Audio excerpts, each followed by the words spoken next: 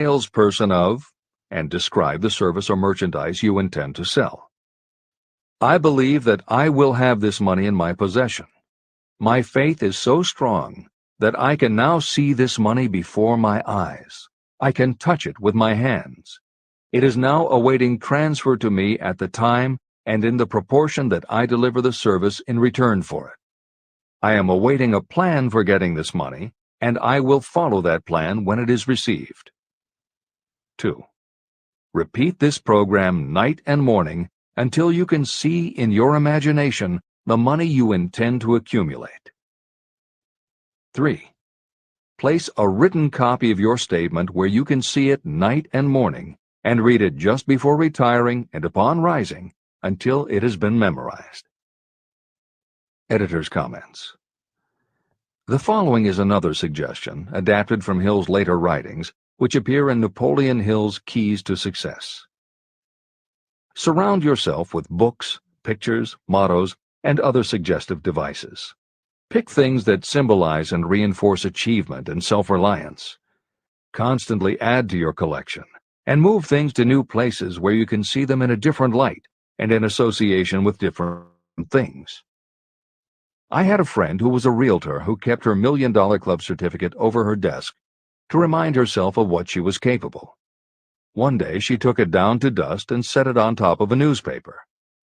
When she picked it up again, she saw beneath it an article about the new football coach who had been hired at the university.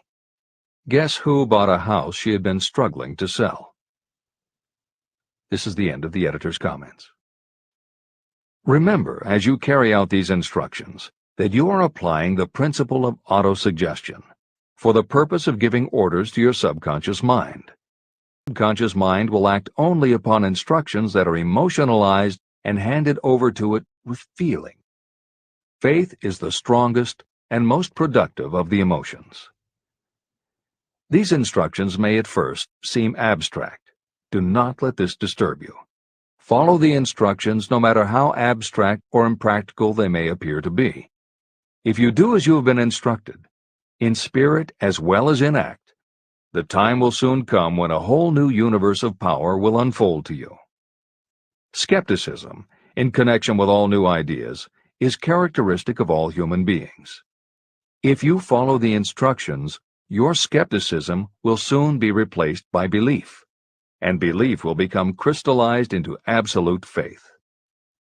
Many philosophers have made the statement that man is the master of his own earthly destiny, but most of them have failed to say why he is the master. The reason that man may become the master of himself and of his environment is because he has the power to influence his own subconscious mind.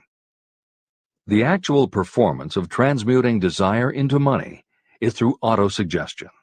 That is the principle by which you can reach and influence the subconscious mind. The other principles are simply tools with which to apply autosuggestion. Keep this thought in mind, and you will at all times be conscious of the important part the principle of autosuggestion is to play in your efforts to accumulate money through the methods described in this book. After you have read the entire book, come back to this chapter and follow in spirit and in action this instruction.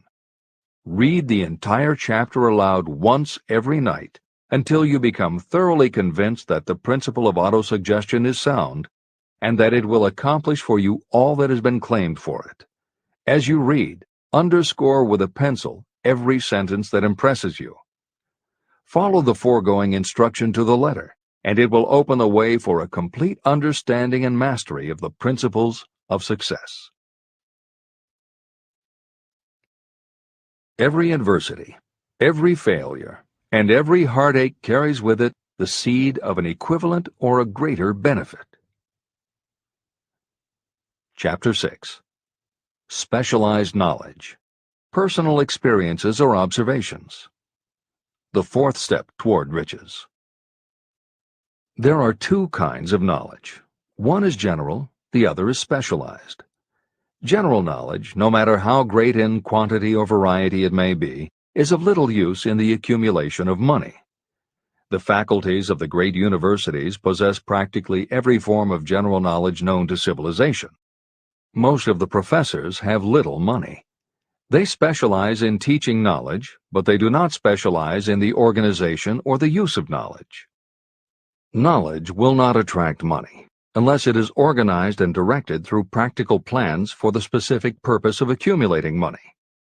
Lack of understanding of this fact has been the source of confusion to millions of people who falsely believe that knowledge is power. It is nothing of the sort. Knowledge is only potential power. It becomes power only when and if it is organized into definite plans of action and directed to a definite end. The missing link in all systems of education is that educational institutions fail to teach their students how to organize and use the knowledge after they have acquired it. Many people made the mistake of assuming that because Henry Ford had little schooling, he was not a man of education. Those who made this mistake did not understand the real meaning of the word educate. That word is derived from the Latin word educo, meaning to educe, to draw out, or to develop from within. An educated person is not necessarily one who has an abundance of general or specialized knowledge. An educated person is one who has so developed the faculties of their mind that he or she may acquire anything they want or its equivalent without violating the rights of others. During the World War, a Chicago newspaper published editorials in which, among other statements, Henry Ford was called an ignorant pacifist. Mr. Ford objected to the statements and sued the paper for libeling him. When the suit was tried in the courts, the attorneys for the paper called Mr. Ford to the witness stand for the purpose of proving to the jury that he was ignorant. They asked Mr. Ford a great variety of questions. All of them intended to prove that while he might possess considerable specialized knowledge about manufacturing automobiles, he was in the main ignorant. Mr. Ford was asked such questions as, who was Benedict Arnold? And how many soldiers did the British send over to America to put down the rebellion of 1776?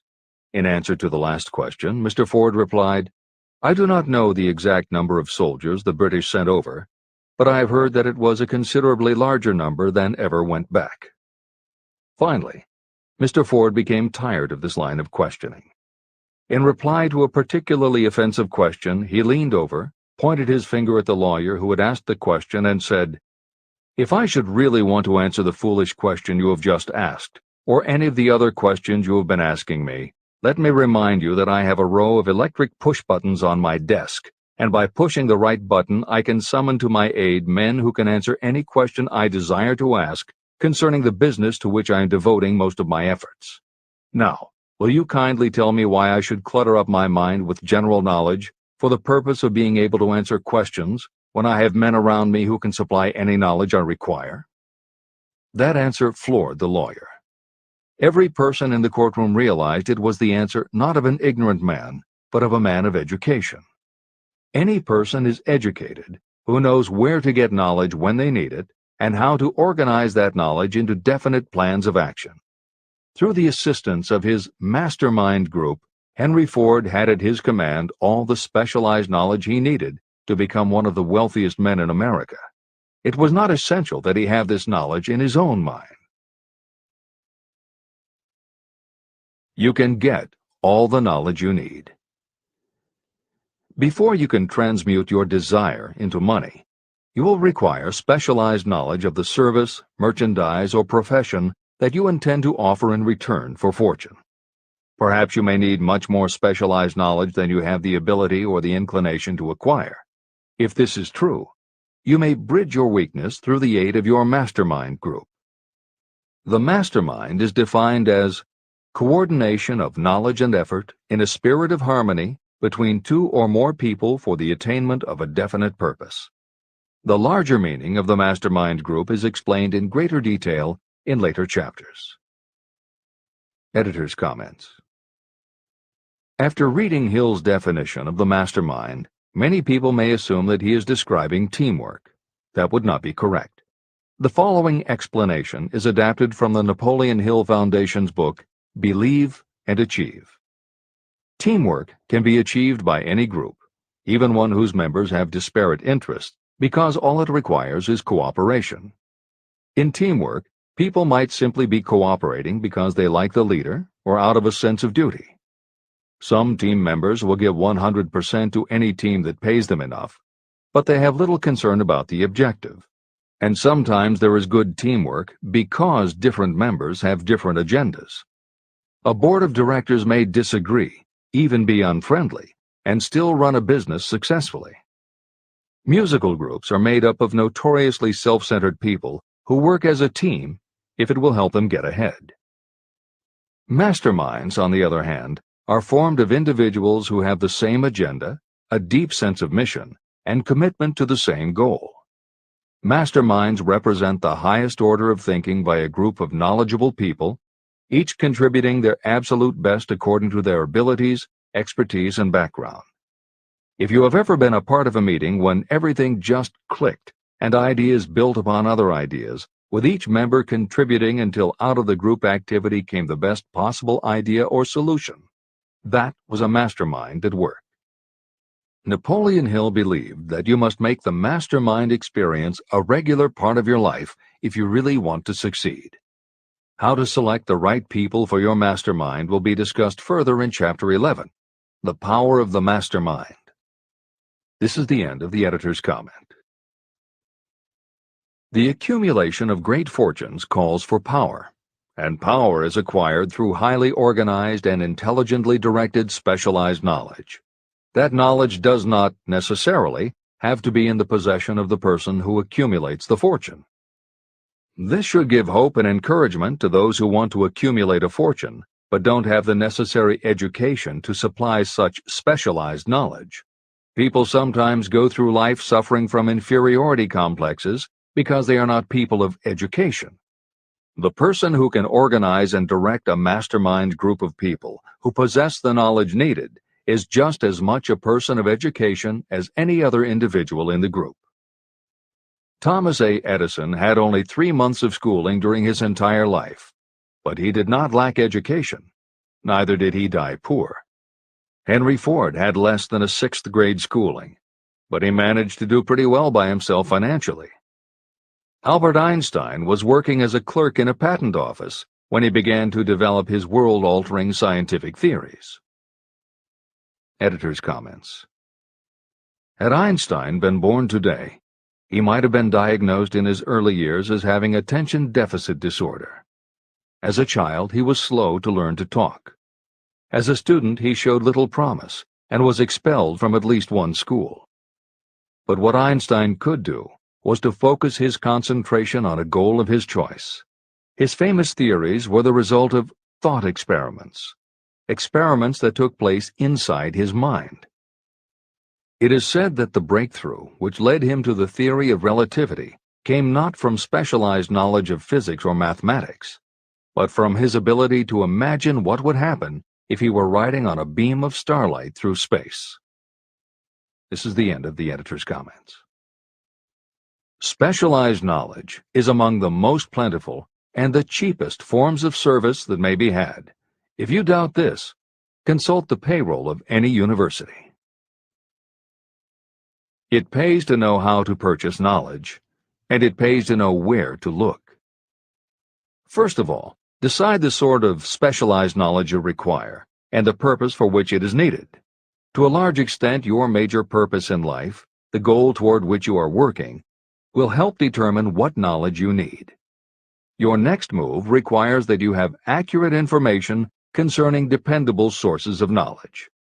The more important of these are your own experience and education, experience and education available through cooperation of others, mastermind alliance, colleges and universities, public libraries, and even easier, the internet, special training courses through night schools and home study courses in particular.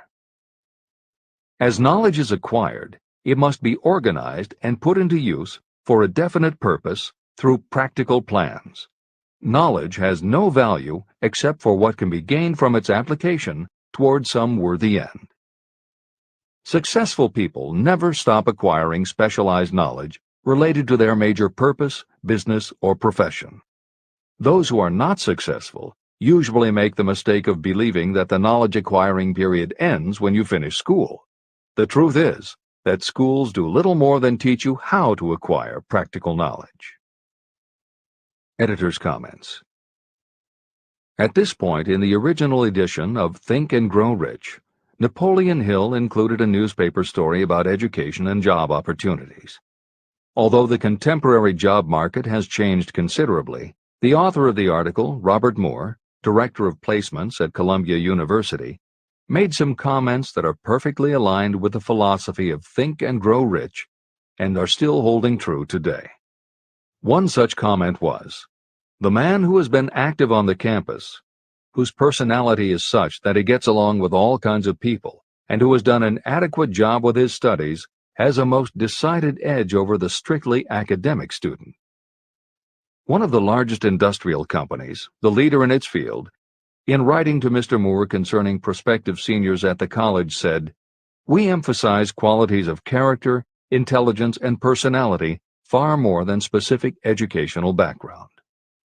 Although few would argue that education is valuable, as Moore implies above and as Hill noted earlier about Edison, Ford, and Einstein, academic accomplishment has never been a sure indicator of success.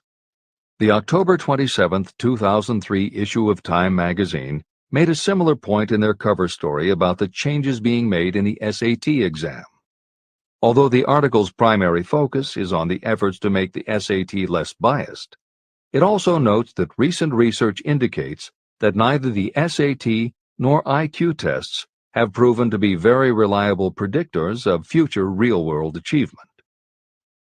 In his best-selling book, Emotional Intelligence, author Daniel Goleman has created a persuasive argument that the way in which a person handles themselves and their relationships, which he calls emotional intelligence, or EI, is a much better indicator than IQ in predicting whether a person will be successful in life. In his later books, Working with Emotional Intelligence and Primal Leadership, Goleman applies his theory to the workplace, focusing on emotional intelligence leadership techniques and comparing corporate managers' EI with their IQ to analyze which has the greatest positive effect on the financial bottom line. Daniel Goleman's theories have caused some significant changes within educational circles and among management theorists, but their greatest impact has been on individuals who have gone through life intimidated because they believe they aren't smart enough. For them, Goleman's books offer convincing evidence that although they may not have conventional education, their natural abilities and interpersonal skills can be far more important in achieving success.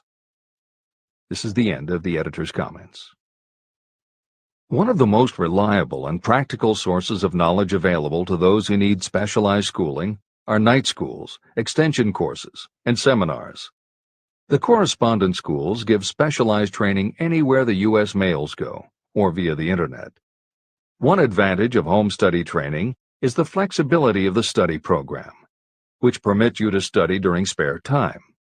Another advantage of home study training, if the school is carefully chosen, is that most courses offer some method of personal consultation, which can be of priceless value to those needing specialized knowledge. No matter where you live, you can share the benefits. A lesson from a collection agency.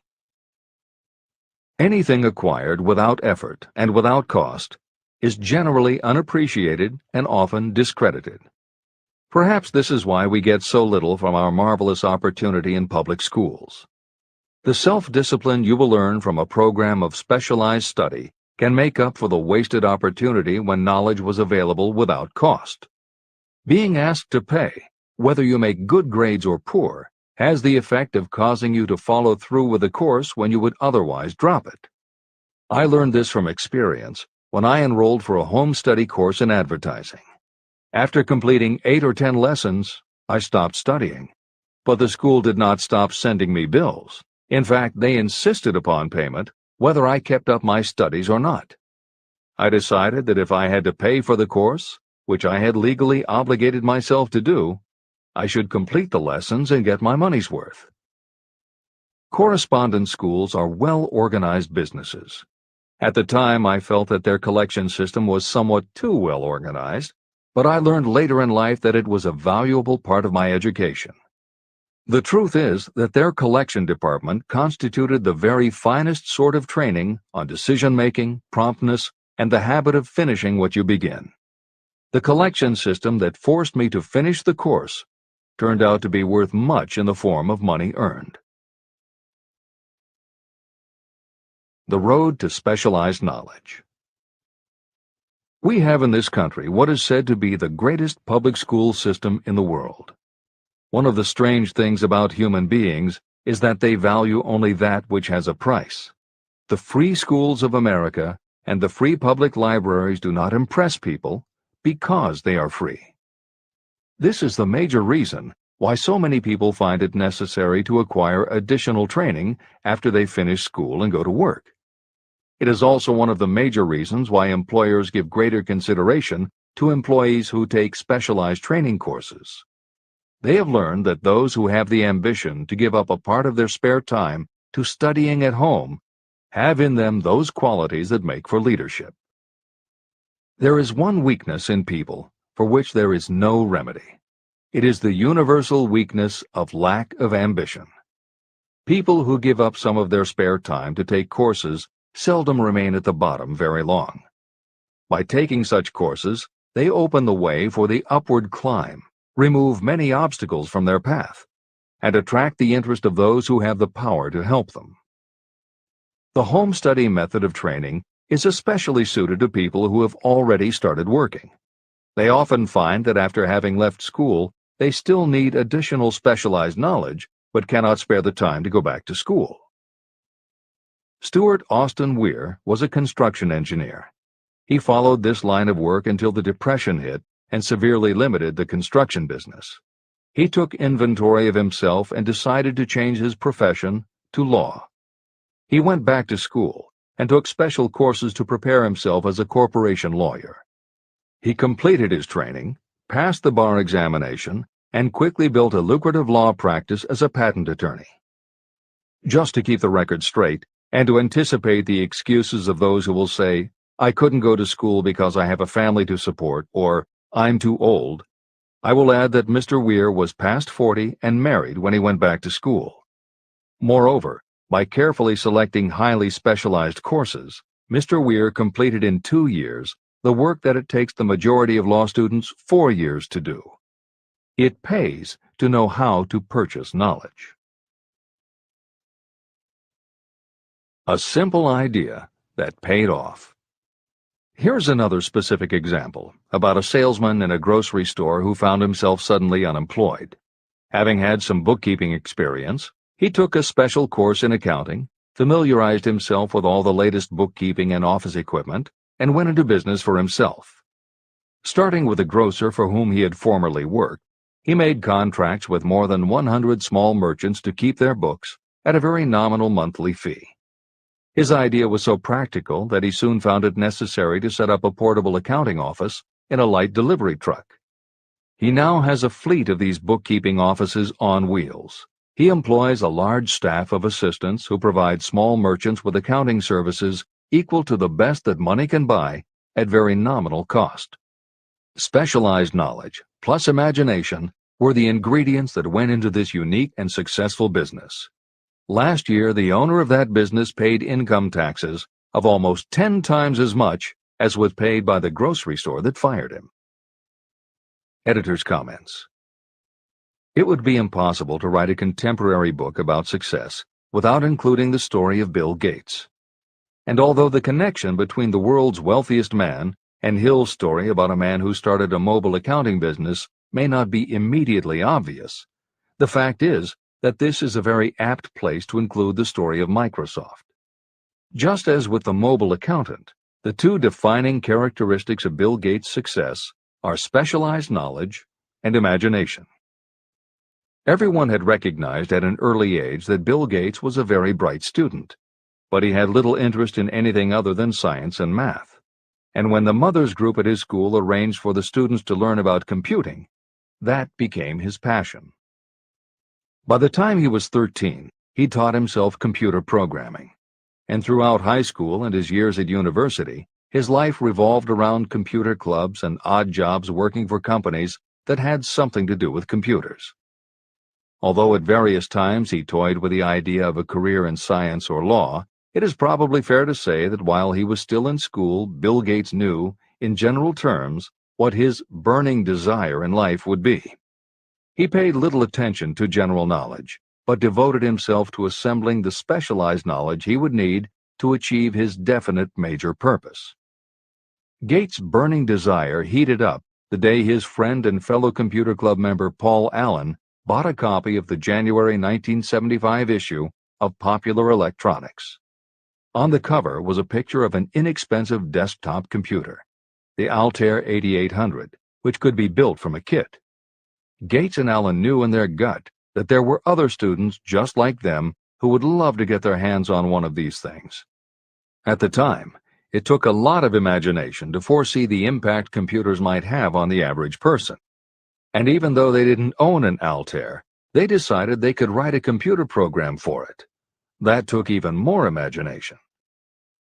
They contacted Ed Roberts, the founder of the company that made the Altair, and pitched their idea. Roberts told them he was getting offers from all over, and his policy was that whoever wrote it first would get the job. For the next 2 months, they tore apart the manual, gleaning the specialized knowledge they would need to write the program. They were the first to deliver a workable operating system, and Roberts bought it from them for $3,000 plus a royalty on sales.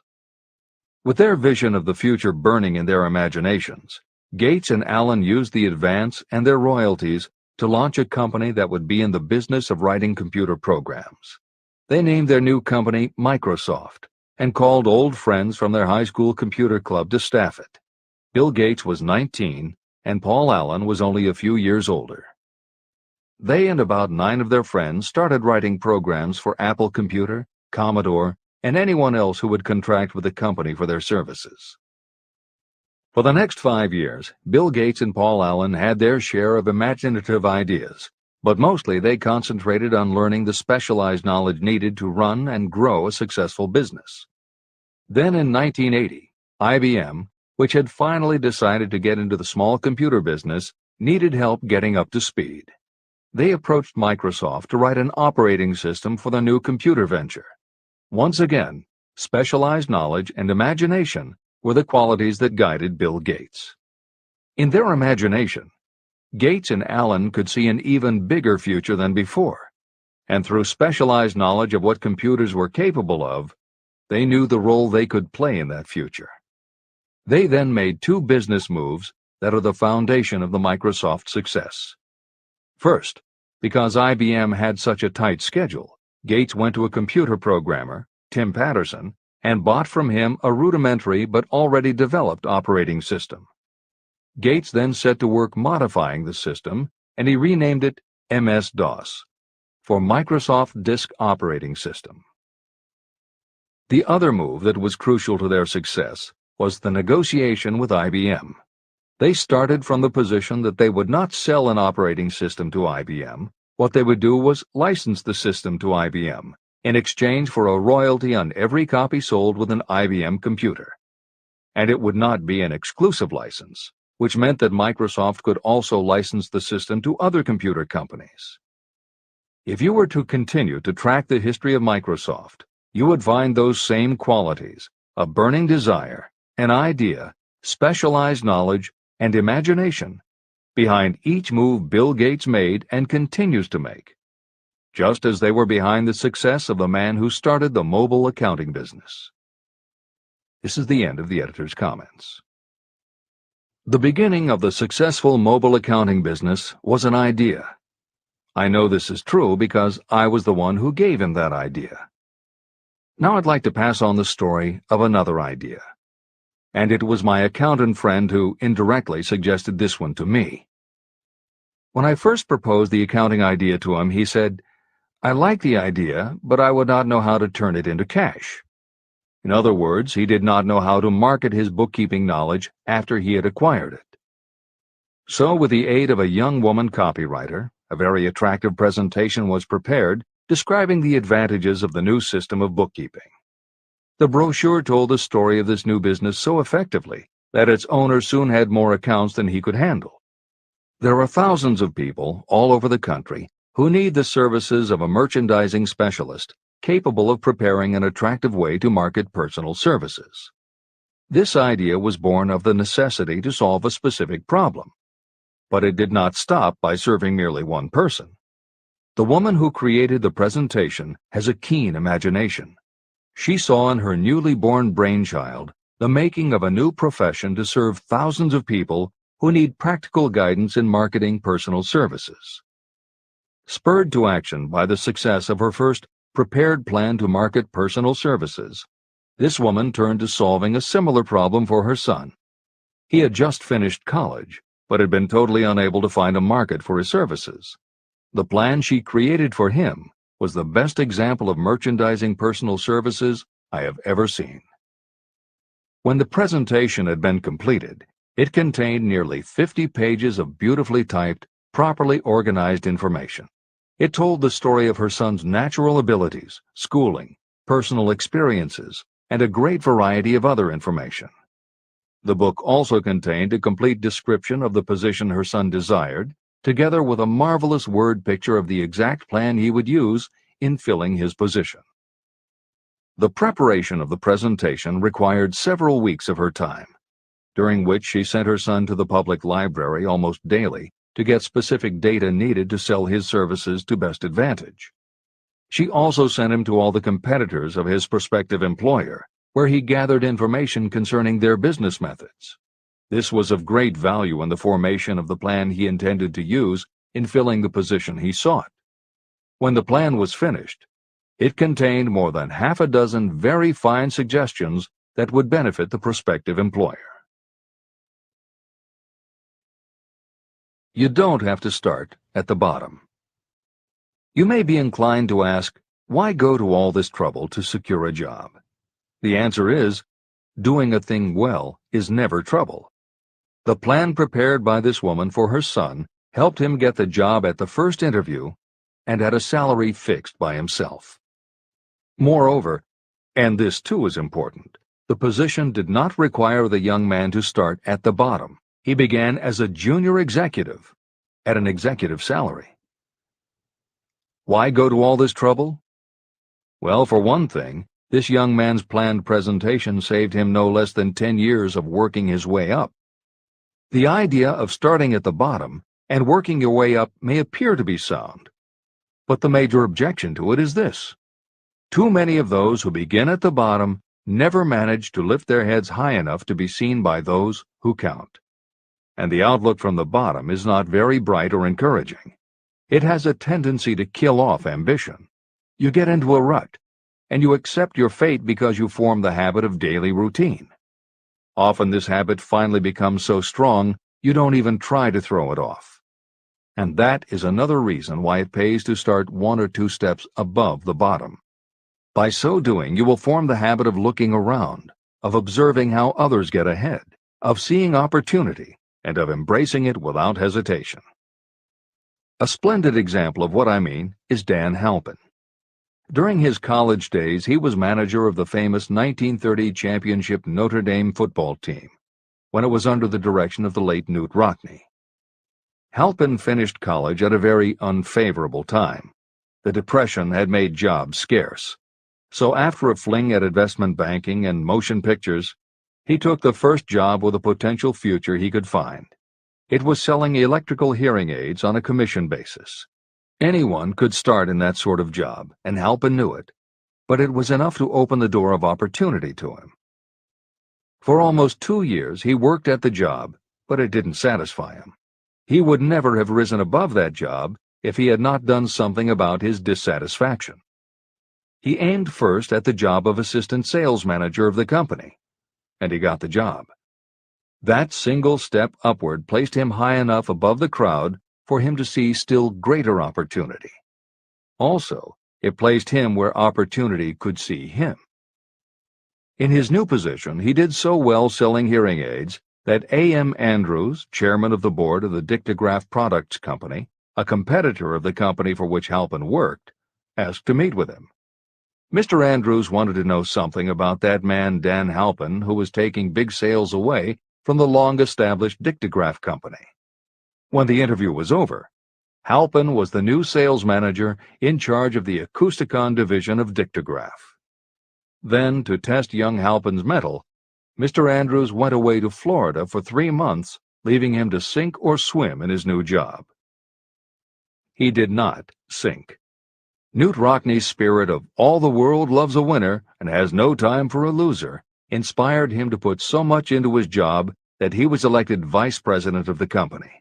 Vice president was a job that most would be proud to earn through 10 years of loyal effort, but Halpin turned the trick in little more than 6 months. One of the major points I'm trying to emphasize through this entire philosophy is that we rise to high positions or remain at the bottom because of conditions we can control, but only if we desire to control them. I am also trying to emphasize another point, that both success and failure are largely the results of habit. I have not the slightest doubt that Dan Halpin's close association with the greatest football coach America ever knew planted in his mind the same kind of desire to excel that made the Notre Dame football team world famous. Truly, there's something to the idea that hero worship is helpful, provided you worship a winner. My belief in the theory that business associations are vital factors, both in failure and in success, was clearly demonstrated when my son Blair was negotiating with Dan Halpin for a position. Mr. Halpin offered him a beginning salary of about 1/2 what he could have gotten from a rival company. I brought parental pressure to bear and encouraged Blair to accept the job with Mr. Halpin. I believe that close association with people who refuse to compromise with circumstances is an asset that can never be measured in terms of money. The bottom is a monotonous, dreary, unprofitable place for any person. That is why I have taken the time to describe how lowly beginnings can be overcome by proper planning. Make your ideas pay off through specialized knowledge. The woman who prepared the personal service sales plan for her son now receives requests from all parts of the country, from others who want to market their personal services for more money. But don't think that all her plan consists of is clever salesmanship to help her clients get more money for the same services they formerly sold for less. She looks after the interests of the purchaser as well as the seller of personal services. She prepares her plans so that the employers receive full value for the additional money they pay. If you have the imagination and seek a more profitable outlet for your personal services, this suggestion may be the stimulus for which you have been searching. The idea could earn you an income far greater than that of the average doctor, lawyer, or engineer whose education required several years in college. Editor's comments. Mary Kay Ash was literally researching and writing down specialized knowledge when the idea for a new business was born in her imagination. Mary Kay had quit her job as a very successful sales manager in the gift business because she had become discouraged by seeing the men she had trained earning more and being promoted ahead of her. She decided to write an advice book for career women, but as she assembled the knowledge women would need to get ahead, she realized she was writing a business plan for the kind of business she would like to run.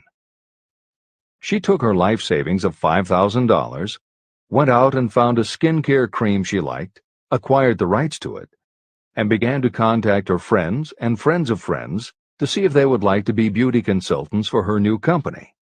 But what she was offering wasn't just a chance to sell skincare products. It was a very imaginative combination of philosophy and opportunity that gave women the chance to achieve both personal satisfaction and financial success.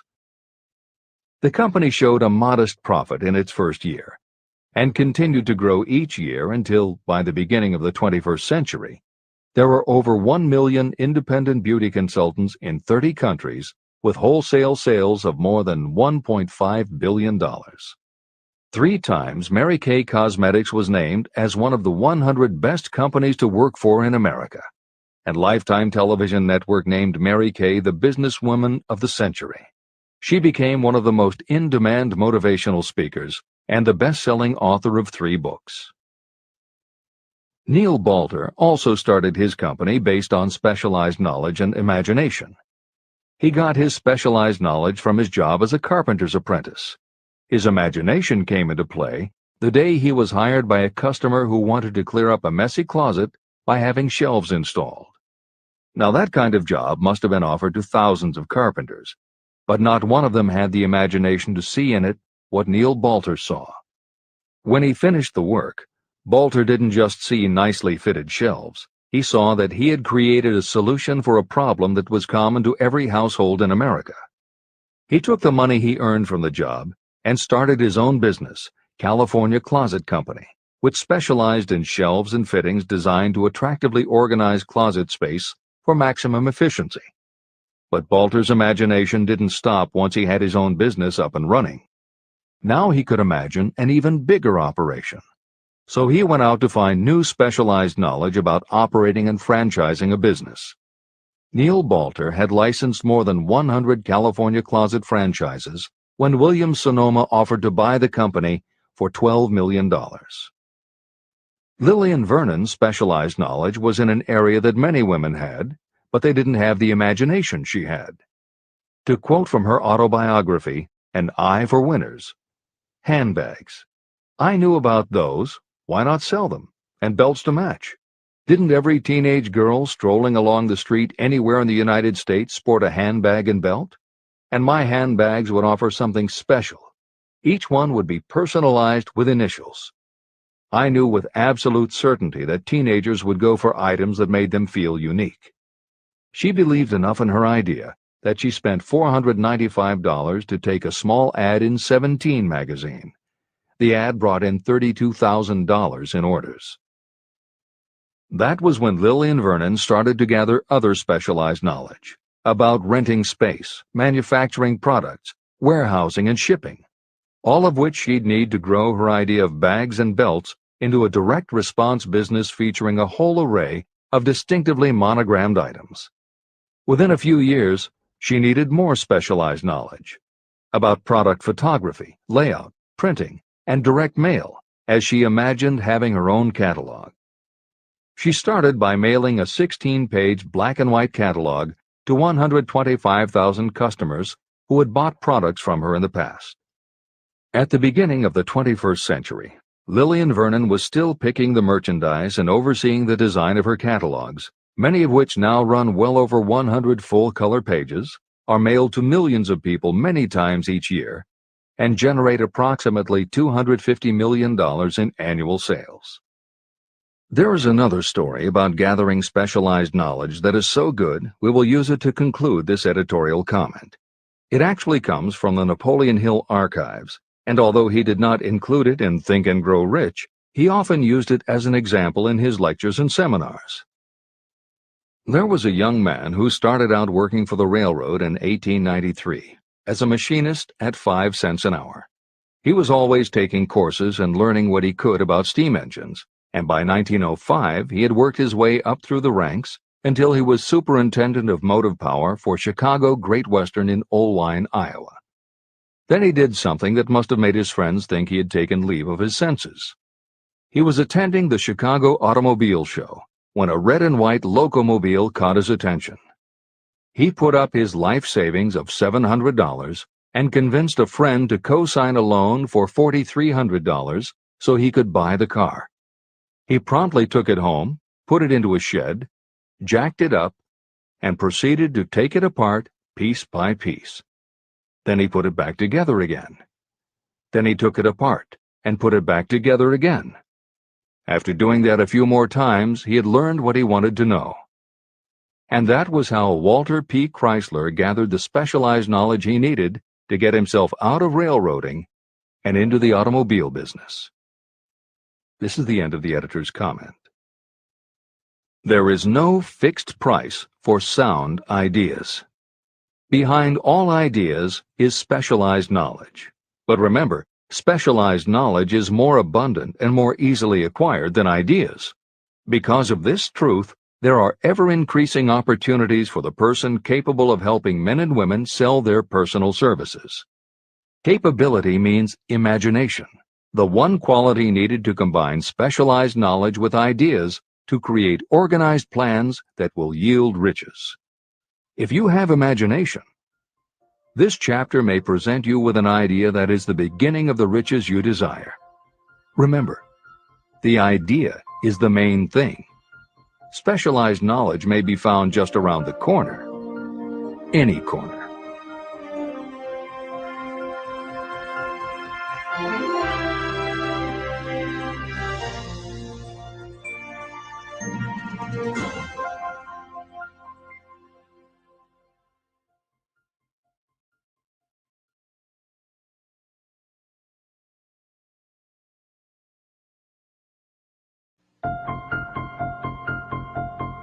Happiness is found in doing, not merely in possessing. Chapter 7. Imagination, the workshop of the mind. The fifth step toward riches. The imagination is literally the workshop where all plans are created. It is where the impulse, the desire, is given shape, form, and action through the aid of the imaginative faculty of the mind. It has been said that we can create anything that we can imagine. Through the aid of imagination, we have discovered and harnessed more of nature's forces during the past 50 years than during the entire history of the human race previous to that time. And even with all we have accomplished, we have come nowhere near the limit of what we are capable.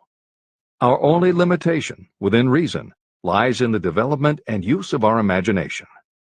The human imagination offers so much possibility. It is as though we have merely discovered that we have an imagination and have just started to use it in a very elementary way. Two forms of imagination. The imaginative faculty functions in two forms. One is known as synthetic imagination, and the other as creative imagination. Editor's comments. In modern usage, the word synthetic has taken on a negative connotation, implying that something is artificial, not the real thing. Today, the word synthesized, which is defined as something made up from component parts, would better describe what Hill had in mind and has been substituted here accordingly. This is the end of the editor's comments. Synthesized imagination. Through this faculty, you arrange old concepts, ideas, or plans into new combinations. Synthesized imagination does not create anything. It merely works with the material of experience, education, and observation with which it is fed. It is the faculty used by most inventors, with the exception of those geniuses who draw upon the creative imagination when they cannot solve problems through synthesized imagination. Creative imagination. Through the faculty of creative imagination, the finite human mind has direct communication with infinite intelligence, the faculty through which hunches and inspirations are received. It is by this faculty that all basic or new ideas are handed over to mankind. It is through this faculty that we pick up vibes from other people, and in that way one individual may tune in or communicate with the subconscious minds of others. This concept is explained in greater detail later. The creative imagination works automatically, but only when your conscious mind is motivated, energized, and working at such a high rate that it becomes very perceptive and receptive, such as when the conscious mind is stimulated through the emotion of a strong desire. The great leaders of business, industry, and finance, and the great artists, musicians, poets, and writers became great because they developed the faculty of creative imagination. Editor's comment. At this point, it should be noted that both kinds of imagination are equally valuable to you, and they work together so seamlessly it is often hard to tell where one ends and the other begins. For instance, when Jeff Bezos created the idea of Amazon.com, was it synthesized imagination or creative imagination? At the time, many people were getting onto the idea of the Internet as a sales medium. From this, it could be concluded that he was drawing upon experience, education, and observation, which would mean he was using synthesized imagination. But why did he decide to sell books? Was that synthesized or creative? Did that idea come out of something in his subconscious that just felt like books were the right thing? And what about that name? Calling a bookstore Amazon didn't make sense to anyone but Bezos, but it certainly caught the public's attention. How important was the name in the store's success? Was that choice creative or synthesized? Now take it a step further. What about eBay? Amazon had already shown that you could sell a lot of goods on the internet. When Pierre Omidyar hit on the idea of selling things on the internet by turning it into an auction house, what part was synthesized and what part was creative? The answer is, it doesn't matter. Whether you are consciously assembling the parts of a plan, or if subconsciously the pieces fall into place and suddenly hit you in a flash of inspiration, all that matters is that you are putting your imagination to work. And the more you use it, the better both the synthesized and the creative will work for you. This is the end of the editor's comment. Desire is a thought, an impulse. It is nebulous and ephemeral. It is abstract and of no value until it has been transformed into its physical counterpart. While the synthesized imagination is the one that will be used most frequently in the process of transforming desire into money, there will be circumstances and situations that demand the use of the creative imagination as well. Both the synthesized and the creative imagination become more alert and receptive with use. And though your imaginative faculty may have become weak through lack of use, you can revive it. Just as any muscle or organ of the body develops the more it is used, your imagination also becomes more receptive in direct response to the amount that you use it. Use your synthesized imagination. First, let us focus attention on the development of the synthesized imagination. This is the faculty that you will use more often in converting desire into money. Transformation of the intangible impulse of desire into the tangible reality of money calls for the use of a plan or plans. To make plans, you must use your imagination. Mainly, this will require you to use your synthesized imagination as you draw upon your experience, your education, and your observations. Editor's comment. The following is adapted from Hill's later writing and appears in Napoleon Hill's Keys to Success. An excellent example of synthesized imagination is Edison's invention of the light bulb. He began with one recognized fact that other people had discovered. A wire could be heated by electricity until it produced light. The problem was that the intense heat quickly burned the wire out, and the light never lasted more than a few minutes. Edison failed more than 10,000 times in his attempt to control this heat. When he found the method, it was by applying another common fact that had simply eluded everyone else. He realized that charcoal is produced by setting wood on fire, covering it with soil, and allowing the fires to smolder. The soil permits only enough air to reach the fire to keep it burning without blazing, and that way the wood isn't burned up. When Edison recognized this fact, his imagination immediately associated it with the idea of heating the wire. He placed the wire inside a bottle, pumped out most of the air, and produced the first incandescent light. It burned for 8.5 hours. Everything that Edison used to make the electric light was widely known, but the way he synthesized the knowledge changed the world and made him a very wealthy man. W. Clement Stone called the process the R2A2 formula: recognize and relate, assimilate and apply. If you do that with everything you see, hear, think, and experience, it will give you a new way of looking at familiar things. If you do that, you can achieve what others believe is impossible. Later in this chapter, you will read of other fortunes that grew from even simpler synthesized ideas. And these stories should lead you to conclude that the combination of ideas is nothing that you couldn't have thought of yourself. That alone should start your own imagination synthesizing ideas. However, even though these stories will inspire you, and you will be anxious to get started, this is not yet the point for you to start making plans. Here, and throughout Think and Grow Rich, Napoleon Hill reminds the reader that this book is meant to be read all the way through before beginning to put the philosophy into practice. There are other ideas to be assimilated from later chapters that will influence your imagination and therefore affect the plans you may develop. This is the end of the editor's comments. Read the entire book through. Then come back to this chapter and begin to put your imagination to work on the building of a plan for transforming your desire into money. Examples and instructions for creating plans are given in almost every chapter. Carry out the instructions that are best suited to your needs and put your plan in writing. The moment you complete this, you will have definitely given concrete form to your intangible desire. Now, read that sentence once more in a slightly different way. The moment I put my plan in writing, I will have definitely given concrete form to my desire. Now read it aloud and realize what you are telling yourself. Desire is only a thought. Through synthesized imagination, your experience, education, and observations will give it shape, form, and action. From the moment you follow those instructions and write out your desire and your plan, you will have actually taken the first of a series of steps that will enable you to convert the thought into its physical counterpart. Editor's comments. Synthesized imagination plays a role in every phase of a business plan. In fact, some of the most successful companies actually get started from synthesized imagination. When an entrepreneur, drawing upon his or her education, experience, and observations, takes an idea from one source and gives it a new application. That is exactly what happened with Ruth Handler.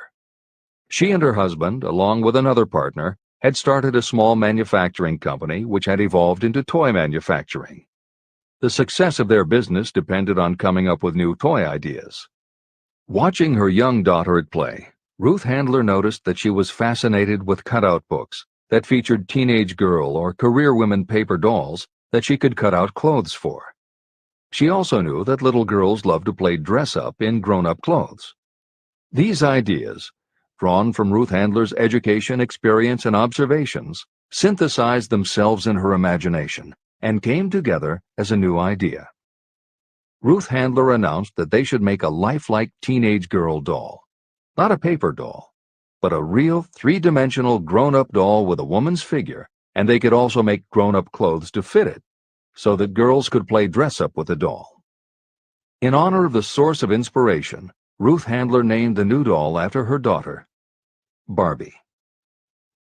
As obvious as it seems now, until Ruth Handler, no one had the imagination to make and market a doll that looked like a woman, and certainly no one had ever made endless collections of tiny women's fashions for a doll to wear.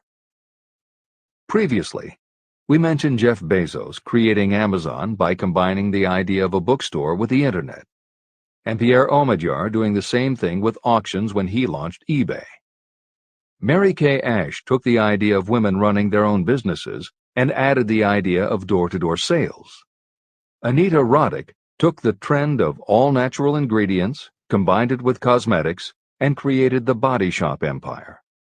Bernard Marcus and Arthur Blank took the concept of the supermarket, combined it with hardware, and created Home Depot. Thomas Stenberg and Leo Kahn did the same thing with office supplies and launched Staples. Once the connections are made, it may seem obvious, but making these supposedly obvious connections has brought success to many people. Napoleon Hill says imagination is like a muscle that can be strengthened through use. Just as there are specific exercises that will build and improve physical muscles, specific exercises have been developed to improve and build imagination. And it is commonly accepted that creativity developed in one area will affect your creativity in others. Dr. Edward de Bono, one of the most highly regarded experts in the field, has written more than 25 books, including the bestsellers Lateral Thinking and 6 Thinking Hats, that are literally designed to make you think. Dr. Betty Edwards' bestseller, Drawing on the Right Side of the Brain, uses drawing techniques to awaken creativity. Dr. Gabrielle Rico's bestseller, Writing the Natural Way, uses a technique called clustering as a way to break writer's block. And Tony Buzan uses a similar method for opening your mind that he terms mind mapping. In their bestseller, Super Learning, Sheila Ostrander and Lynn Schroeder show ways to use classical music. And Roger Von Eck suggests puzzles and riddles as stimuli in A Whack on the Side of the Head. This is the end of the editor's comments. tapping into creative imagination. The earth on which you live, you yourself, and every other material thing are the result of evolutionary change, through which bits of matter have been organized and arranged in an orderly fashion. As far as science has been able to determine, the entire universe consists of but two things, matter and energy. Moreover, and this statement is of stupendous importance, this earth, every one of the billions of individual cells of your body, and every subatomic particle of matter began as an intangible form of energy. Through the combination of energy and matter has been created everything perceptible, from the largest star in the heavens down to and including man himself. Desire is a thought impulse. Thought impulses are forms of energy. When you begin the process of acquiring money by using the thought impulse of desire, you are drafting into your service the same stuff that nature used in creating this earth, as well as every material form in the universe, including your body and your brain, in which the thought impulses function. Editor's comments. Although recent developments in physics, gauge theory, string theory, membrane theory, and others, have advanced our understanding of matter and energy, Hill's preceding description remains in accord with modern science. The newer theories are variations on and refinements of the basic concept that everything in the universe is either space, time, matter, or energy. And as Einstein stated, energy and matter are in fact different forms of the same thing. As Hill says, everything from the stars to the solar system to the earth, to you, your brain, and that little spark called a thought, are all the same stuff. As when a tablecloth is spread out, there are folds and bumps in the fabric that are all different from each other, but they are all still tablecloth. Like the folds and bumps in the tablecloth, energy and matter are the same thing in different forms. Therefore you, matter, your thoughts, energy, and everybody else, matter, and their thoughts, energy, and all other things, matter, are not just interconnected, but are in essence all the same thing. Hill calls this interrelation of everything to everything else infinite intelligence. In the chapter on faith, he made his first mention of infinite intelligence being the source of hunches, intuition, and flashes of inspiration. In the chapter on autosuggestion, he proposed that the subconscious mind is the connection with infinite intelligence. In this chapter, Hill elaborates that creative imagination is the receiver through which these flashes of insight come to us from infinite intelligence. Under some circumstances, when your mind is operating at a high rate, your creative intelligence receives not just an idea, but also a flash of intuition. You get a hunch or a premonition about something or somebody. That flash could not come from your conscious or your subconscious because neither ever had the information. Because everything is a part of everything else, your creative imagination, energy, pulled the thought, energy, directly from the common pool of infinite intelligence, energy, that contains not just your subconscious, energy, but all other subconscious minds, energy, as well. Infinite intelligence is a complex concept, and for those readers who find themselves questioning the process, be assured that Hill expands on the theory in later chapters. The editors advise the reader to set aside any questions for the moment and focus on the logical and practical application Hill had in mind. This is the end of the editor's comments. You are engaged in trying to turn your desire into its physical or monetary counterpart, and there are laws of physics and principles of psychology that can help you. But first, you must give yourself time to become familiar with these laws and learn to use them. Through repetition, and by describing these principles from every conceivable angle, I hope to reveal to you the secret through which every great fortune has been accumulated. Strange and paradoxical as it may seem, the secret is not a secret. It is made obvious in the earth, the stars, the planets, in the elements above and around us, in every blade of grass, and every form of life within our vision. Do not be discouraged if you do not fully understand or accept this theory. I do not expect that you will accept all that is in this chapter on your first reading. Assimilate as much as you can now as you read this for the first time. Later, when you reread and study it, you will discover that something has happened to clarify it and give you a broader understanding of the whole. Above all, do not stop nor hesitate in your study of these principles until you have read the book at least 3 times. Then you will not want to stop. How to make practical use of imagination. Ideas are the beginning points of all fortunes. Ideas are products of the imagination. Following are 2 true stories about ideas that have yielded huge fortunes. I hope that these stories will convey how important a role imagination can play in turning an idea into success, and that they will illustrate the method by which imagination may be used in accumulating riches. The Enchanted Kettle. In the late 1880s, an old country doctor drove to town, hitched his horse, quietly slipped into a drugstore by the back door, and began dickering with a young drug clerk. For more than an hour behind the prescription counter, the old doctor and the clerk talked in low tones. Then the doctor left. He went out to the buggy and brought back a large old-fashioned kettle, a big wooden paddle, used for stirring the contents of the kettle, and deposited them in the back of the store. The clerk inspected the kettle, reached into his inside pocket, took out a roll of bills, and handed it over to the doctor. The roll contained exactly $500, the clerk's entire savings. The doctor handed over a small slip of paper on which was written a secret formula.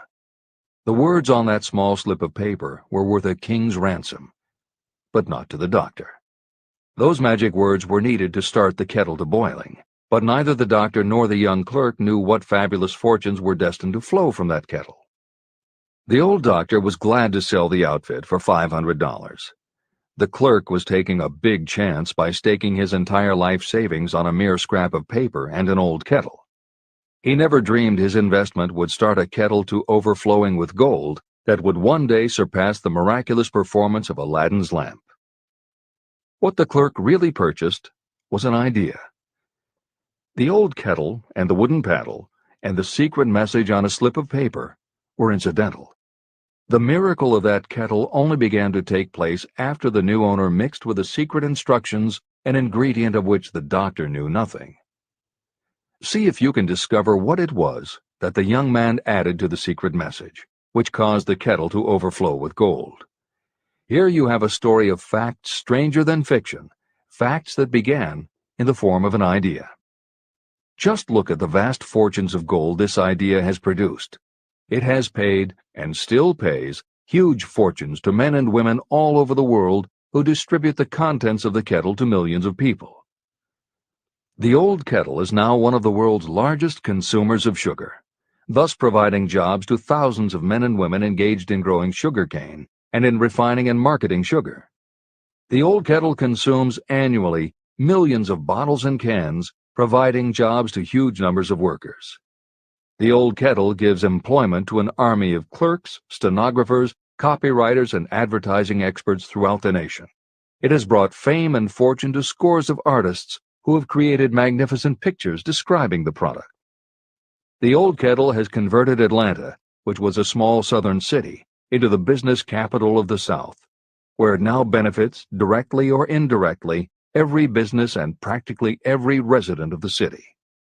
The influence of this idea now benefits every civilized country in the world, pouring out a continuous stream of gold to all who touch it.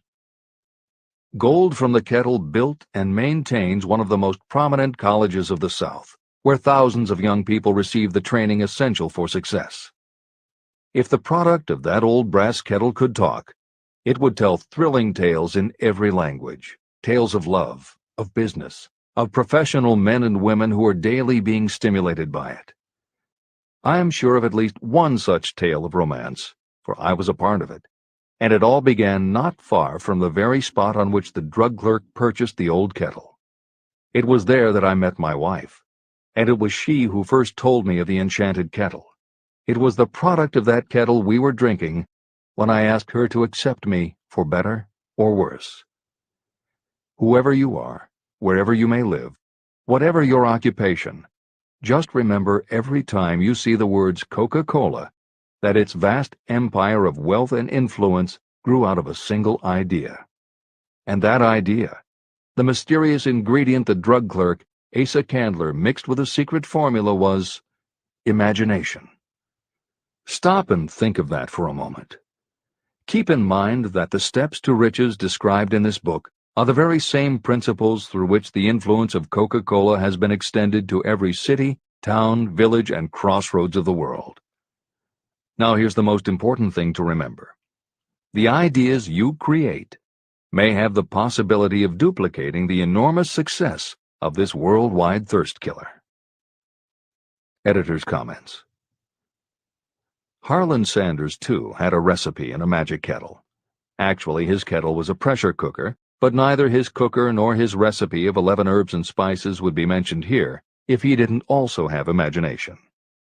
Harlan Sanders owned and operated a successful motel and cafe in Corbin, Kentucky. Then, when the new interstate highway came through, it bypassed Sanders' location. In a short time, his business went broke, leaving him with little more than his recipe for fried chicken and a way to make it quickly in a pressure cooker.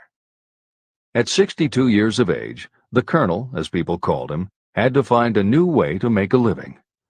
That's when the magic ingredient, imagination, came in. He decided he wasn't going to sell fried chicken anymore. Instead, he would sell his method for making it. He packed his recipe and cooker into the back of his car and hit the road to demonstrate his fried chicken to other restaurant owners. In the first 2 years, he managed to sell 5 franchises. 2 years later, he'd sold 200. 4 years later, he was up to 600 locations when he was approached by an investment group to sell his company. Recognizing that the magic wasn't just in the kettle or the recipe, the new owners asked Colonel Sanders to stay on as spokesman for the company, which he did until his death in 1980. Today, there are almost 12,000 KFC locations in more than 80 countries with sales of nearly $10 billion a year. Debbie Fields was a 20-year-old housewife who loved to bake cookies. She had no formal education and no business experience, but she had a recipe and an imaginative idea that people would like to buy fresh, hot, soft cookies from a walk-up store. The business people and bankers she approached told her she was crazy, but she and her husband continued to pitch her idea to banker after banker until they finally wore one down enough to give Debbie Fields a loan to open a store in Palo Alto, California. By noon on her first day, she still hadn't sold a cookie, so she went out into the street and gave away samples. That did it. Her walk-in try-a-sample cookie store took off. Today, Mrs. Fields' stores are all across America. Harvard Business School uses her methods as a case study in efficiency, and Debbie Fields has become a best-selling author, an in-demand motivational speaker, and a television personality. Wally Famous Amos was a Los Angeles talent agent who copied a cookie recipe off the back of a bag of Nestle's chocolate chips. He made a few changes to personalize the recipe and started to give out his version of homemade cookies as a sort of calling card. His clients and business associates liked them so much that Wally finally decided to quit show business and open a store. He did it with a Hollywood agent's flair. He opened on Sunset Boulevard with 2,000 invitations, a red carpet, and celebrities. With the same flair, he put his picture on the bag, filled the bags with cookies, and started selling them to exclusive department stores and specialty shops. 10 years later, Famous Amos cookies were a $10 million business. Ray Kroc was over 50 and selling milkshake mixers when he heard about a hamburger stand in California, owned by Dick and Mac McDonald, that was doing great business. He packed his car and headed to San Bernardino to check it out. What he saw was a sit-down restaurant that had a limited menu featuring a good hamburger recipe, and they were serving them faster than any place he'd ever seen. Figuring that if there were more places like this, he could sell them a lot of milkshake mixers, Kroc pitched the McDonald brothers on the idea of opening some more McDonald's. They were interested, but they didn't know who they could get to open the new restaurants. This time, it was a recipe and a magic griddle, but it still needed the extra ingredient, Imagination. On the spot, Ray Kroc offered to go into business with him and open the restaurants himself. According to the signs on the golden arches, Ray Kroc's imagination paid off in billions of hamburgers sold. In 1982, Howard Schultz went to work as the director of marketing for a small coffee importer wholesaler called Starbucks, which had only one location in Seattle's Pike Place market. While he was on a trip to Italy, Schultz got the idea that the coffee bar culture he saw in Milan could be transposed to the downtown Seattle scene. He convinced the company to try it. His coffeehouse idea was such a success that Schultz went out and raised the money to buy the company. 5 years after he joined Starbucks, he was CEO of a company that had 17 locations. 15 years later, Schultz's coffeehouse culture was on every corner of America, and there were more than 7,000 Starbucks worldwide. As a final example of imagination, we offer Paul Newman's salad dressing. Now, it would seem that it doesn't take much imagination for a big celebrity to put his name on a product, and that's what Newman thought too. But when he and his partner, A.E. Hotchner, pitched their salad dressing idea to companies that specialize in marketing foods, nobody was interested unless they would personally put up about $1 million for the first year's operations. According to Newman and Hotchner's book, Shameless Exploitation, they found out that almost all celebrity products in the food business have been disastrous failures, and now nobody would touch them. So when it came to marketing salad dressing, even Paul Newman's big name wasn't the magic they needed. And unless they were willing to put up a ridiculous amount, money wasn't the magic either. The magic would have to be in the imaginative way that they would convince the right people to help them, and in having the perseverance to stick with it until they succeeded. And just like most everyone with an idea, they were told they were crazy to try it. They were turned down by bottling companies that wouldn't do small runs, and they were rejected by distributors who wouldn't take a chance on another celebrity product. In the end, it was one supermarket owner, Stu Leonard, who helped hook them up with the right suppliers. But even that wouldn't have been enough if Stu Leonard hadn't had enough imagination to see the possibilities and agree to put Newman's own salad dressing on the shelves in his store. 15 years later, Newman's Own Brands was a $100 million company, which gives all profits to charity. This is the end of the editor's comments. What I would do if I had $1 million. The following story proves the truth of that old saying, where there's a will, there's a way. It was told to me by that beloved educator and clergyman Frank W. Gonzalez, who began his preaching career in the Stockyards region of Chicago. While Dr. Gonzalez was going through college, he observed many defects in our educational system, defects that he believed he could correct if he were the head of a college. He made up his mind to organize a new college in which he could carry out his ideas without being handicapped by orthodox methods of education. He needed $1 million to put the project across. Where was he to lay his hands on so large a sum of money? That was the question that absorbed most of this ambitious young preacher's thought, but he couldn't seem to make any progress. Every night, he took that thought to bed with him. He got up with it in the morning. He took it with him everywhere he went. He turned it over and over in his mind until it became a consuming obsession with him. Being a philosopher as well as a preacher, Dr. Gonzalez recognized, as do all who succeed in life, that definiteness of purpose is the starting point from which one must begin. He recognized, too, that definiteness of purpose takes on life and power when backed by a burning desire to translate that purpose into its material equivalent. He knew all these great truths, yet he did not know where or how to lay his hands on $1 million. The normal thing would have been to give up and quit, saying, well, my idea is a good one, but I can't do anything with it because I can't raise the $1 million. That is exactly what the majority of people would have said, but it is not what Dr. Gonzalez said. What he said, and what he did, are so important that I will now introduce him and let him speak for himself.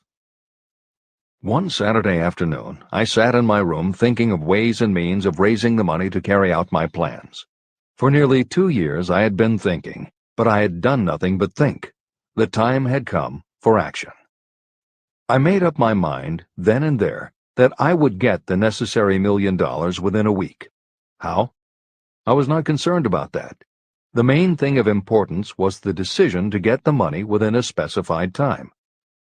I want to tell you that the moment I reached a definite decision to get the money within a specified time, a strange feeling of assurance came over me, such as I had never before experienced. Something inside me seemed to say, "Why didn't you reach that decision a long time ago? The money was waiting for you all the time."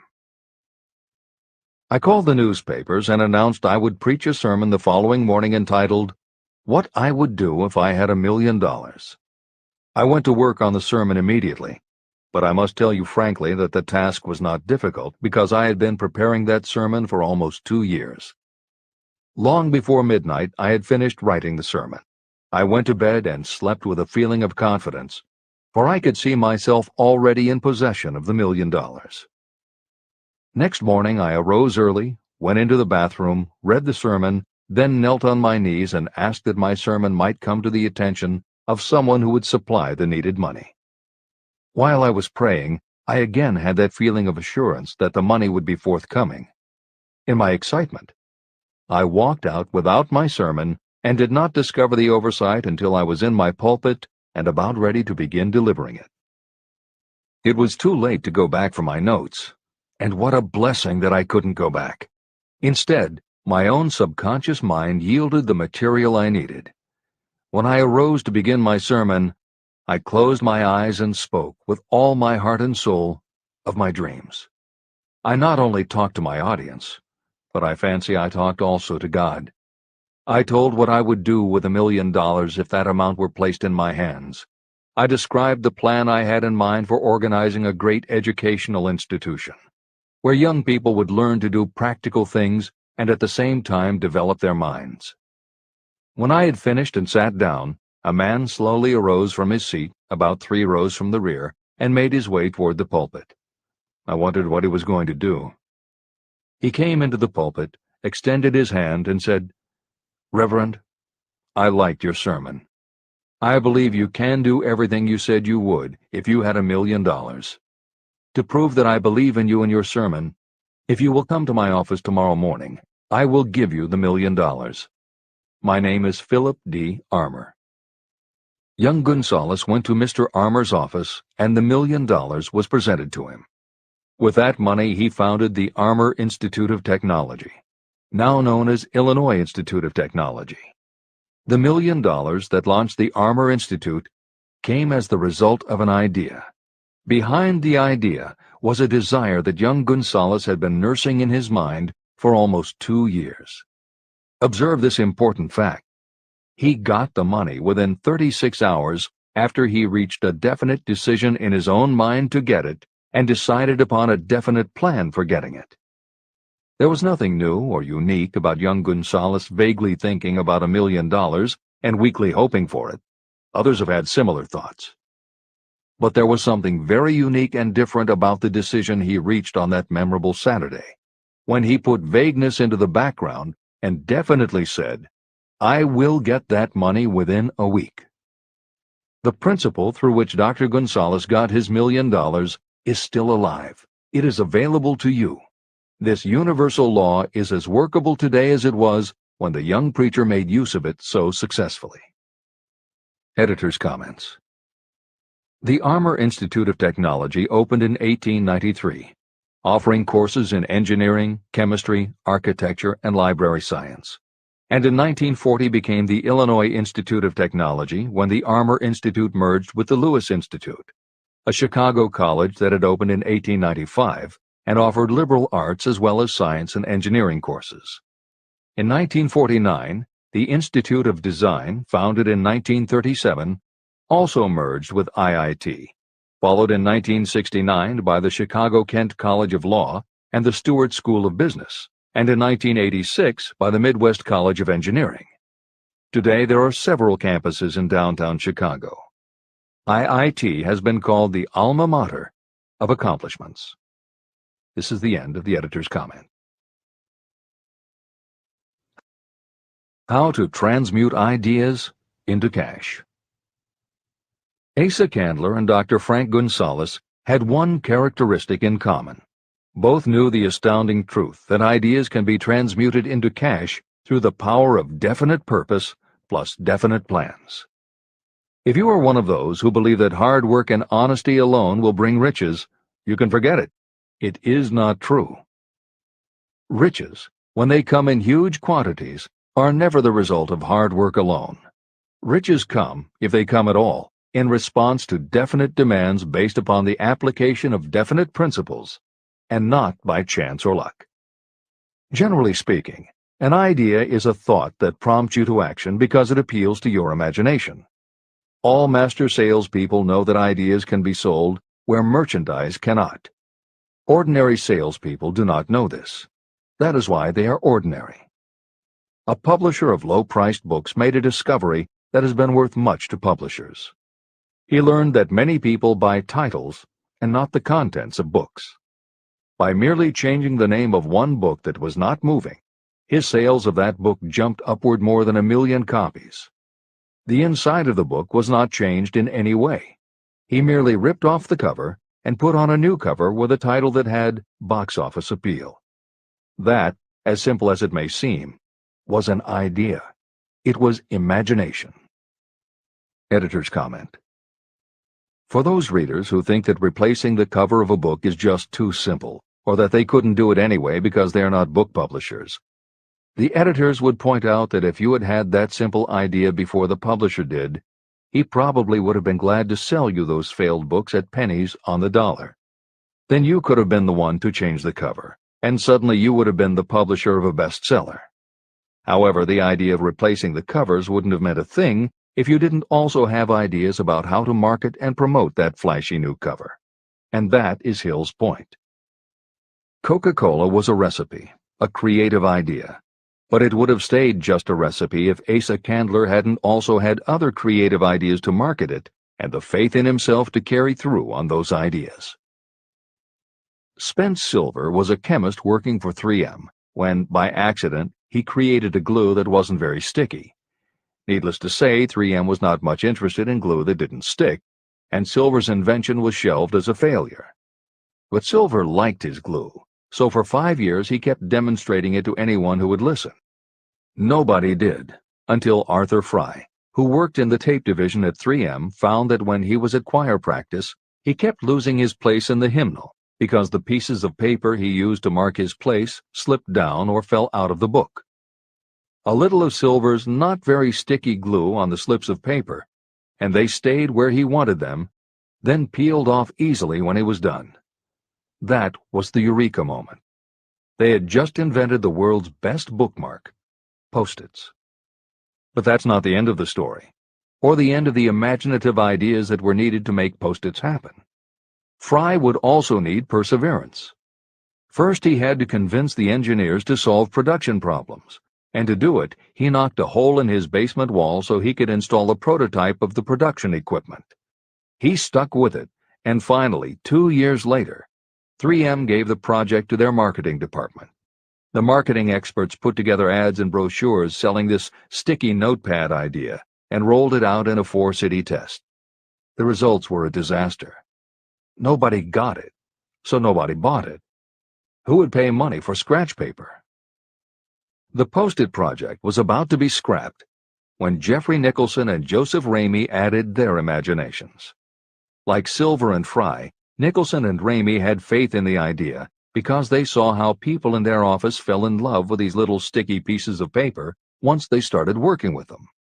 So Nicholson and Ramey went to Richmond, Virginia, one of the 4 test cities that had failed, and they went up and down the business district, going into offices and giving pads of Post-its to receptionists, secretaries, and anyone else who would listen. Whereas 3M's conventional marketing machinery had failed, giving Post-its to the people who would actually use them did the trick.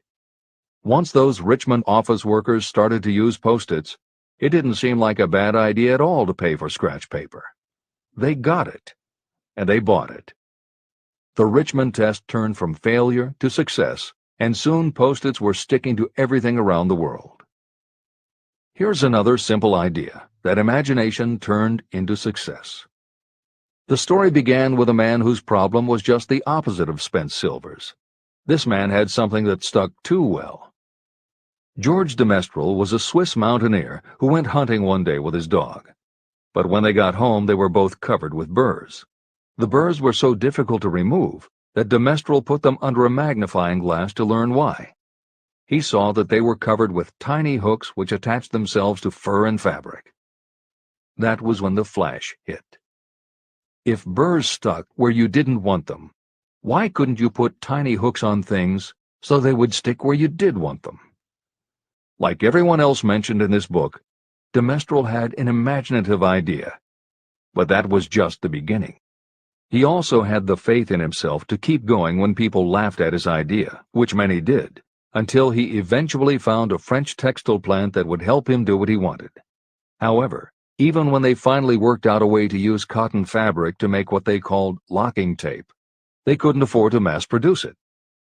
And that's when de Mestral accidentally discovered that when you sew nylon under infrared light, it naturally made little hooks. Now they could manufacture it economically. All they needed was a name. One side was fuzzy like velvet, and the other side was crochet, the French word for hook. Take half vel and half crow, combine it with imagination. The result is Velcro, and a Swiss mountaineer becomes a business tycoon. The Sony Corporation once tried to make a very small stereo tape recorder that would work with standard-sized cassettes, but they couldn't do it. They could make a small playback machine, but at the time the electronics needed to also make it a recording machine just couldn't be made small enough. They concluded that the design was a failure. Then one day Sony's honorary chairman, Masaru Ibuka, walked into the laboratory and saw that a few of the engineers were using the prototypes of the failed tape recorder to listen to music tapes.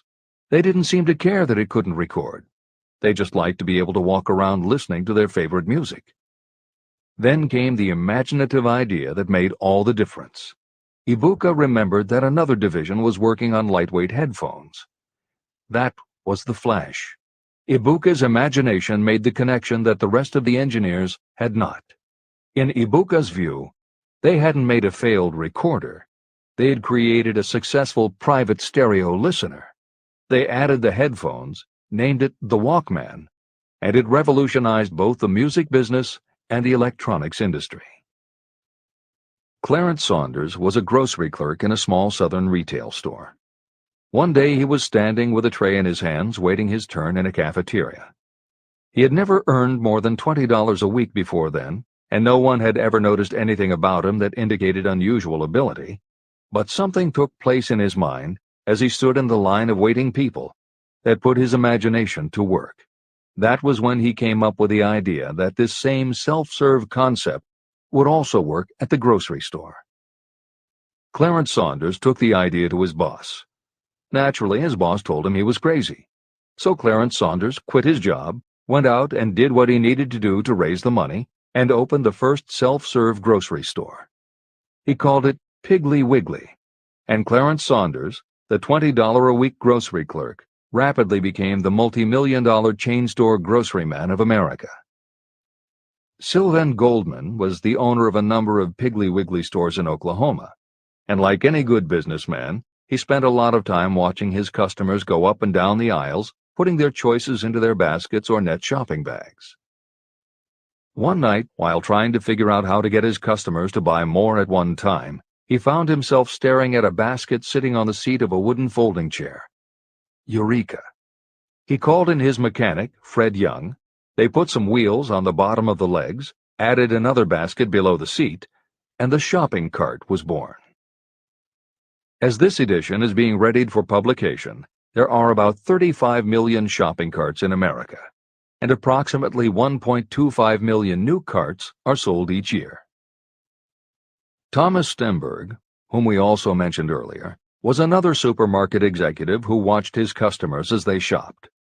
By this time, shopping carts were well established in supermarkets, and it was because his customers were pushing shopping carts up and down the aisles that he got his flash of inspiration. He was so sure of his idea that he convinced another supermarket executive, Leo Kahn, to join him.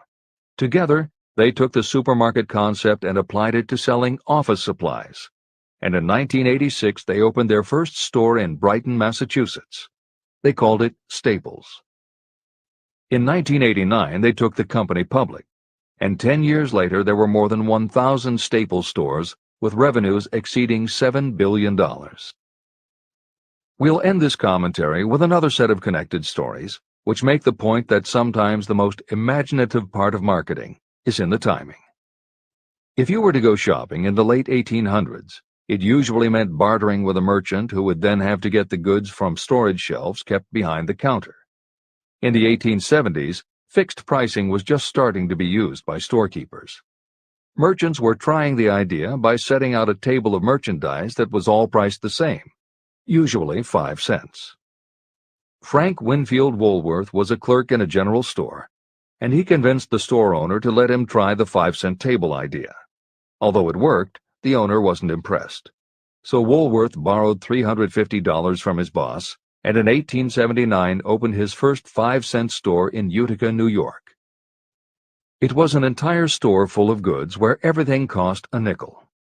A year later, he had 4 stores, and the 4th one, in Lancaster, Pennsylvania, was the first that he named F.W. Woolworth's 5 and 10 cent store.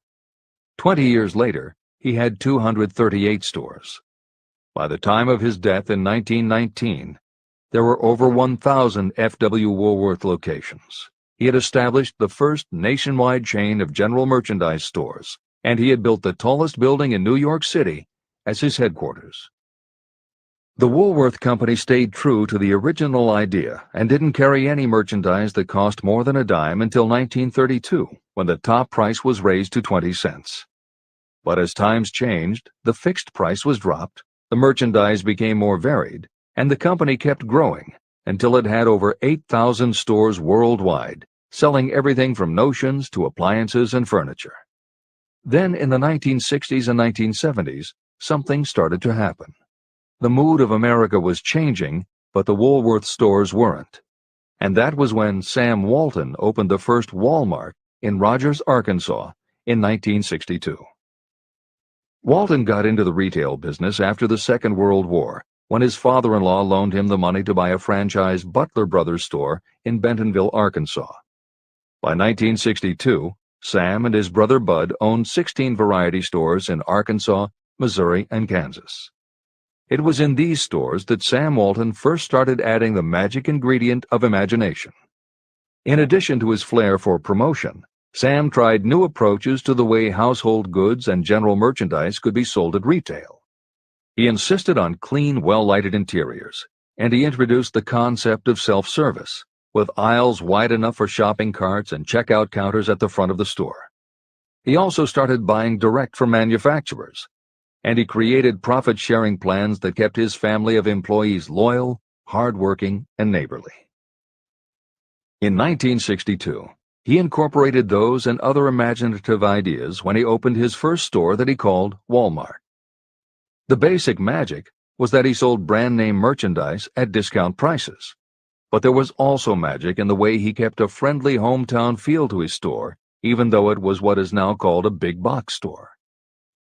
Sam Walton's Walmart store was a success, so he just kept building and opening more of them, first in small towns and rural areas, then in larger towns, then big cities, and it wasn't long before he had a national chain.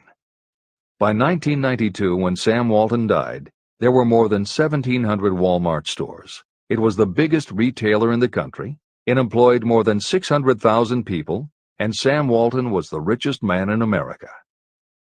In 2003, the stores numbered more than 3,200 in the U.S. and more than 1,100 in foreign countries. The company employed more than 1,300,000 people worldwide and served more than 1 million customers a week. Along the way, Woolworths and other older retailers such as Kresge's tried to get on the bandwagon with their Woolco and Kmart stores, but they couldn't seem to get it right. They had given up their old 5 and dime identity to become higher-priced general retailers. And when Walmart came along and redefined that part of the market, the others seemed to have run out of the kind of imagination they'd had in the beginning. Now, here's the twist to the story. David Gold was running a liquor store that he had inherited from his father.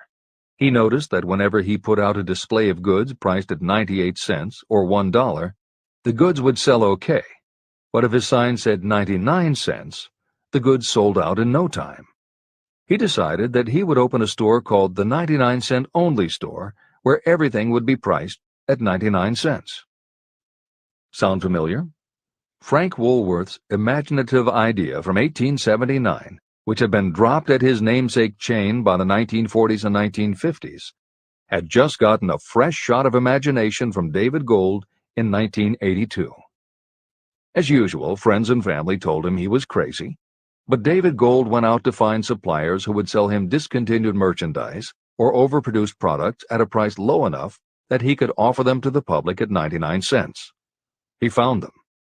And they even had brand-name products of everything from hardware to pantyhose, cleaning products, motor oil, kitchenware, cosmetics, electronics, toys, canned goods, frozen foods, cookies, fresh fruit, even gourmet foods. More than 5,000 items that he could sell for 99 cents and still make a profit. David Gold opened his first well-lighted, brightly colored green and fuchsia wide-aisle store in Inglewood, California in 1982. By 2003, he had 142 stores in California, Nevada, and Arizona, and he was listed on the Forbes 400 as having earned a personal fortune estimated at more than $650 million. As Napoleon Hill wrote elsewhere about the creation of Piggly Wiggly, where in this story do you see the slightest indication of something that you could not duplicate? The plan, which made millions of dollars for its originator, was a very simple idea that anyone could have adopted, yet considerable imagination was required to put the idea to work in a practical sort of way. The more simple and easily adapted an idea is, the greater is its value, as no one is looking for ideas that are involved with great detail or are in any way complicated. This is the end of the editor's comments. There is no standard price on ideas. The creator of ideas sets his or her own price, and if they are smart, they get it. The story of practically every great fortune starts with the day when a creator of ideas and a seller of ideas got together and worked in harmony. Carnegie surrounded himself with men who could do what he could not do, men who created ideas and men who put ideas into operation, and that was what made him and the others fabulously rich. Millions of people go through life hoping for favorable breaks. Perhaps a favorable break can get you an opportunity, but the safest plan is not to depend upon luck. It was a favorable break that gave me the biggest opportunity of my life, but more than 20 years of determined effort had to be devoted to that opportunity before it became an asset. The break consisted of my good fortune in meeting and gaining the cooperation of Andrew Carnegie. On that occasion, Carnegie planted in my mind the idea of organizing the principles of achievement into a philosophy of success. Millions of people have profited by the discoveries made in the years of research, and fortunes have been accumulated through the application of the philosophy. The beginning was simple. It was an idea that anyone might have developed. The favorable break came through Carnegie. But what about the determination, definiteness of purpose, and the desire to attain the goal, and the persistent effort of all those years of research? It was no ordinary desire that survived disappointment, discouragement, temporary defeat, criticism, and the constant reminding that I was wasting my time. It was a burning desire, an obsession. When the idea was first planted in my mind by Mr. Carnegie, it was coaxed, nursed, and enticed to remain alive. Gradually, the idea became a giant under its own power, and it coaxed, nursed, and drove me. Ideas are like that. First, you give life and action and guidance to ideas. Then they take on a power of their own and sweep aside all opposition. Ideas are intangible forces, but they have more power than the physical brains that give birth to them. They have the power to live on after the brain that creates them has returned to dust. Tell the world what you intend to do, but first, show it. Chapter 8. Organized Planning. The Crystallization of Desire into Action. The sixth step toward riches. You have learned that everything we create or acquire begins in the form of desire. Desire is taken on the first lap of its journey from the abstract to the concrete in the workshop of the imagination, where plans for its transition are created and organized. In Chapter 3, Desire, you were instructed to take 6 practical steps to begin translating your desire for money into its monetary equivalent. One of the steps you must take is the formation of a definite, practical plan or plans through which this transformation may be made. Following are the basic instructions for making practical plans. Ally yourself with a group of as many people as you may need for the creation and carrying out of your plan or plans for the accumulation of money, making use of the mastermind principle. Compliance with this instruction is absolutely essential. Do not neglect it. Editor's comment: the Mastermind Alliance is built of 2 or more minds working actively together in perfect harmony toward a common goal. This concept was introduced in Chapter 6, Specialized Knowledge, and is described in more detail in Chapter 11, The Power of the Mastermind. This is the end of the editor's comment. Before forming your Mastermind Alliance, decide what advantages and benefits you may offer the individual members of your group in return for their cooperation. No one will work indefinitely without some form of compensation. No intelligent person should request or expect another to work without adequate compensation, although this may not always be in the form of money. Arrange to meet with the members of your mastermind group at least twice a week, and more often if possible, until you have jointly perfected the necessary plan or plans for the accumulation of money. Maintain perfect harmony between yourself and every member of your mastermind group. If you fail to carry out this instruction to the letter, you may expect to meet with failure. The mastermind principle cannot work where perfect harmony does not prevail. Keep in mind these facts. You are engaged in an undertaking of major importance to you. To be sure of success, you must have plans that are faultless. You must have the advantage of the experience, education, native ability, and imagination of other minds. This is the way it has been done by every person who has accumulated a great fortune. No individual has sufficient experience, education, natural ability, and knowledge to ensure the accumulation of a great fortune without the cooperation of other people. Every plan you adopt for making money should be the joint creation of yourself and every other member of your mastermind group. You may originate your own plans, either in whole or in part, but see that those plans are checked and approved by the members of your mastermind alliance. If your first plan fails, try another. If the first plan that you adopt does not work successfully, replace it with a new plan. If this new plan fails to work, replace it with still another, and so on, until you find a plan that does work. Right here is the point at which the majority of people meet with failure, because of their lack of persistence in creating new plans to take the place of those that fail. The most intelligent person living cannot succeed in accumulating money, or in any other undertaking, without plans that are practical and workable.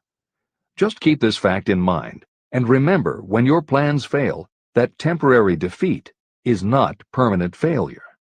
It may only mean that your plans have not been sound. Build other plans. Start all over again.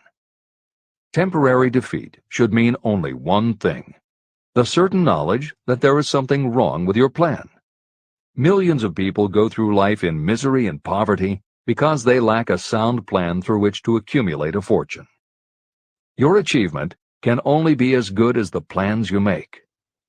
You are never whipped until you quit in your own mind. James J. Hill, who was the greatest railroad builder of them all, met with temporary defeat when he first tried to raise the capital needed to build the Great Northern Railroad from the east to the west. But he turned defeat into victory through new plans.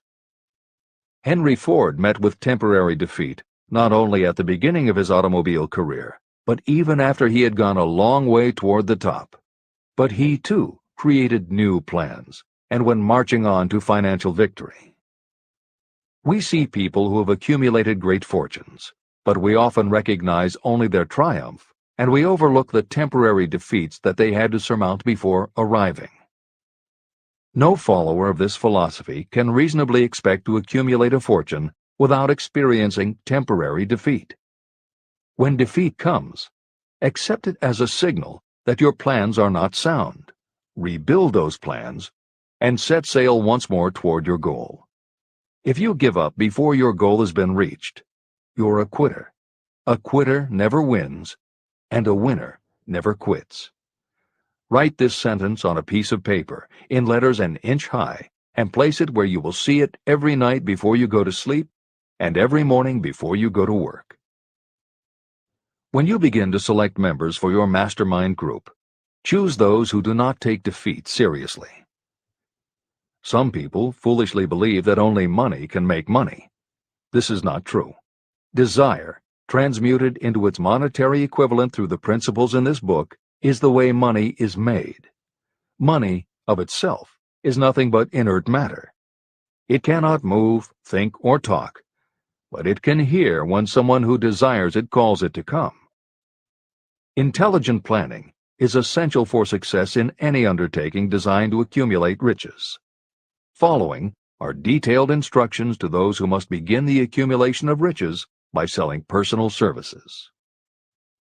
It should encourage you to know that practically all the great fortunes began either from selling personal services or from the sale of ideas.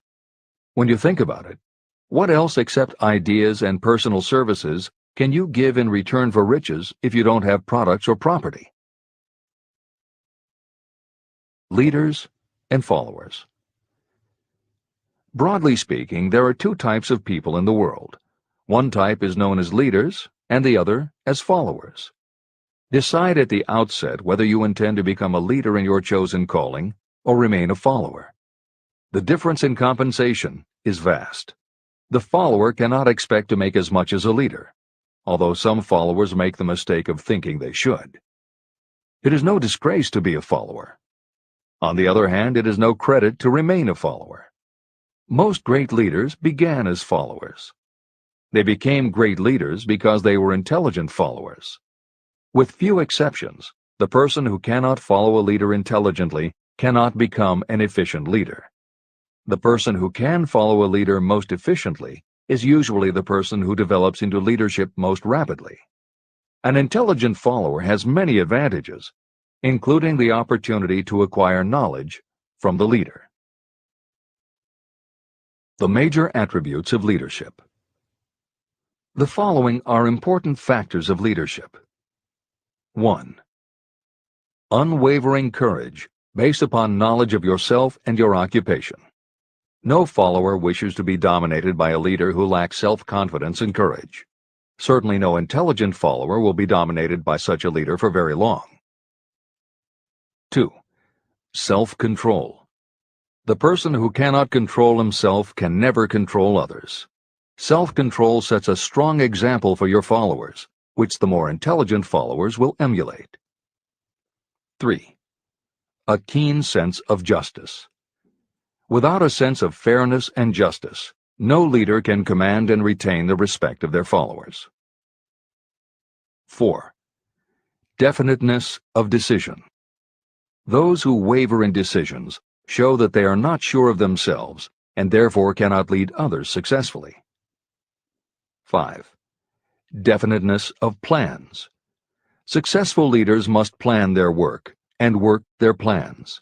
Leaders who move by guesswork, without practical definite plans, are like a ship without a rudder. Sooner or later, they will land on the rocks. 6. The habit of doing more than paid for. One of the penalties of leadership is the necessity of the leaders to willingly do more than they require of their followers.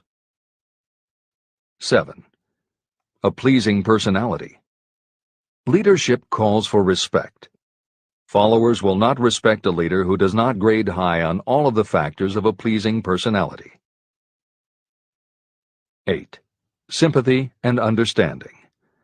Successful leaders must be in sympathy with their followers. Moreover, they must understand them and their problems. 9. Mastery of detail. Successful leadership calls for mastery of the details of the leader's position. 10. Willingness to assume full responsibility. Successful leaders must be willing to assume responsibility for the mistakes and the shortcomings of their followers. If a leader tries to shift this responsibility, that leader will not remain the leader. If one of your followers makes a mistake or is incompetent, you must consider that it is you who failed. 11. Cooperation. The successful leader must understand and apply the principle of cooperative effort and be able to induce followers to do the same. Leadership calls for power, and power calls for cooperation. There are two forms of leadership. The first, and by far the most effective, is leadership by consent of and with the sympathy of the followers. The second is leadership by force, without the consent and sympathy of the followers. History is filled with evidences that leadership by force cannot endure. The downfall and disappearance of dictators and kings is significant. It means that people will not follow forced leadership indefinitely. Napoleon, Mussolini, Hitler were examples of leadership by force. Their leadership passed. Editor's comment.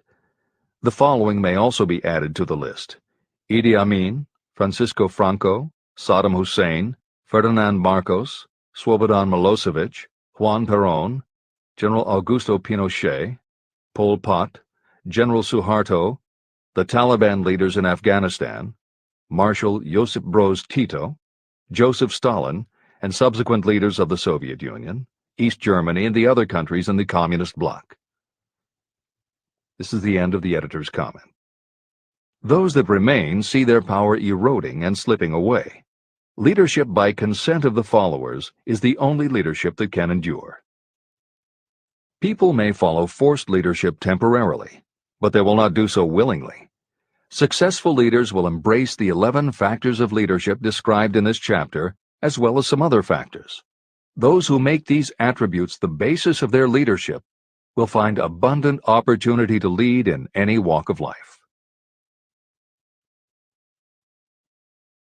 The 10 major causes of failure in leadership. The following are the major faults of leaders who fail.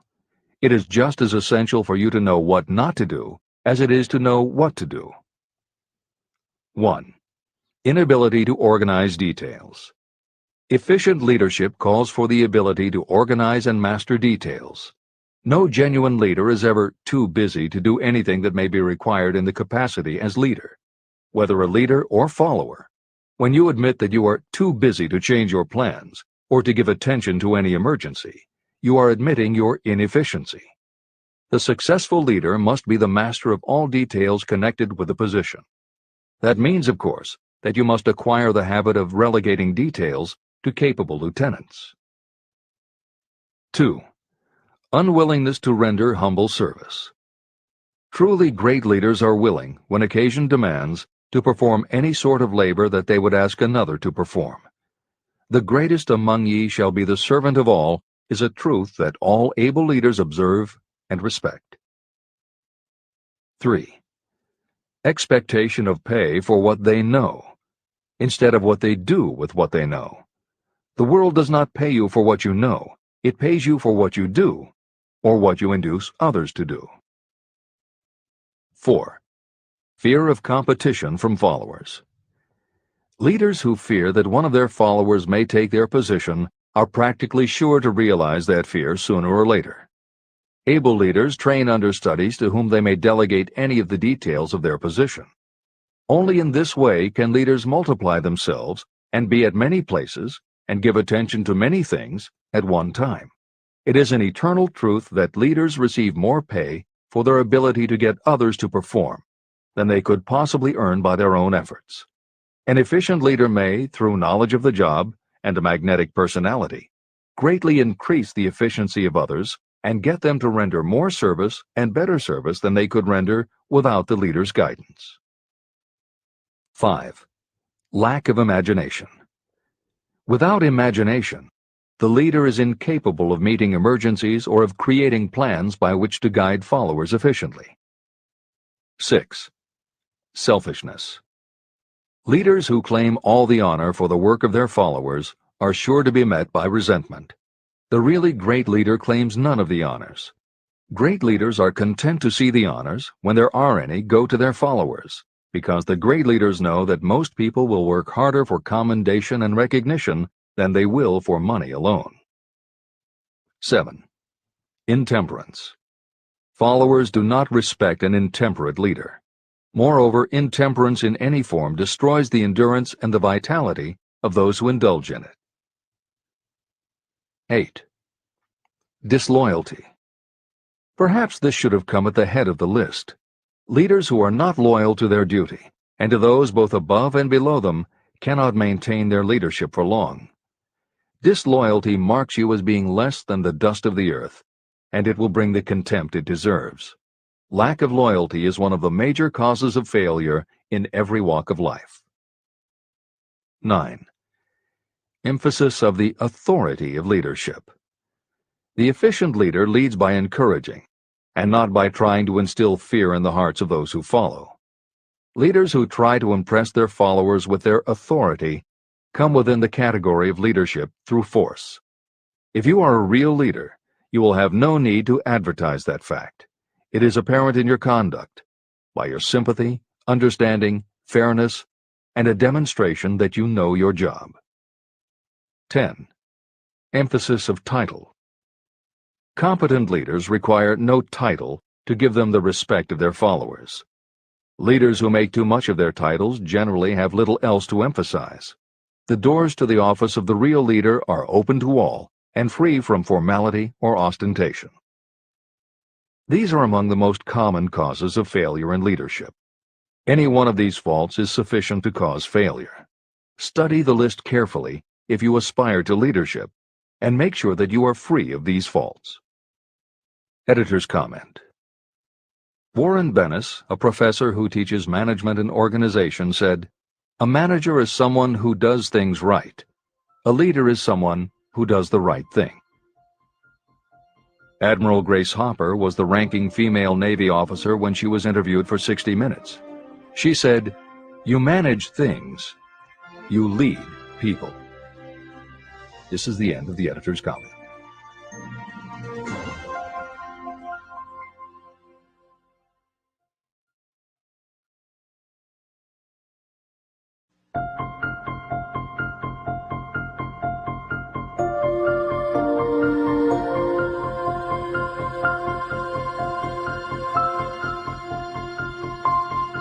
When and how to apply for a position.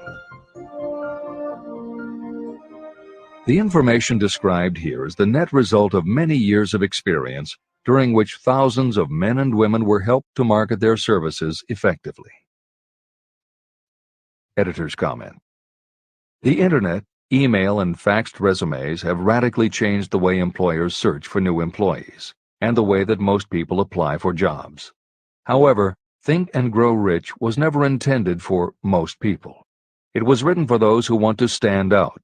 If you are such a person, the editors of this revised and updated edition strongly advise that you give serious thought to each of the following suggestions about how to apply for a position and how to prepare a resume. If you are tempted to think the suggestions are too obvious, simplistic, or out of date, we assure you they are not. In those instances where it is appropriate to update the material, we have added commentary. This is the end of the editor's comment. 1. Employment agencies. Care must be taken to select only reputable companies that can show adequate records of achievement of satisfactory results. Editor's comment. As anyone in the job market knows, today employment agencies range from companies that supply temporary office help to headhunters who connect high-level executives with companies seeking experienced management talent. If you are seeking a mid to upper-level position, the old adage that you get what you pay for is particularly true. This is the end of the editor's comment. 2. Advertising in newspapers, trade journals, magazines. Classified advertising may produce satisfactory results for those applying for entry-level, clerical, or salaried positions. For those seeking executive positions, A well-written and well-designed display ad, though more expensive, may be more desirable. The copy should be prepared by an expert who understands how to inject sufficient selling qualities to produce replies. Editor's comment. For individuals, the display ad approach is not very common in the contemporary job market. But for that reason, if you are sure of the position you want, a well-written and well-designed ad selling yourself and placed in the right trade paper or industry journal might be just the thing to get the attention you want. However, if you attempt this approach, be prepared that it will be an expensive experiment. In effect, you will have gone into the advertising business, and it is a rule of thumb in advertising that a single ad rarely sells anything. It usually requires multiple exposures before the buyer, the potential employer, is motivated to hire a product, you. This is the end of the editor's comment. 3. Personal letters of application. These should be directed to particular firms or individuals that could need the kind of service or experience you have to offer. Letters should be neatly typed always and signed by hand. You should include a complete resume or outline of your qualifications. Both the letter of application and the resume should be prepared by an expert. Editor's comment. In the contemporary job market, sending a letter of application when no job has been advertised can, in fact, be a very successful approach. But this is only for those who truly know what they want and will take the time to prepare a convincing presentation. Managers in a position to hire always have an eye out for good prospective employees. If they receive a well-constructed and intriguing presentation that clearly states you are interested in a position whenever one is available, it will not be thrown away. And the first thing good managers do when a position comes open is go to their files. When that happens, if your presentation made a good and convincing impression, it will be there. The only question is, are you willing to make yourself available when they are ready for you? If you are just blanketing everyone with a stock letter in hopes of getting a job, it very likely won't work. This approach is not for someone looking for a job. This approach is only for those who really want a specific career. This is the end of the editor's comment. 4. Application in person. In some instances, it may be more effective if the applicant personally offers his or her services to prospective employers, in which event a complete written statement of qualifications for the position should be presented, as prospective employers will often wish to discuss your record with associates. Editor's comment. Asking for an interview when no job has been advertised is an even stronger statement that you know what you want and you are serious about working in a particular industry. If you pursue this approach, keep in mind that you are asking someone to give you their time. Some managers will not be receptive because it does not fit into their company's business practice, and some managers will just find it an annoyance. This approach will work for you only if you are confident that you can make an outstanding impression in person. If you make a strong, positive impression, it will be remembered when an opening is available. This is the end of the editor's comment. 5. Application through personal acquaintances. When possible, the applicant should approach prospective employers through some mutual acquaintance. This method is particularly advantageous in the case of those who seek executive connections and do not wish to appear to be peddling themselves. Information to be supplied in a written resume.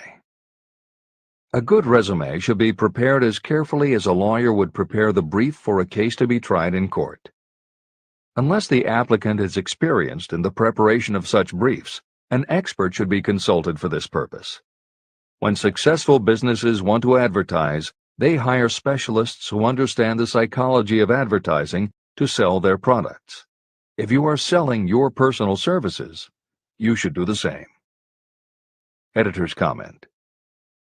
The job market in America has never been as bad as it was when Napoleon Hill wrote the preceding paragraph. Because of the Great Depression, many adults had never had any kind of steady job, let alone sought a career position, and there were few places to learn how to do it. Since that time, many excellent books have been published on the subject. and companies that offer professional help in preparing resumes have become very common. However, neither books nor copywriters are magic. It all begins with what you have to offer. The editors of this edition suggest that you start to assemble your presentation using the guidelines that appear below. Once you have a first draft, you should review at least one of the books on the subject to see what suggestions are offered that might help you sell yourself better than you have already done.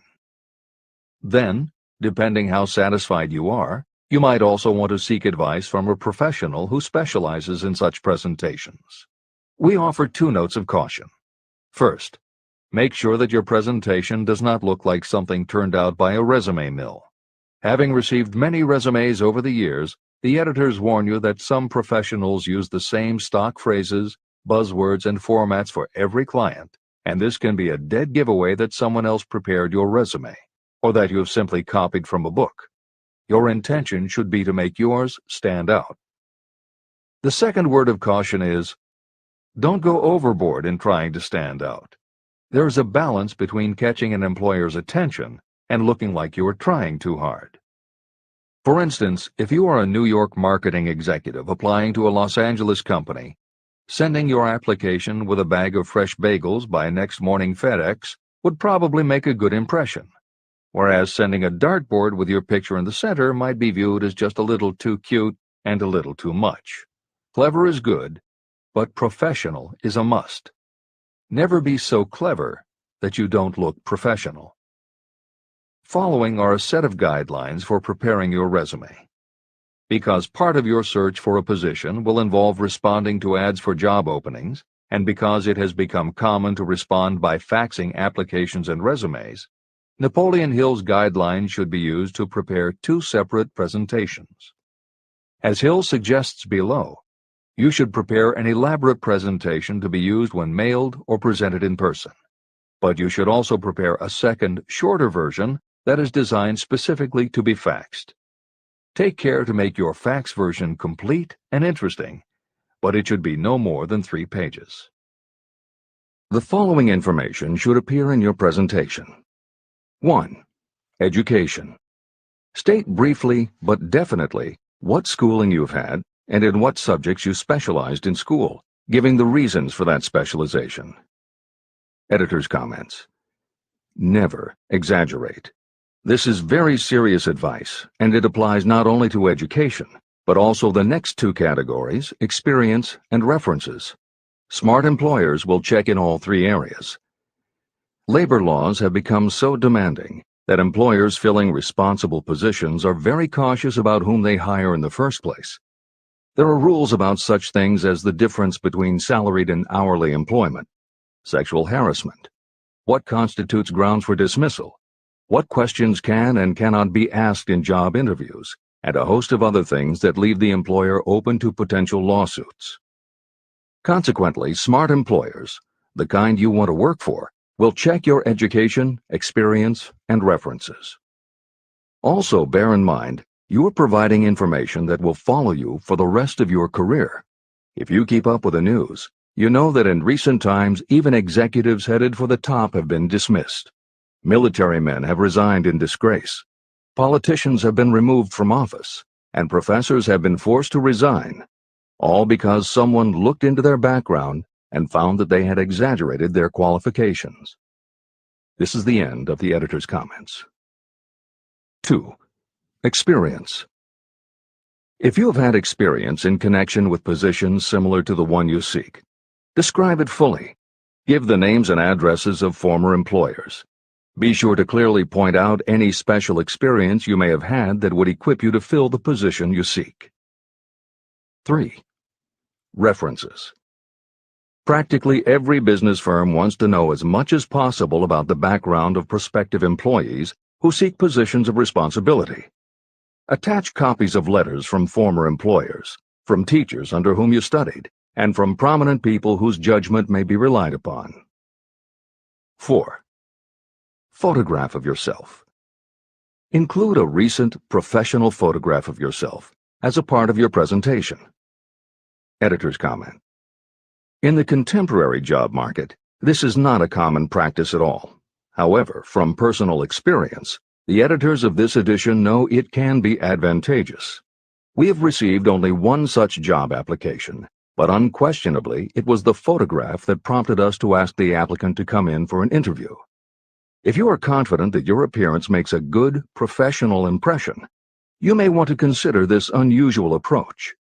There is the danger that you may be seen as vain or self-centered, but it could also be the thing that gives you an edge. This is the end of the editor's comment. 5. Apply for a specific position. Never apply for just a job. That indicates you lack specialized qualifications. 6. State your qualifications for the particular position for which you apply. Give full details why you believe you are qualified for the particular position you seek. This is the most important detail of your application. It will determine, more than anything else, what consideration you receive. 7. Offer to go to work on probation. This may appear to be a radical suggestion, but experience has proved that it seldom fails to win at least a trial.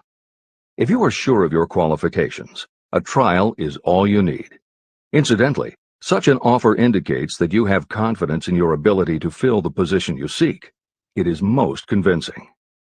Make it clear that your offer is based on your confidence in your ability to fill the position, your confidence in your prospective employer's decision to employ you after the trial period, and your determination to have the position.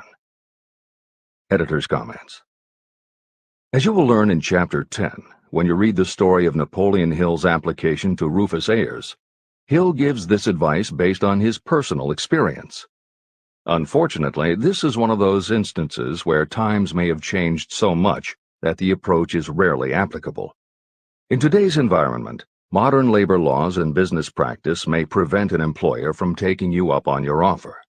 However, today many companies do have internship programs that allow an employer to test drive employees to see how well they might fit in. This is the end of the editor's comment. 8. Knowledge of your prospective employer's business. Before applying for a position, do sufficient research to familiarize yourself thoroughly with that business and indicate the knowledge you have acquired in this field. This will be impressive because it indicates that you have imagination and a real interest in the position you seek. Editor's comment. When you do this, and you certainly should, bear in mind that you will be talking with people who really know the business. Even by researching extensively, at best you will only know about their business. If you try to appear too knowledgeable or familiar, it may backfire and reveal that you have only a superficial view of the business. Unless you are already working in a particular industry and have insights based on experience, do not be presumptuous. Use your knowledge to indicate that you have taken the time to educate yourself and that you really are interested, but don't try to tell a prospective employer how you would run the business. This is the end of the editor's comment. Remember that it is not the lawyer who knows the most law, but the one who best prepares his case who wins. If your case is properly prepared and presented, your victory will have been more than half won at the outset. Do not be afraid of making your presentation too long. Employers are just as much interested in purchasing the services of well-qualified applicants as you are in securing employment. In fact, the success of most successful employers is due to their ability to select well-qualified lieutenants. They want all the information available. Editor's comment. As noted above, when faxing a resume, it should be no more than 3 pages and should state that you will be pleased to provide a more detailed resume if required. This is the end of the editor's comment. Remember another thing. Neatness in the preparation of your resume and application will indicate that you are a painstaking person. Successful salespeople groom themselves with care. They understand that first impressions are lasting. Your presentation is your sales rep. Give it a good suit of clothes so it will stand out in bold contrast to anything else your prospective employer ever saw. If the position you seek is worth having, it is worth going after with care. More important, if you sell yourself in a manner that shows off your individuality, You probably will receive more money from the very start than you would if you applied for employment in the usual conventional way. When your resume package has been completed, you should prepare individual and personalized copies for each company or person to whom it will be presented. This personal touch is sure to command attention. Have it neatly typed, proofread, printed, and properly bound on the finest paper you can obtain. Your photograph should be mounted and included on one of the pages. Prepare a separate binding with the proper company name inserted if it is to be shown to more than one company. If you seek employment through an employment agency, have the agent use copies of your presentation in marketing your services. This will help to gain preference for you, both with the agent and the prospective employers. I've helped to prepare presentations for clients that were so striking and out of the ordinary that they resulted in the employment of the applicant without a personal interview. If you want similar results, follow the instructions to the letter, improving upon them however your imagination suggests. Editor's comments. Today, every office supply store offers a wide variety of paper stock, folders, binders, and presentation materials that can be put together in a way that is both unique and professional looking. With all of those possibilities available, if you simply present standard sheets of paper stapled in the corner, the response will very likely be standard too. If you apply a little creativity, you should have no trouble preparing a presentation that is tailored to the company to which you are applying, appropriate for the position you seek, and reflective of your personality and style. This is the end of the editor's comments. How to get the exact position you desire. Everyone enjoys doing the kind of work for which he or she is best suited.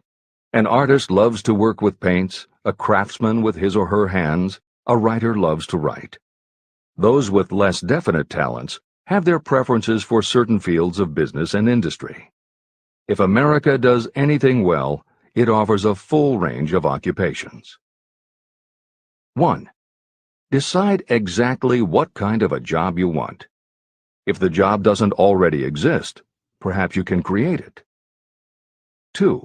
Choose the company or individual for whom you wish to work. 3. Study your prospective employer as to policies, personnel, and chances for advancement. 4.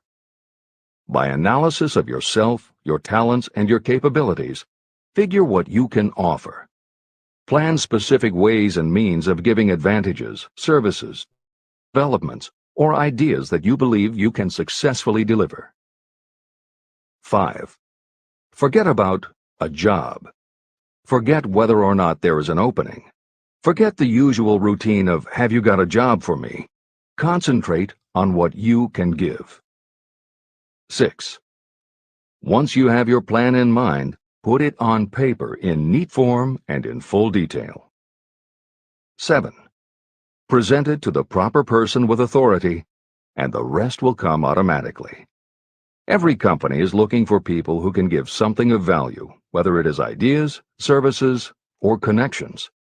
Every company has room for the person who has a definite plan of action that is to the advantage of that company. This procedure may take a few days or weeks of extra time, but the difference in income, in advancement, and in gaining recognition will save years of hard work at small pay. It has many advantages, the main one being that it will often save you from 1 to 5 years of your time in reaching a chosen goal. Every person who starts or gets in halfway up the ladder does so by deliberate and careful planning. The new way of marketing services. Men and women who market their services must recognize the change that has taken place in connection with the relationship between employer and employee. The future relationship should be more in the nature of a partnership, consisting of the employer, the employee, and the public they serve. In the past, employers and employees have bartered among themselves, not considering that in reality they were bargaining at the expense of the third party, the public they served. Both the employer and the employee should consider themselves as fellow employees whose business it will be to serve the public efficiently. Editor's comment.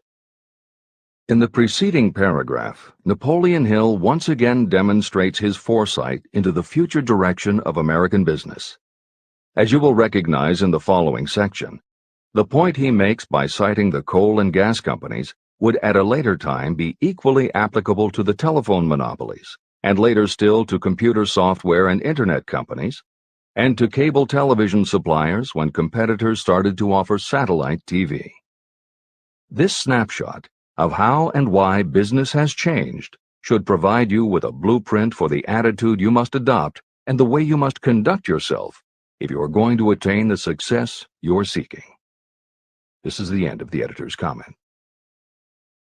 During the Depression, I spent several months in the anthracite coal region of Pennsylvania, studying conditions that all but destroyed the coal industry. The coal operators and the unions drove hard bargains in negotiating their labor contracts. The cost of the bargaining was passed on to the customer by adding to the price of the coal. However, in the end, they discovered their actions had worked against them. What their delays and high prices had actually accomplished was to open the market to their competitors. Inadvertently, they had built up a wonderful business for the manufacturers of oil-burning stoves and furnaces, as well as for the producers of oil. A similar experience happened to the gas companies. We can all remember the time when the gas meter reader pounded on the door hard enough to break the panels. When the door was opened, he pushed his way in uninvited with a scowl on his face that plainly said, "What the hell did you keep me waiting for?" All that has undergone a change. The meter man now conducts himself as a gentleman who is delighted to be at your service, sir. Before the gas companies learned that their scowling metermen were offending customers, their competitors, the polite salesmen of oil burners, came along and did a land office business. These illustrations are mentioned here to show that we are where we are and what we are because of our own conduct. If there is a principle of cause and effect that controls business, finance, and transportation, this same principle controls individuals and determines their economic status.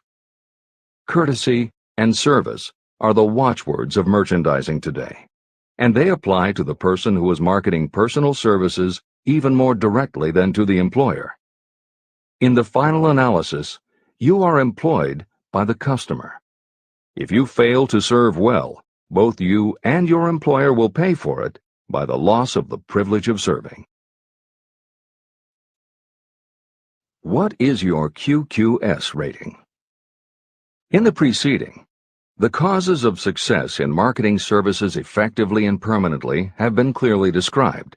Unless those causes are studied, analyzed, understood, and applied, no one can market services effectively and permanently. Every man or woman must be their own sales force of their personal services.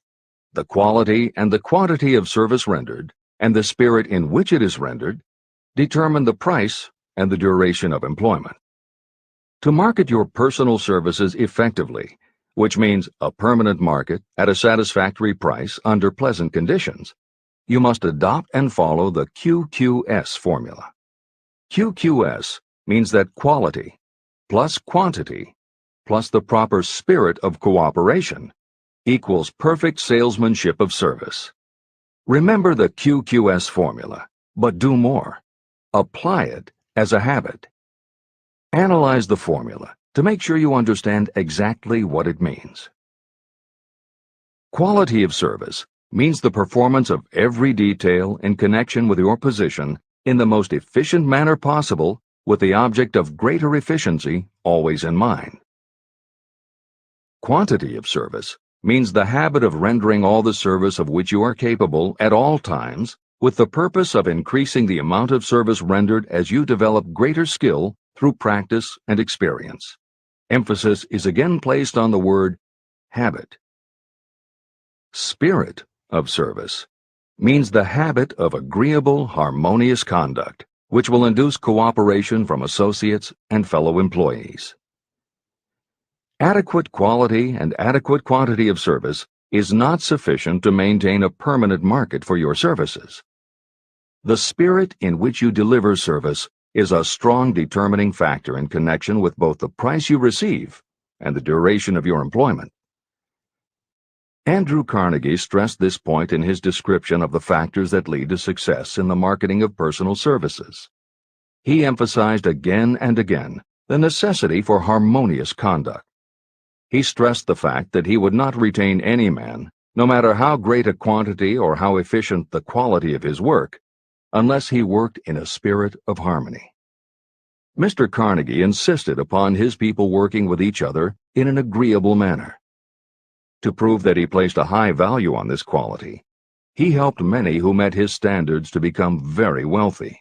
Those who did not conform had to make room for others who did.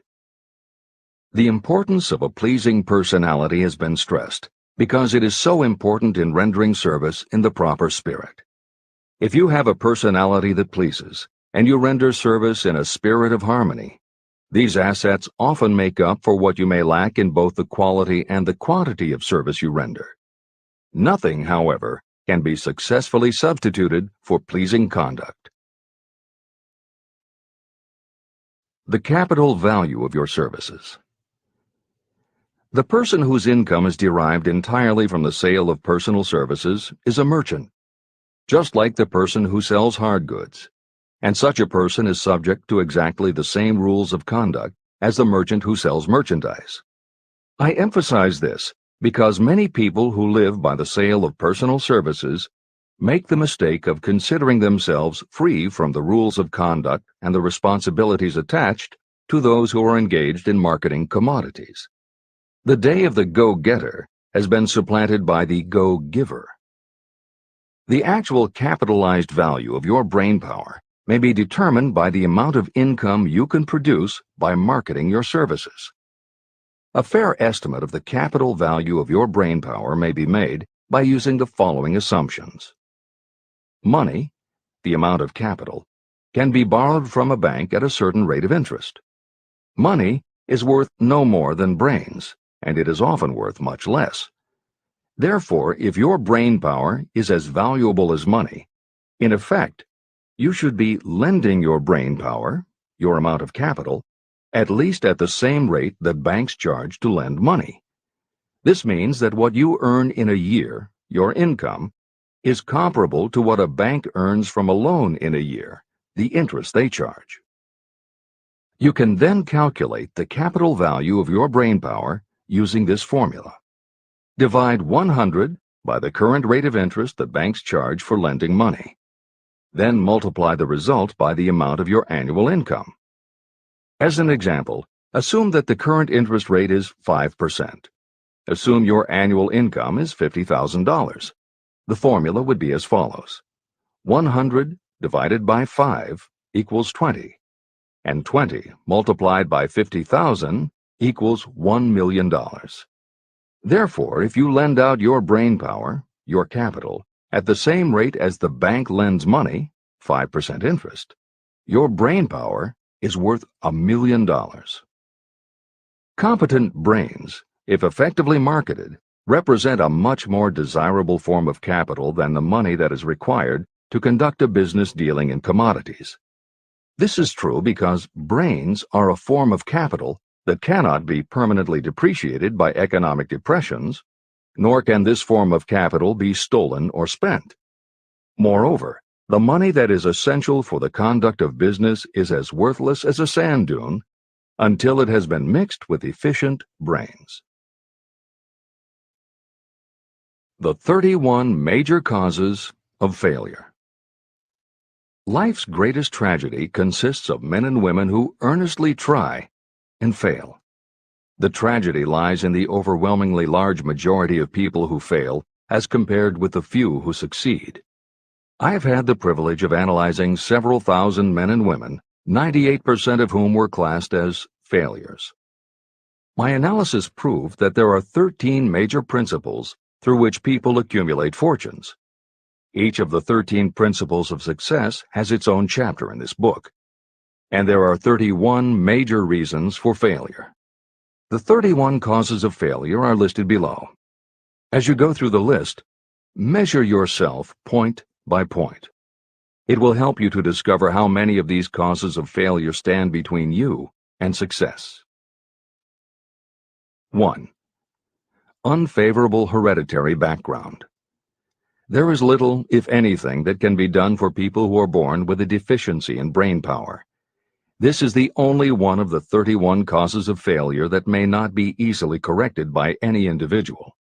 My philosophy can offer only one method of bridging this weakness, through the aid of the mastermind.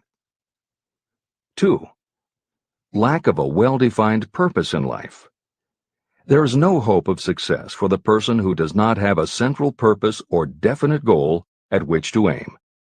98 out of every 100 of those whom I have analyzed had no such aim. Perhaps this was the major cause of their failure. 3. Lack of ambition to aim above mediocrity. I can offer no hope for those who are so indifferent they do not want to get ahead in life and are not willing to pay the price. 4. Insufficient education. This is a handicap that may be overcome with comparative ease. Experience has proven that the best educated people are often those who are self-made or self-educated. It takes more than a college degree to make you a person of education. Any person who is educated has learned to get whatever they want in life without violating the rights of others. Education consists not so much of knowledge, but of knowledge effectively and persistently applied. You are paid not merely for what you know, but for what you do with what you know. 5. Lack of self-discipline. Discipline comes through self-control. This means that you must control all negative qualities. Before you can control conditions, you must first control yourself. Self-mastery is the hardest job you will ever tackle. If you do not conquer yourself, you will be conquered by yourself. By stepping in front of a mirror, you may see both your best friend and your greatest enemy. 6.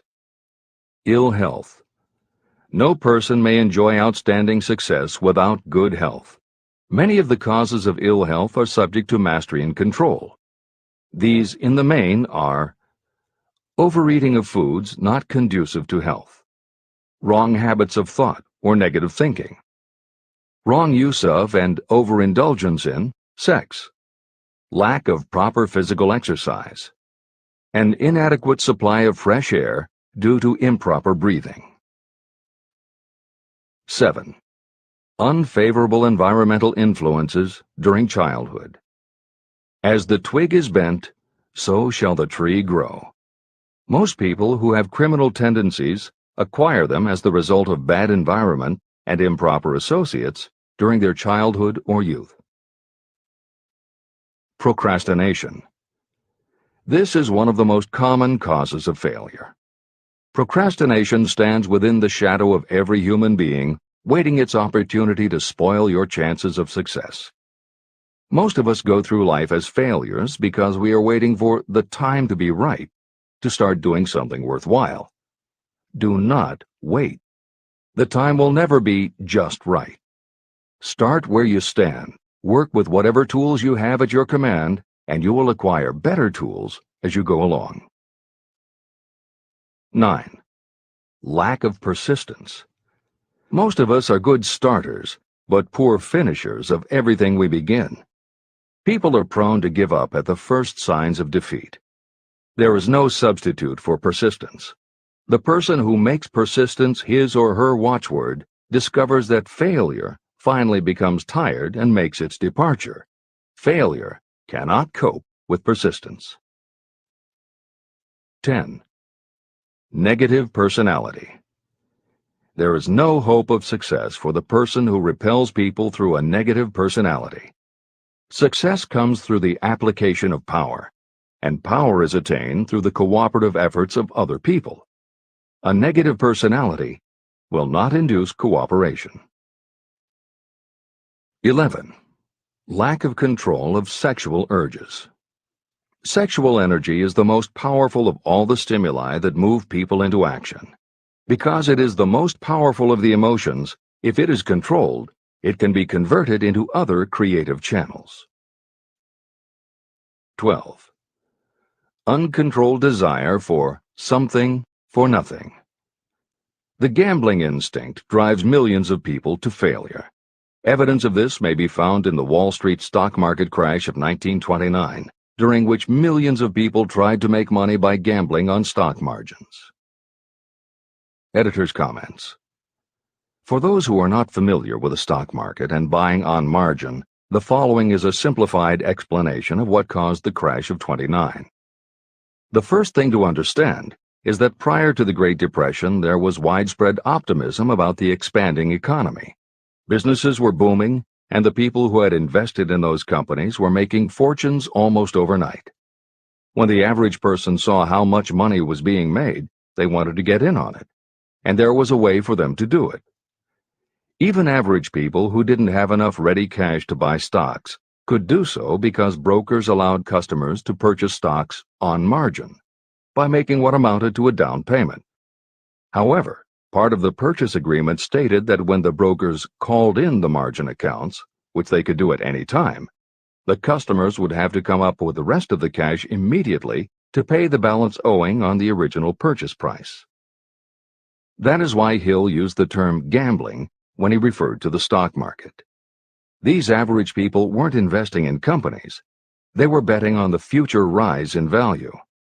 The idea, in the average person's mind, was that they would only have to scrape together enough to pay the margin, which was a small percentage of the full cost. Then when the price of the stock went up, they would sell, which would give them more than enough money to pay the broker the balance owing on the purchase price, and they could pocket the difference. This worked fine as long as stock prices continued to rise, but when the stock market crashed, the stockbrokers called in the margins, and the people who had bought at prices they really couldn't afford suddenly found that they had to come up with the cash. And that was why so many average people got wiped out in the crash of '29. They gambled money they didn't have by buying on margin. This is the end of the editor's comments. 13. Lack of a well-defined power of decision. Those who succeed reach decisions promptly and change them very slowly. Those who fail reach decisions very slowly and change them frequently and quickly. Indecision and procrastination are twins. Where one is found, the other is also usually found. Kill off this pair before they completely tie you to the treadmill of failure. 14. One or more of the 6 basic fears: fear of poverty, fear of criticism, fear of ill health, fear of loss of love, fear of old age, and fear of death. You will find an in-depth analysis of these 6 basic fears in the final chapter. They must be mastered before you can market your services effectively. 15. Wrong selection of a mate in marriage. This is a most common cause of failure. The relationship of marriage brings people intimately into contact. Unless this relationship is harmonious, failure is likely to follow. Moreover, it will be a form of failure that destroys ambition. 16. Overcaution. The person who takes no chances generally has to take whatever is left when others are through choosing. Overcaution is as bad as undercaution. Both are extremes to be guarded against. Life itself is filled with the element of chance. 17. Wrong selection of associates in business. This is one of the most common causes of failure in business.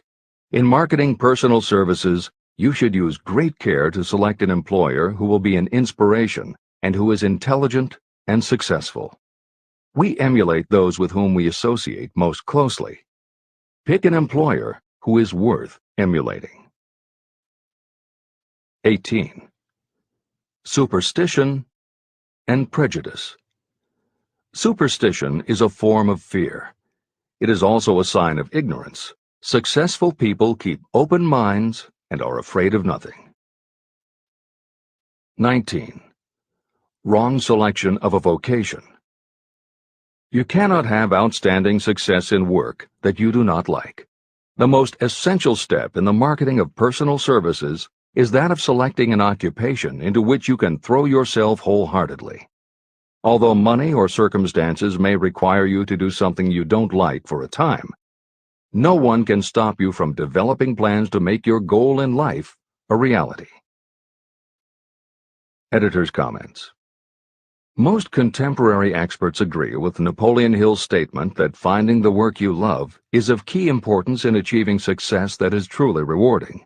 This concept coincides so well with modern attitudes that it has inspired a number of books, including Feel the Fear and Do It Anyway by Susan Jeffers, Wishcraft by Barbara Sher, and Do What You Love, The Money Will Follow by Marcia Sinitar.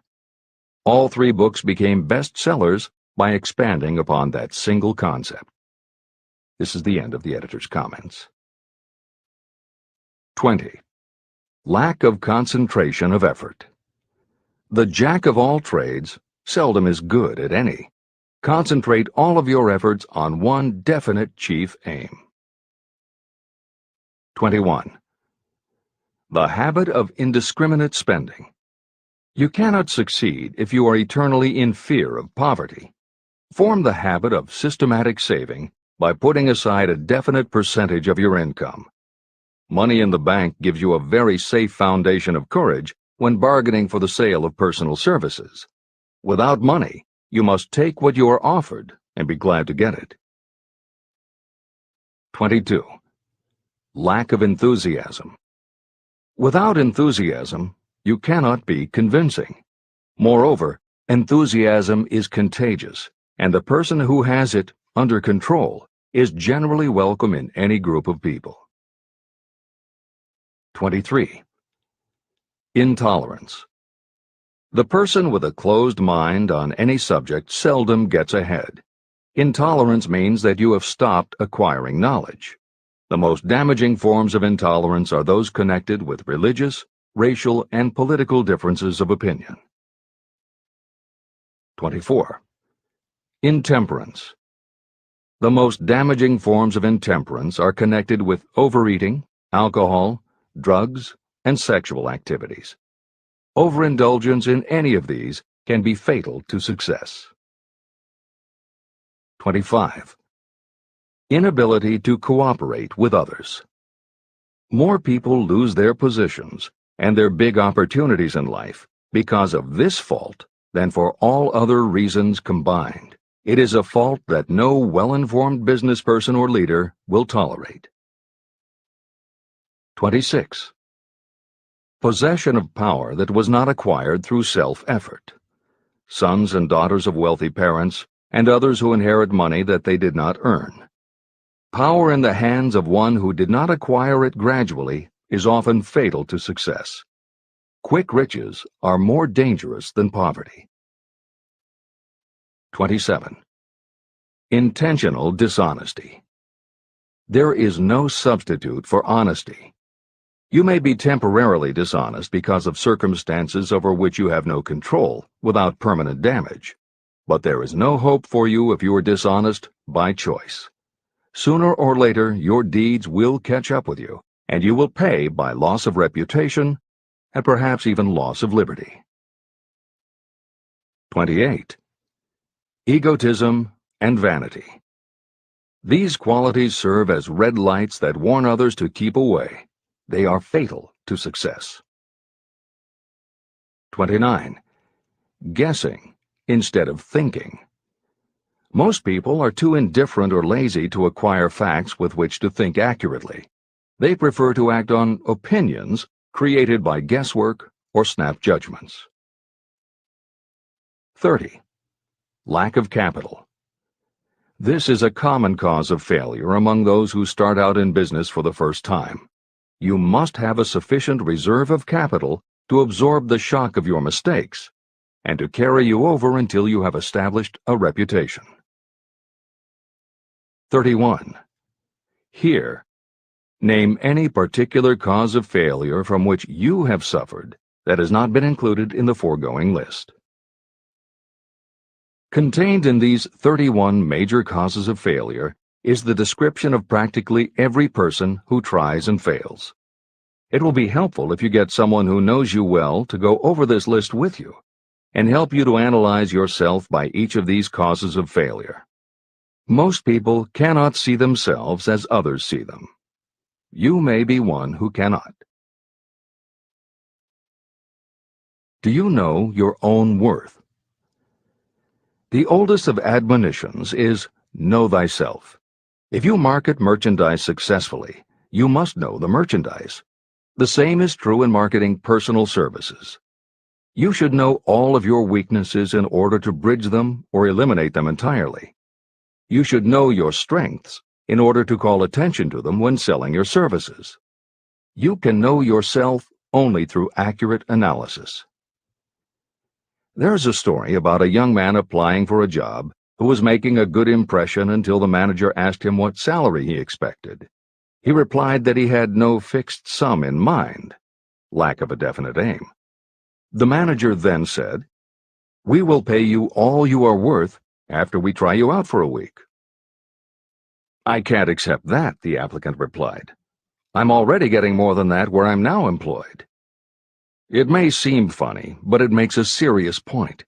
Before you even begin to negotiate for a better salary in your present position or begin to seek employment elsewhere, be sure that you are worth more than you now receive. It is one thing to want money. Everyone wants more. But it is something entirely different to be worth more. Many people mistake their wants for their just dues. Your financial wants have nothing whatever to do with your worth.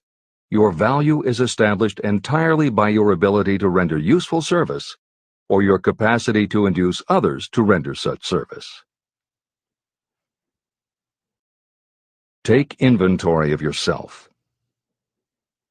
Annual self-analysis is essential in the effective marketing of personal services, just like you would take an annual inventory if you were in merchandising.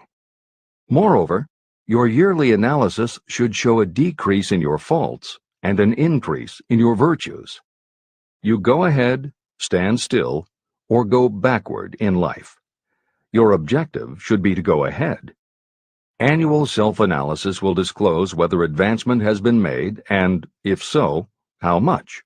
It will also disclose any backward steps you may have taken. The effective marketing of personal services requires you to move forward, even if the progress is slow. Your annual self-analysis should be made at the end of each year, so you can include in your New Year's resolutions any improvements that the analysis indicates should be made. Take this inventory by asking yourself the following questions, and by checking your answers with the aid of someone who will not permit you to deceive yourself. Self-analysis questionnaire. 1. Have I attained the goal that I established as my objective for this year? You should work with a definite yearly objective to be attained as a part of your major life objective. 2. Have I delivered service of the best possible quality of which I was capable, or could I have improved any part of this service? 3. Have I delivered service in the greatest possible quantity of which I was capable? 4. Has the spirit of my conduct been harmonious and cooperative at all times? 5. Have I permitted the habit of procrastination to decrease my efficiency, and if so, to what extent? 6. Have I improved my personality, and if so, in what ways? 7. Have I been persistent in following my plans through to completion? 8. Have I reached decisions promptly and definitely on all occasions? 9. Have I permitted any of the 6 basic fears to decrease my efficiency? 10. Have I been either overcautious or undercautious? 11. Has my relationship with my associates in work been pleasant or unpleasant? If it has been unpleasant, has the fault been partly or wholly mine? 12. Have I dissipated any of my energy through lack of concentration of effort? 13. Have I been open-minded and tolerant in connection with all subjects? 14. In what ways have I improved my ability to render service?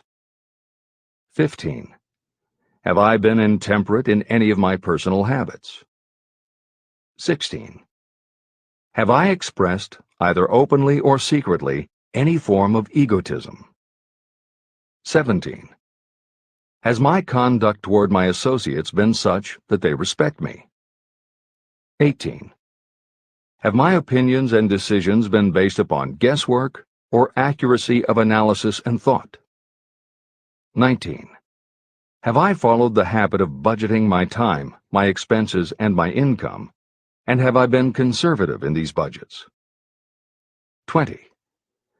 How much time have I devoted to unprofitable effort which I might have used to better advantage? 21. How may I rebudget my time and change my habits so I will be more efficient during the coming year? 22. Have I been guilty of any conduct that was not approved by my own conscience? 23. In what ways have I rendered more service and better service than I was paid to render? 24. Have I been unfair to anyone, and if so, in what way? 25. If I had been the purchaser of my own services for the year, would I be satisfied with my purchase? 26. Am I in the right vocation, and if not, why not? 27. Has the purchaser of my services been satisfied with the service I have rendered, and if not, why not? 28. What is my present rating on the fundamental principles of success? Make this rating fairly and frankly, and have it checked by someone who is courageous enough to do it accurately. After you have finished reading through to the end of this book at least once, and you are sure you have assimilated the information in this chapter, you will be ready to create a practical plan for marketing your personal services. In this chapter, you should have found adequate descriptions of every principle essential in planning the sale of personal services. These include the major attributes of leadership, the most common causes of failure in leadership, a description of the fields of opportunity for leadership, the main causes of failure in all walks of life, and the important questions that should be used in self-analysis. This extensive and detailed presentation has been included because it will be needed by you if you are going to earn your riches by marketing your personal services. Those who have lost their fortunes and those who are just beginning to earn money have nothing but personal services to offer in return for riches. Therefore, it is essential that you have real, practical information that you'll need to market your services to best advantage. Complete assimilation and understanding of the information will help you to market your services, and it will help you to become more analytical and capable of judging people. The information will be priceless to you if you work in an executive position where you select employees. Where and how to find opportunities to accumulate riches. Now that we have analyzed the principles by which riches may be accumulated, you naturally ask, where can I find the opportunities to apply these principles? Very well. Let us take inventory and see what the United States of America offers the person seeking riches. To begin with, remember that we live in a country where every law-abiding citizen enjoys freedom of thought and freedom of deed unequaled anywhere in the world. Most of us have never taken inventory of the advantages of this freedom. We have never compared our unlimited freedom with a curtailed freedom in other countries. Here we have freedom of thought, freedom in the choice and enjoyment of education, freedom in religion, freedom in politics, freedom in the choice of a business, profession, or occupation, freedom to accumulate and own all the property we can accumulate, freedom to choose our place of residence, freedom in marriage, freedom through equal opportunity to all races, freedom of travel from one state to another, freedom in our choice of foods, and freedom to aim for any station in life for which we have prepared ourselves, even for the presidency of the United States. We have other forms of freedom, But this list gives an overview of the most important freedoms that offer you the opportunity to think and grow rich. The United States is the only country guaranteeing to every citizen, whether native-born or naturalized, so broad and varied a list of freedoms. Next, let us recount some of the blessings that our widespread freedom has placed within our hands. Take the average American family of average income and sum up the benefits available to every member of the family in this land of opportunity and plenty. Food. Next to freedom of thought and deed comes food, clothing, and shelter, the three basic necessities of life. Because of our universal freedom, the average American family has available at its door the choicest selection of food to be found anywhere in the world, and at prices within its financial range. Shelter. This family lives in a comfortable apartment or house, complete with light, heat, water, and many conveniences. The toast they had for breakfast was toasted in an electric toaster, which cost but a few dollars. The apartment is cleaned with a vacuum cleaner that is run by electricity. Water is available at all times in the kitchen and the bathroom. The food is kept cool in a refrigerator. Clothes are washed and dried, dishes are clean, and numerous labor-saving devices are run on power obtained by putting a plug into a wall socket. The family receives entertainment and information from all over the world 24 hours a day if they want it, by merely flipping a switch on their radio or television or computer. There are other conveniences, but the foregoing list will give a fair idea of some of the concrete evidences of the freedoms that we, of America, enjoy. Clothing. Anywhere in the United States, the family with average clothing requirements can dress very comfortably at a cost that is only a small portion of their earnings. Only the three basic necessities of food, clothing, and shelter have been mentioned. The average American also has other options and advantages that are available in return for reasonable effort. The average American has security of property rights not found in any other country in the world. We can place any surplus money in a bank with the assurance that our government will protect it and make good to us if the bank fails. If an American citizen wants to travel from one state to another, he or she needs no passport and no one's permission. You may go when you please, and you may travel by car, train, bus, airplane, ship, or any other method that you can afford. The miracle that has provided these blessings. We often hear politicians proclaiming the freedom of America when they solicit votes, but they seldom take the time or trouble. Having no axe to grind, no grudge to express, and no ulterior motives, I will give you a frank analysis of that mysterious, abstract, greatly misunderstood something that gives to every citizen of America more blessings, more opportunities to accumulate wealth, and more freedom of every nature than may be found in any other country. I have the right to analyze the source and nature of this unseen power because I know, and have known for more than half a century, many of the men who organized that power, and many who are now responsible for its maintenance. The name of this mysterious benefactor of mankind is capital. Capital consists not only of money, but also of highly organized, intelligent groups of individuals who plan ways and means of using money efficiently for the good of the public and profitably to themselves. These groups consist of scientists, educators, chemists, inventors, business analysts, publicists, transportation experts, accountants, lawyers, doctors, and other men and women who have highly specialized knowledge in all fields of industry and business. They pioneer, experiment, and blaze trails in new fields of endeavor. They support colleges, hospitals, schools, build good roads, publish newspapers, pay most of the cost of government, and take care of the many details essential to human progress.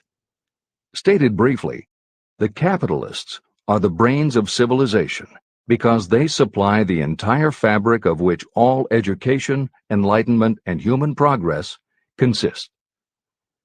Money without brains is always dangerous. Properly used, It is the most important essential of civilization. To give you an idea of how important organized capital is, try to imagine that it is your job to provide and prepare a simple family breakfast, but you have to do it without the aid of capital. To supply the tea, you would have to make a trip to China or India. Unless you are an excellent swimmer, you would become rather tired before making the round trip. Then, too, another problem would confront you. What would you use for money, even if you had the physical endurance to swim the ocean? To supply sugar, you would have to take another swim to the Caribbean islands, or a long walk to the sugar beet section of Utah. But even then you might come back without the sugar, because organized effort and money are necessary to produce sugar, to say nothing of what is required to refine, transport, and deliver it to the breakfast table anywhere in the United States. Eggs you could obtain easily enough from nearby farms, but you might have a very long walk to Florida or California and back before you could serve grapefruit juice. You would have another long walk to Kansas or one of the other wheat-growing states when you went after wheat bread. Dry cereal would have to be omitted from the menu because it would not be available except through the labor of a trained group of workers and suitable machinery, all of which call for capital. After resting, you could take off for another little swim down to South America, where you would pick up a couple of bananas. On your return, you could take a short walk to the nearest farm having a dairy and pick up some butter and cream. Then your family would be ready to sit down and enjoy breakfast. Seems absurd, doesn't it? Well, the procedure described would be the only possible way these simple items of food could be delivered if we had no capitalistic system. The capital cornerstone of our lives. The sum of money required for the building and maintenance of the planes, trucks, trains, and cargo ships used in the delivery of that simple breakfast is so huge that it staggers imagination. It runs into billions of dollars. Not to mention the armies of trained employees required to run all those planes, trucks, ships, and trains. But transportation is only a part of the requirements of modern civilization in capitalistic America. Before there can be anything to haul, something must be grown from the ground, or manufactured and prepared for market. This calls for more billions of dollars for equipment, machinery, packaging, marketing, and to pay the wages of millions of men and women. Transportation systems do not spring up from the earth and function automatically. They come in response to the call of civilization. They come through the labor and ingenuity and organizing ability of people who have imagination, faith, enthusiasm, decision, and persistence. These men and women are known as capitalists. By the desire to build, construct, achieve, render useful service, earn profits, and accumulate riches. And because they render service without which there would be no civilization, they earn for themselves great riches. Just to keep the record simple and understandable, I will add that these capitalists are the same men and women who are often denounced as the greedy establishment or Wall Street. I'm not attempting to present a case for or against any group or any system of economics. The purpose of this book, a purpose to which I have faithfully devoted more than half a century, is to present to anyone who wants the most dependable philosophy through which individuals may accumulate riches in whatever amounts they desire. The reasons I have analyzed the economic advantages of the capitalistic system are: 1. To point out that all who seek riches must recognize and adapt themselves to the system that controls all approaches to fortunes, large or small. 2. To present the side of the picture opposite to the one portrayed by politicians and demagogues and the media, who often refer to organized capital as if it were something poisonous. This is a capitalistic country. It was developed through the use of capital. We who claim the right to partake of the blessings of freedom and opportunity, we who seek to accumulate riches here, should know that neither riches nor opportunity would be available to us if organized capital had not provided these benefits. There is only one dependable method of accumulating and legally holding riches, and that is by rendering useful service. No system has ever been created by which anyone can legally acquire riches through mere force of numbers, or without giving in return an equivalent value of one form or another. Your opportunities in the midst of riches. America provides all the freedom and all the opportunity to accumulate riches that any honest person may require. When you go hunting for game, you select hunting grounds where game is plentiful. When you are seeking riches, the same rule naturally applies. If it is riches you are seeking, do not overlook the possibilities of a country whose citizens are so rich that women alone spend billions of dollars on cosmetics and other beauty products. Do not be in too big a hurry to get away from a country whose men willingly, even eagerly, hand over more billions of dollars annually for football, basketball, baseball, products that go with these and other sporting events. Only a few of the luxuries and non-essentials have been mentioned, but remember that the business of producing and marketing these few products gives regular employment to many millions of men and women, who receive for their services many millions of dollars monthly, and spend it freely for both the luxuries and the necessities. Especially, remember that behind all this exchange of merchandise and personal services is an abundance of opportunity to accumulate riches. Here our American freedom comes to your aid. There is nothing to stop you or anyone from engaging in any portion of the effort necessary to carry on these businesses. If you have superior talent, training, experience, you may accumulate riches in large amounts. Those not so fortunate may accumulate smaller amounts. Anyone may earn a living in return for a very nominal amount of labor. So there you are. Opportunity has spread its wares before you. Step up to the front, select what you want, create your plan, put the plan into action, and follow through with persistence. Capitalistic America will do the rest. You can depend on this much. Capitalistic America ensures every person the opportunity to render useful service and to collect riches in proportion to the value of the service. The system denies no one this right, but it does not and cannot promise something for nothing. The system itself is irrevocably controlled by the law of economics, which neither recognizes nor tolerates for long getting without giving.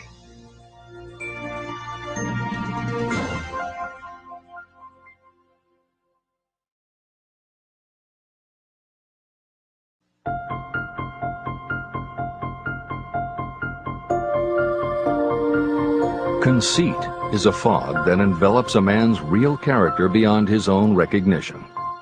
It weakens his native ability and strengthens all his inconsistencies. Chapter 9. Decision, the mastery of procrastination.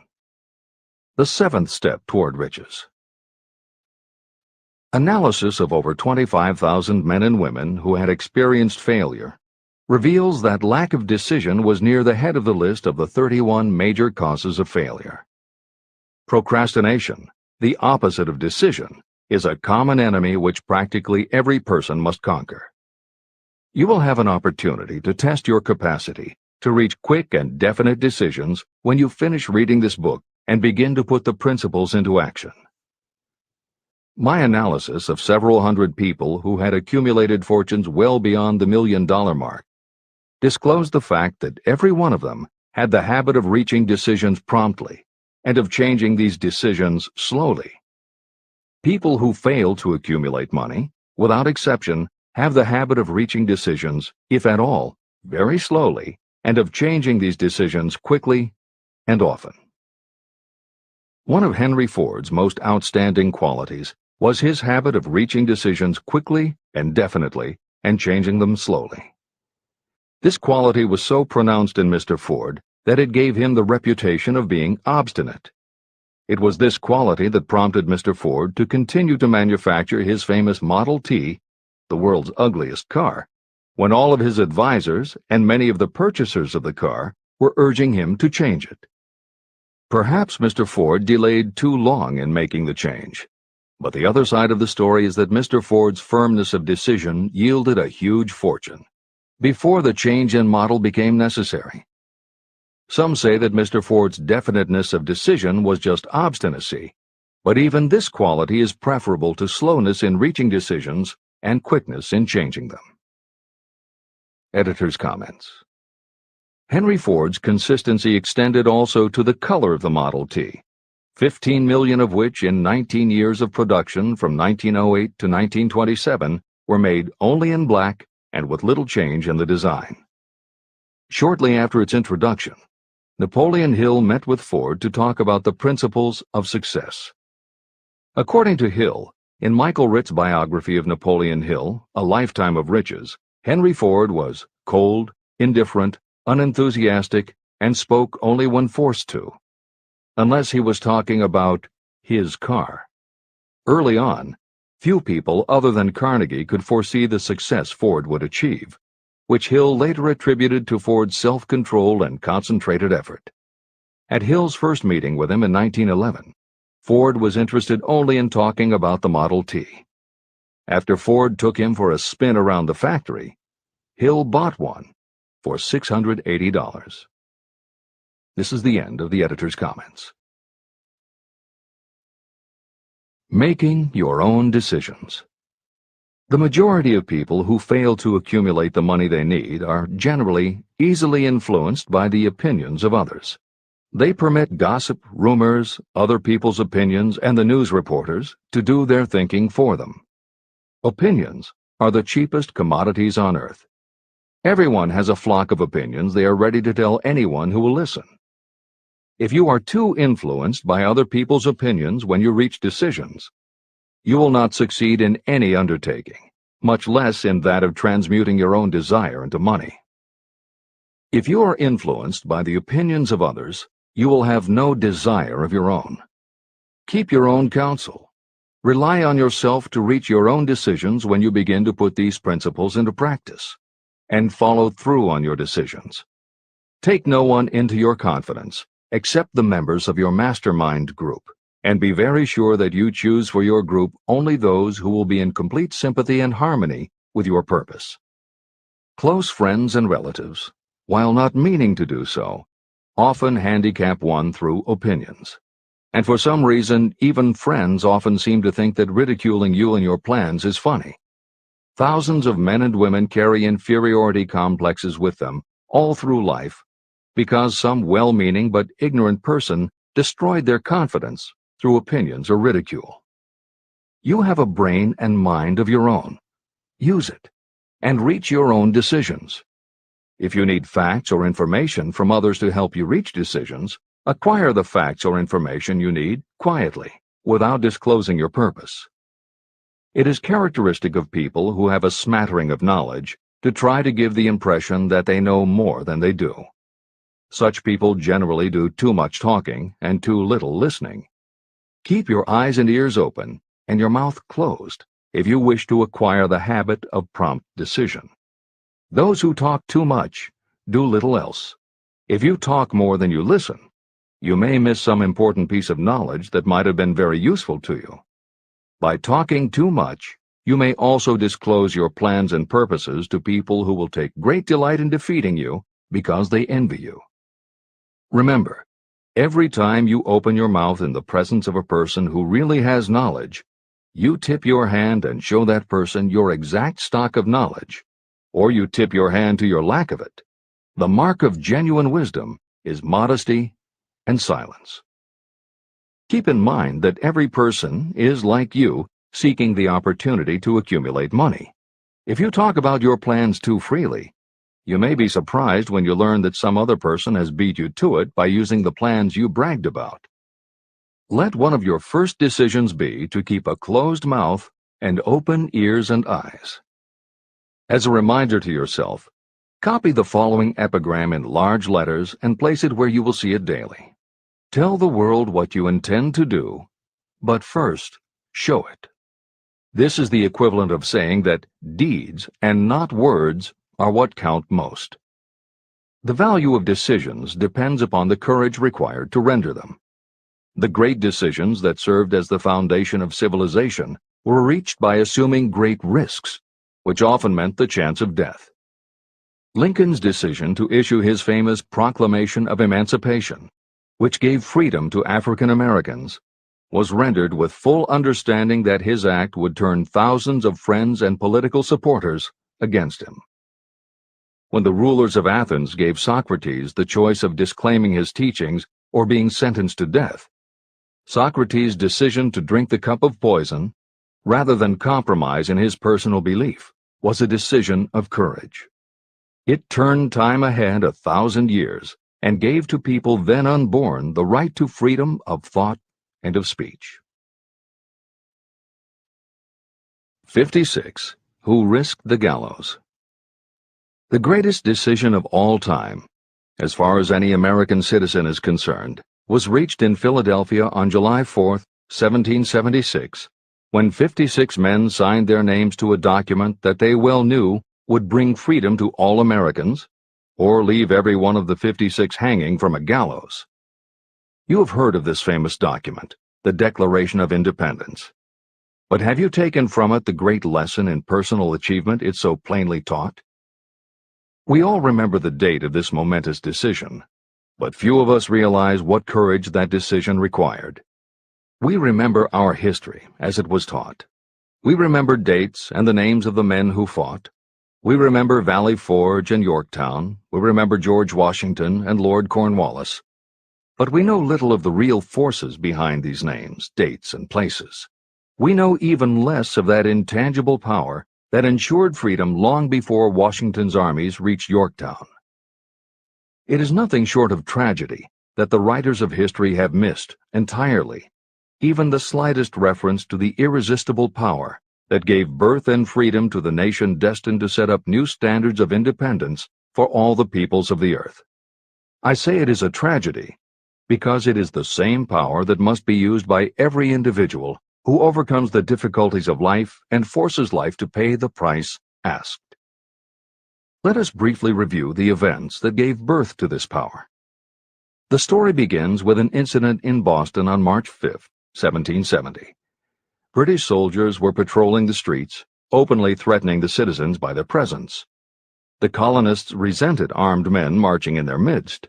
They began to express their resentment openly, hurling stones as well as epithets at the marching soldiers, until the commanding officer gave orders. Fix bayonets, charge. The battle was on. It resulted in the death and injury of many. The incident aroused such resentment that the Provincial Assembly, made up of prominent colonists, called a meeting for the purpose of taking definite action. Two of the members of that assembly were John Hancock and Samuel Adams. They spoke up courageously and declared that a move must be made to eject all British soldiers from Boston. Remember this: a decision, in the minds of two men, might properly be called the beginning of the freedom that we of the United States now enjoy. Remember, too, that the decision of these two men called for faith and courage because it was dangerous. Before the assembly adjourned, Samuel Adams was appointed to call on Hutchinson, the governor of the province, and demand the withdrawal of the British troops. The request was granted, and the troops were removed from Boston, but the incident was not closed. It had caused a situation that was destined to change the entire trend of civilization. Richard Henry Lee became an important factor in this story because he and Samuel Adams corresponded frequently, sharing freely their fears and their hopes concerning the welfare of the people of their provinces. From this practice, Adams conceived the idea that a mutual exchange of letters between the 13 colonies might help to bring about the coordination of efforts so badly needed in connection with the solution of their problems. In March of 1772, 2 years after the clash with the soldiers in Boston, Adams presented this idea to the Assembly. He made a motion that a correspondence committee be established among the colonies, with definitely appointed correspondents in each colony, for the purpose of friendly cooperation for the betterment of the colonies of British America. It was the beginning of the organization of the far-flung power destined to give freedom to you and to me. A mastermind group had already been organized. It consisted of Adams, Lee, and Hancock. The Committee of Correspondence was organized. The citizens of the colonies had been waging disorganized warfare against the British soldiers through incidents similar to the Boston riot, but nothing of benefit had been accomplished. Their individual grievances had not been consolidated under one mastermind.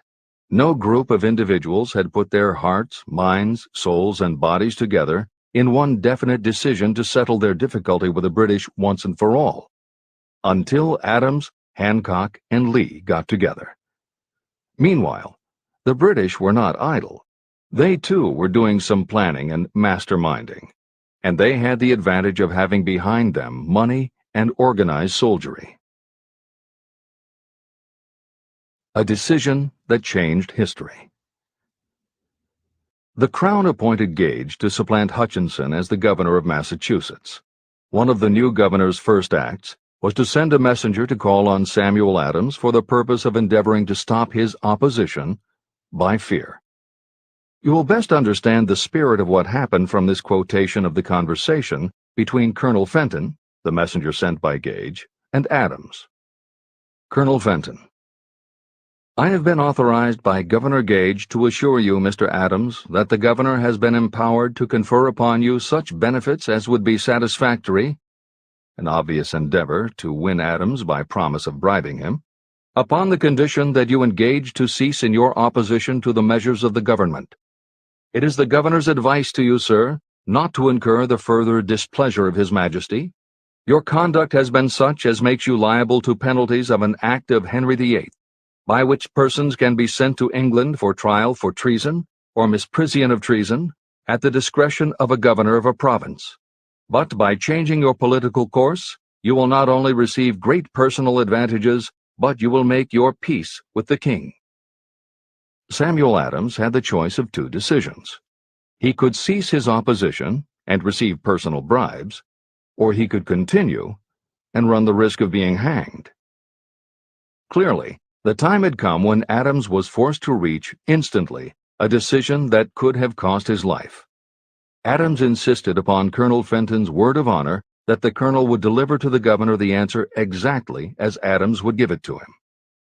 Adams' answer: Then you may tell Governor Gage that I trust I have long since made my peace with the King of Kings. No personal consideration shall induce me to abandon the righteous cause of my country. And tell Governor Gage it is the advice of Samuel Adams to him no longer to insult the feelings of an exasperated people.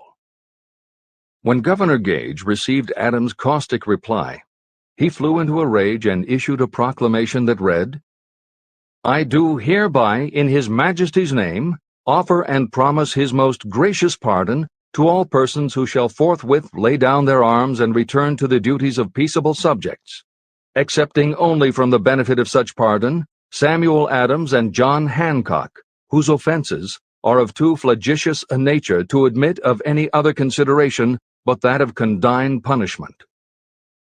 Adams and Hancock were on the spot. The threat of the irate governor forced the two men to reach another decision, equally as dangerous. They hurriedly called a secret meeting of their staunchest followers. After the meeting had been called to order, Adams locked the door, placed the key in his pocket, and informed all present that it was imperative that a Congress of the colonists be organized, and that no man should leave the room until the decision for such a Congress had been reached. Great excitement followed. Some weighed the possible consequences of such radicalism. Some expressed grave doubt as to the wisdom of so definite a decision in defiance of the Crown. Locked in that room were two men immune to fear, blind to the possibility of failure, Hancock and Adams. Through the influence of their minds, the others were induced to agree that, through the Correspondence Committee, arrangements should be made for a meeting of the First Continental Congress to be held in Philadelphia, September 5, 1774. Remember this date. It is more important than July 4, 1776. If there had been no decision to hold a Continental Congress, there could have been no signing of the Declaration of Independence. Before the first meeting of the new Congress, another leader, in a different section of the country, was deep in the throes of publishing a summary view of the rights of British America. He was Thomas Jefferson, of the province of Virginia, whose relationship to Lord Dunmore, representative of the Crown in Virginia, was as strained as that of Hancock's and Adams with their governor. Shortly after his famous Summary of Rights was published, Jefferson was informed that he was subject to prosecution for high treason against His Majesty's government. Inspired by the threat, one of Jefferson's colleagues, Patrick Henry, boldly spoke his mind, concluding his remarks with a sentence that shall remain forever a classic.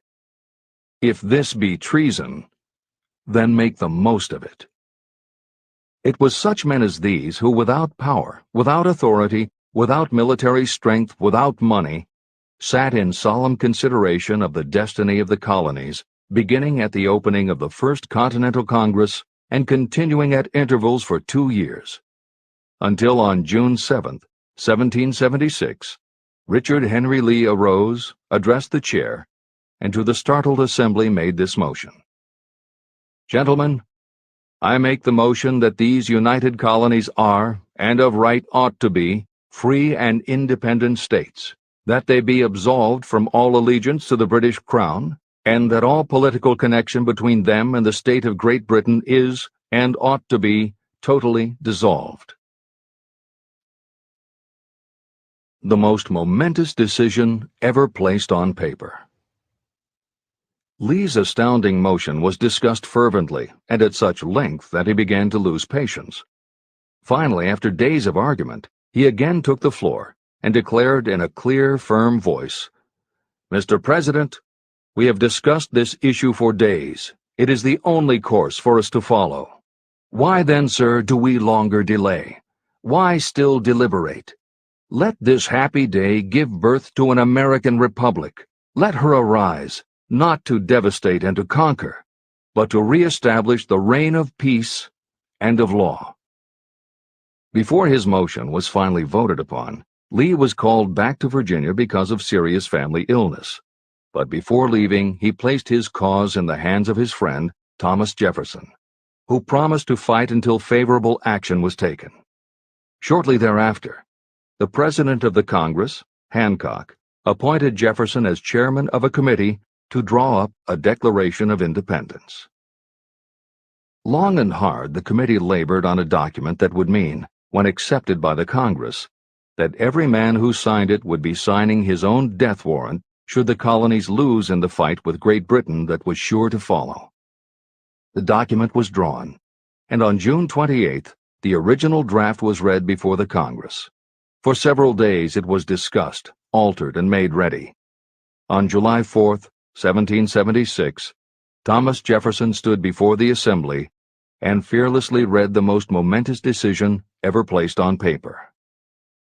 When in the course of human events it becomes necessary for one people to dissolve the political bands which have connected them with another, and to assume among the powers of the earth the separate and equal station to which the laws of nature and of nature's God entitled them, a decent respect to the opinions of mankind requires that they should declare the causes which impel them to the separation. When Jefferson finished, the document was voted upon, accepted, and signed by the 56 men, every one staking his own life upon his decision to write his name. By that decision came into existence a nation destined to bring to mankind forever the privilege of making decisions. Analyze the events that led to the Declaration of Independence, and be convinced that this nation, which now holds a position of commanding respect and power among all nations of the world, was born of a decision created by a mastermind consisting of 56 men.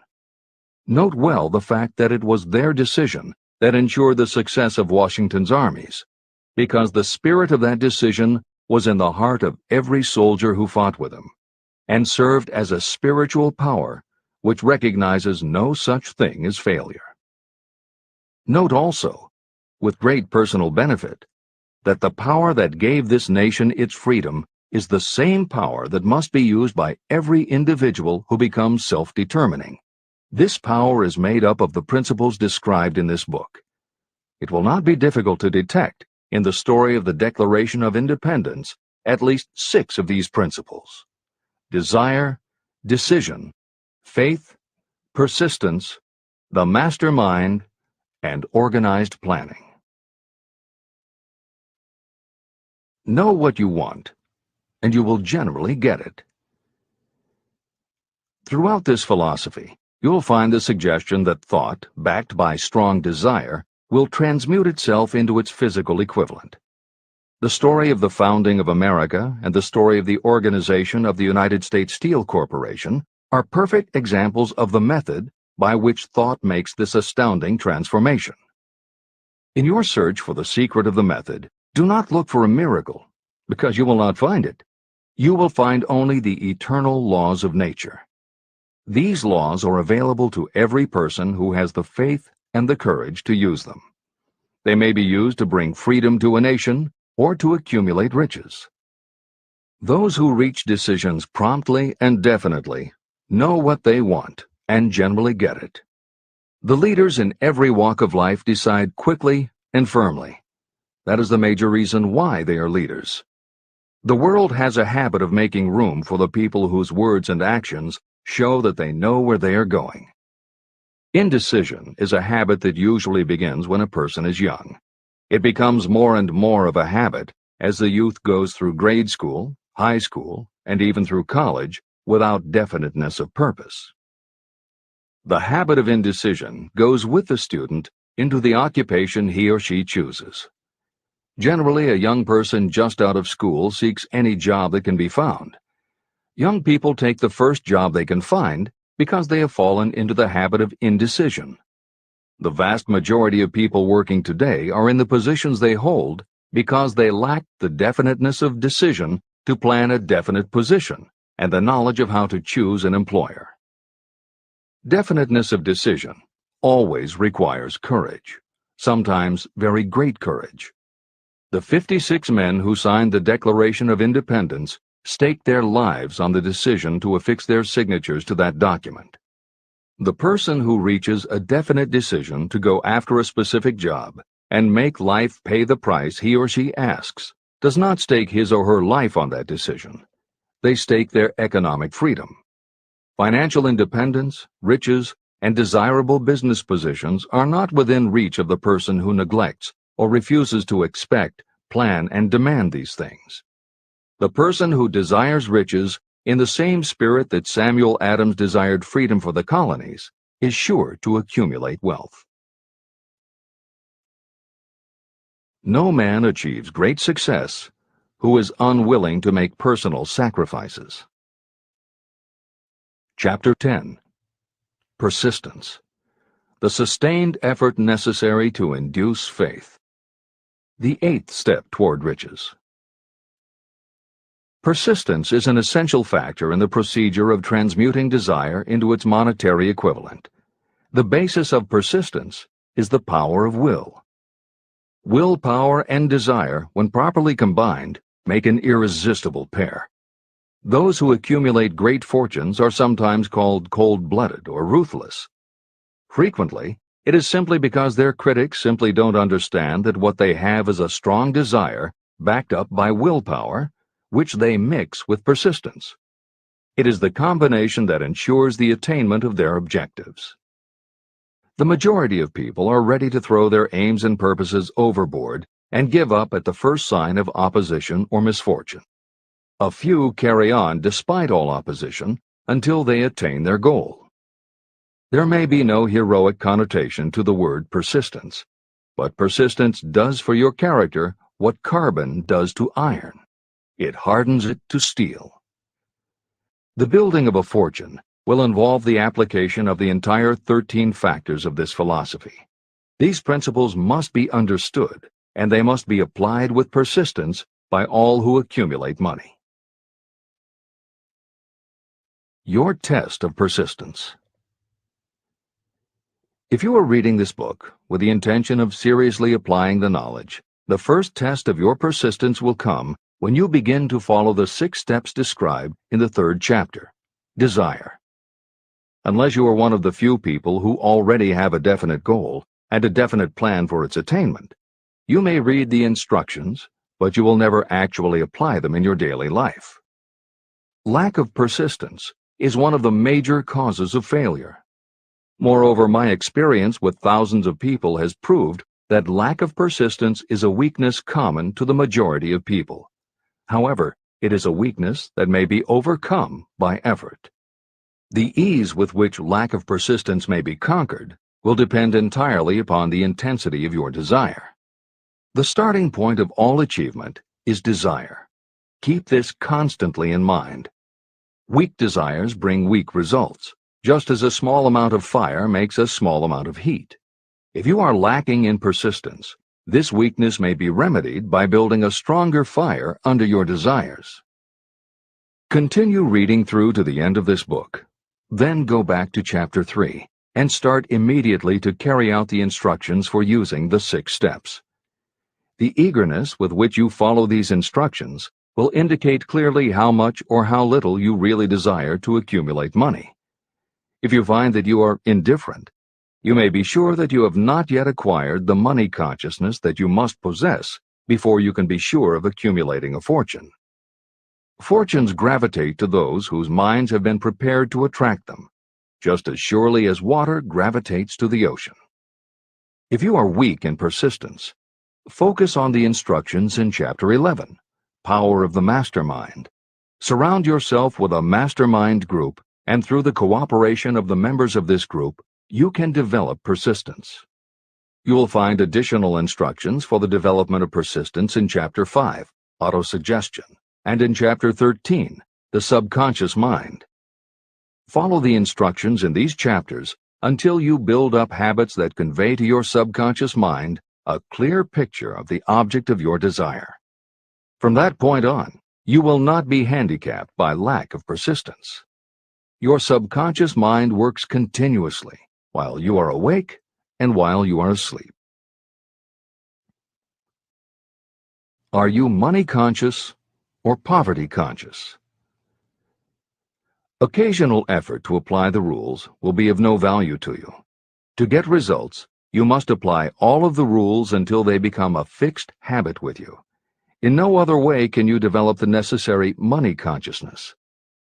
Just as money is attracted to those who have deliberately set their mind on it, poverty is attracted to those whose mind is open to it. And although money consciousness must be developed intentionally, poverty consciousness develops without conscious application of habits favorable to it. Poverty consciousness will seize the mind that is not occupied with money consciousness.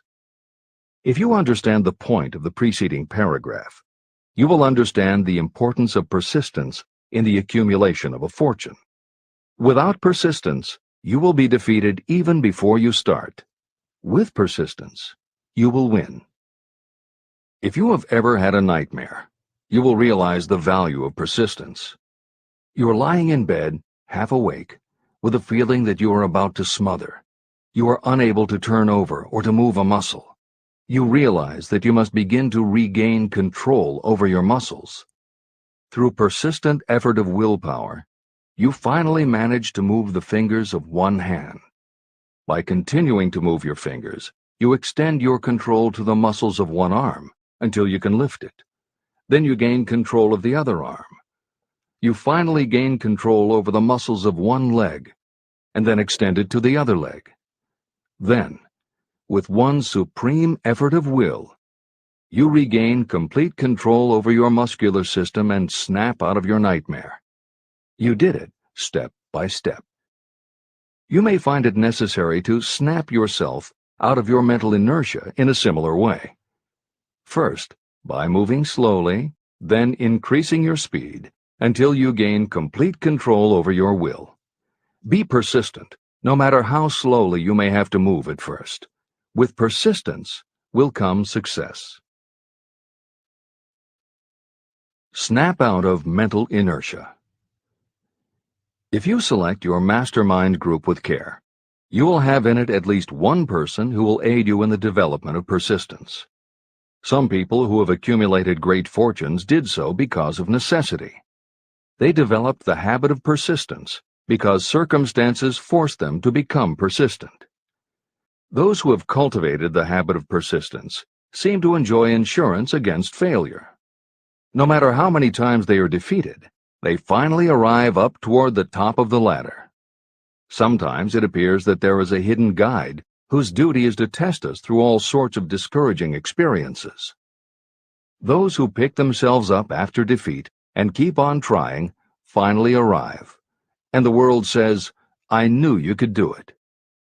The hidden guide lets no one enjoy great achievement without passing the persistence test. Those who can't take it simply do not make the grade.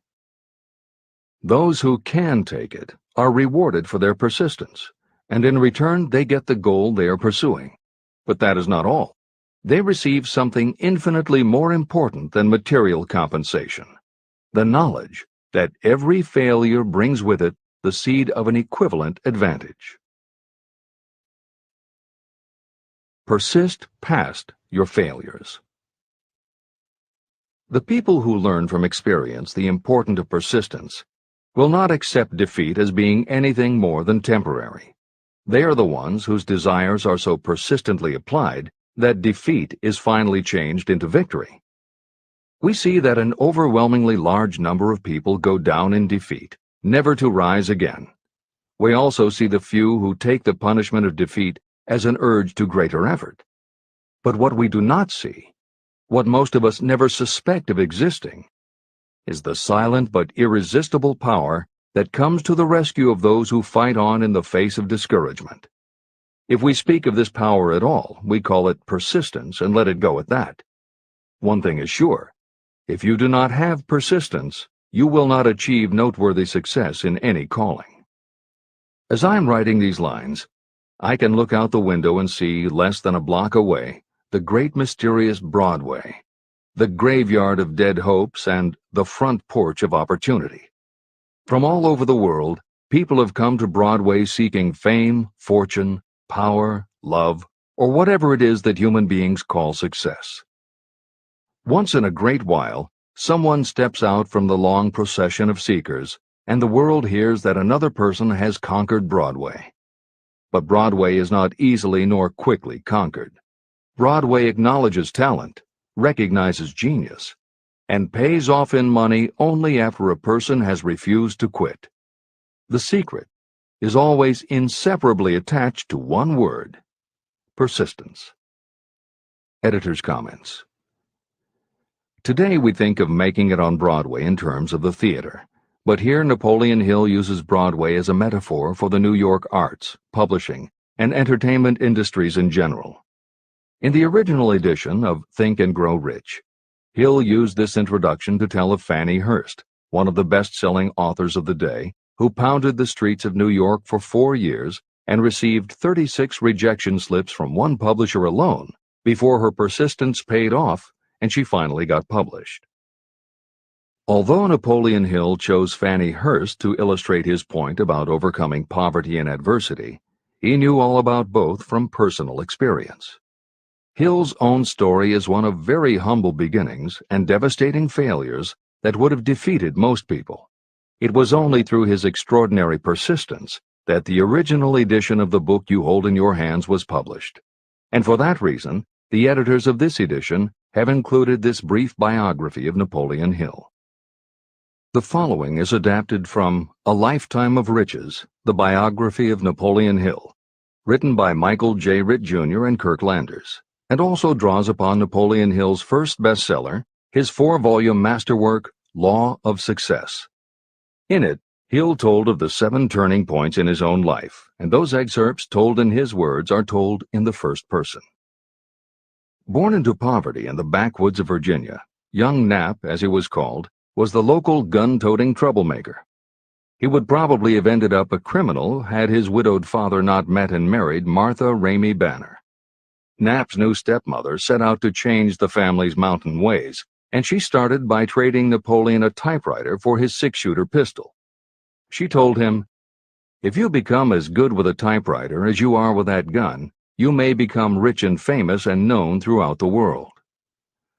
Her faith and encouragement turned young Knapp around, and by the age of 15, he was submitting stories to the local newspapers and doing everything he could to get himself out of his meager circumstance. After completing high school and 1 year at a business college, he wrote an audacious letter to Rufus Ayers, one of the most powerful men in the coal industry. Hill wrote to apply for a job, but he said that he didn't want a salary. In fact, he said he would pay Ayers. Hill proposed that Ayers could charge him whatever he wanted on a monthly basis, but if at the end of 3 months Hill had proved his worth, he then would expect Ayers to pay him a salary of the same monthly amount. Ayers admired Hill's style and hired him, with pay. First turning point. After finishing a course at a business college, I took a job as stenographer and bookkeeper. As a result of having practiced the habit of performing more work and better work than that for which I was paid, I advanced rapidly until I was assuming responsibilities and receiving a salary far out of proportion to my age.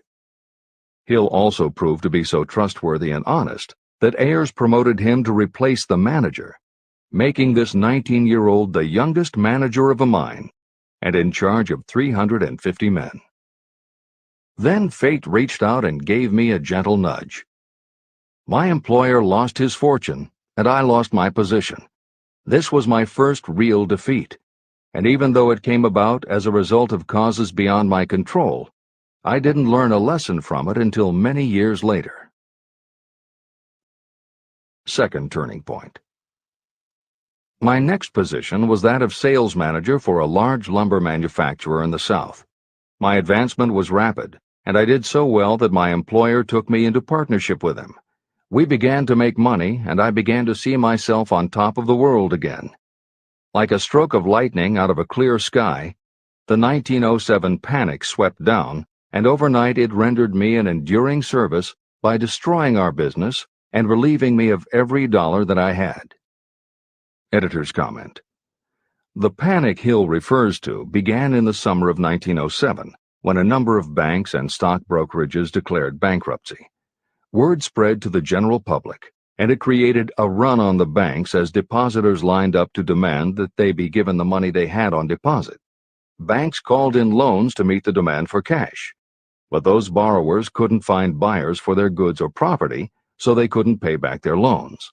When the banks couldn't get back the money they had loaned, they repossessed the homes or businesses that the borrowers had put up as collateral. Businesses were closed, farmers were evicted from their land, jobs were lost, so even more banks were forced to close, and it just kept getting worse. America was caught in a downward spiral that was reversed only when the major Wall Street bankers and financial executives, who were themselves in danger of losing their businesses, stepped in to shore up troubled banks. It was in large part because of the bank panic of 1907 that legislation was enacted in 1913 to create the Federal Reserve System. This is the end of the editor's comments. Third turning point. This was my first serious defeat. I mistook it then for failure, but it was not. And before I complete this lesson, I will tell you why it was not. It required the 1907 panic and the defeat that it brought me to redirect my efforts from the lumber business to the study of law. I entered law school with the firm belief that I would emerge doubly prepared to catch up with the end of the rainbow and claim my pot of gold. Napoleon Hill planned to put himself and his brother through law school by writing articles for Bob Taylor's magazine. It was through the magazine that he arranged the fateful meeting with Andrew Carnegie, described at the beginning of this book. As was noted there, when Carnegie proposed the idea of writing The Philosophy of Success, he told Hill that he would have to earn his own way. I attended law school at night and worked as an automobile salesman during the day. Because of the job, I saw the need for trained automobile mechanics. I opened an educational department in the manufacturing plant and began to train ordinary machinists in automobile assembly and repair work. The school prospered, paying me over $1,000 a month in net profits. My banker knew that I was prospering, therefore he loaned me money with which to expand. A peculiar trait of bankers is that they will loan us money without any hesitation when we are prosperous. My banker loaned me money until I was hopelessly in his debt. Then he took over my business as calmly as if it had belonged to him, which it did. From an income of more than $1,000 a month, I was suddenly reduced to poverty. For the third time, Hill had experienced defeat, but he was not beaten. He got another job, and all the while continued to work on the Carnegie Project. Fourth turning point, 1912. Because my wife's family had influence, I secured the appointment as assistant to the chief counsel for one of the largest coal companies in the world. I was among friends and relatives, and I had a position that I could keep for as long as I wished without exerting myself. What more did I need?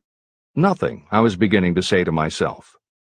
Then, without consultation with my friends and without warning, I resigned. This was the first turning point that was of my own selection. It was not forced upon me.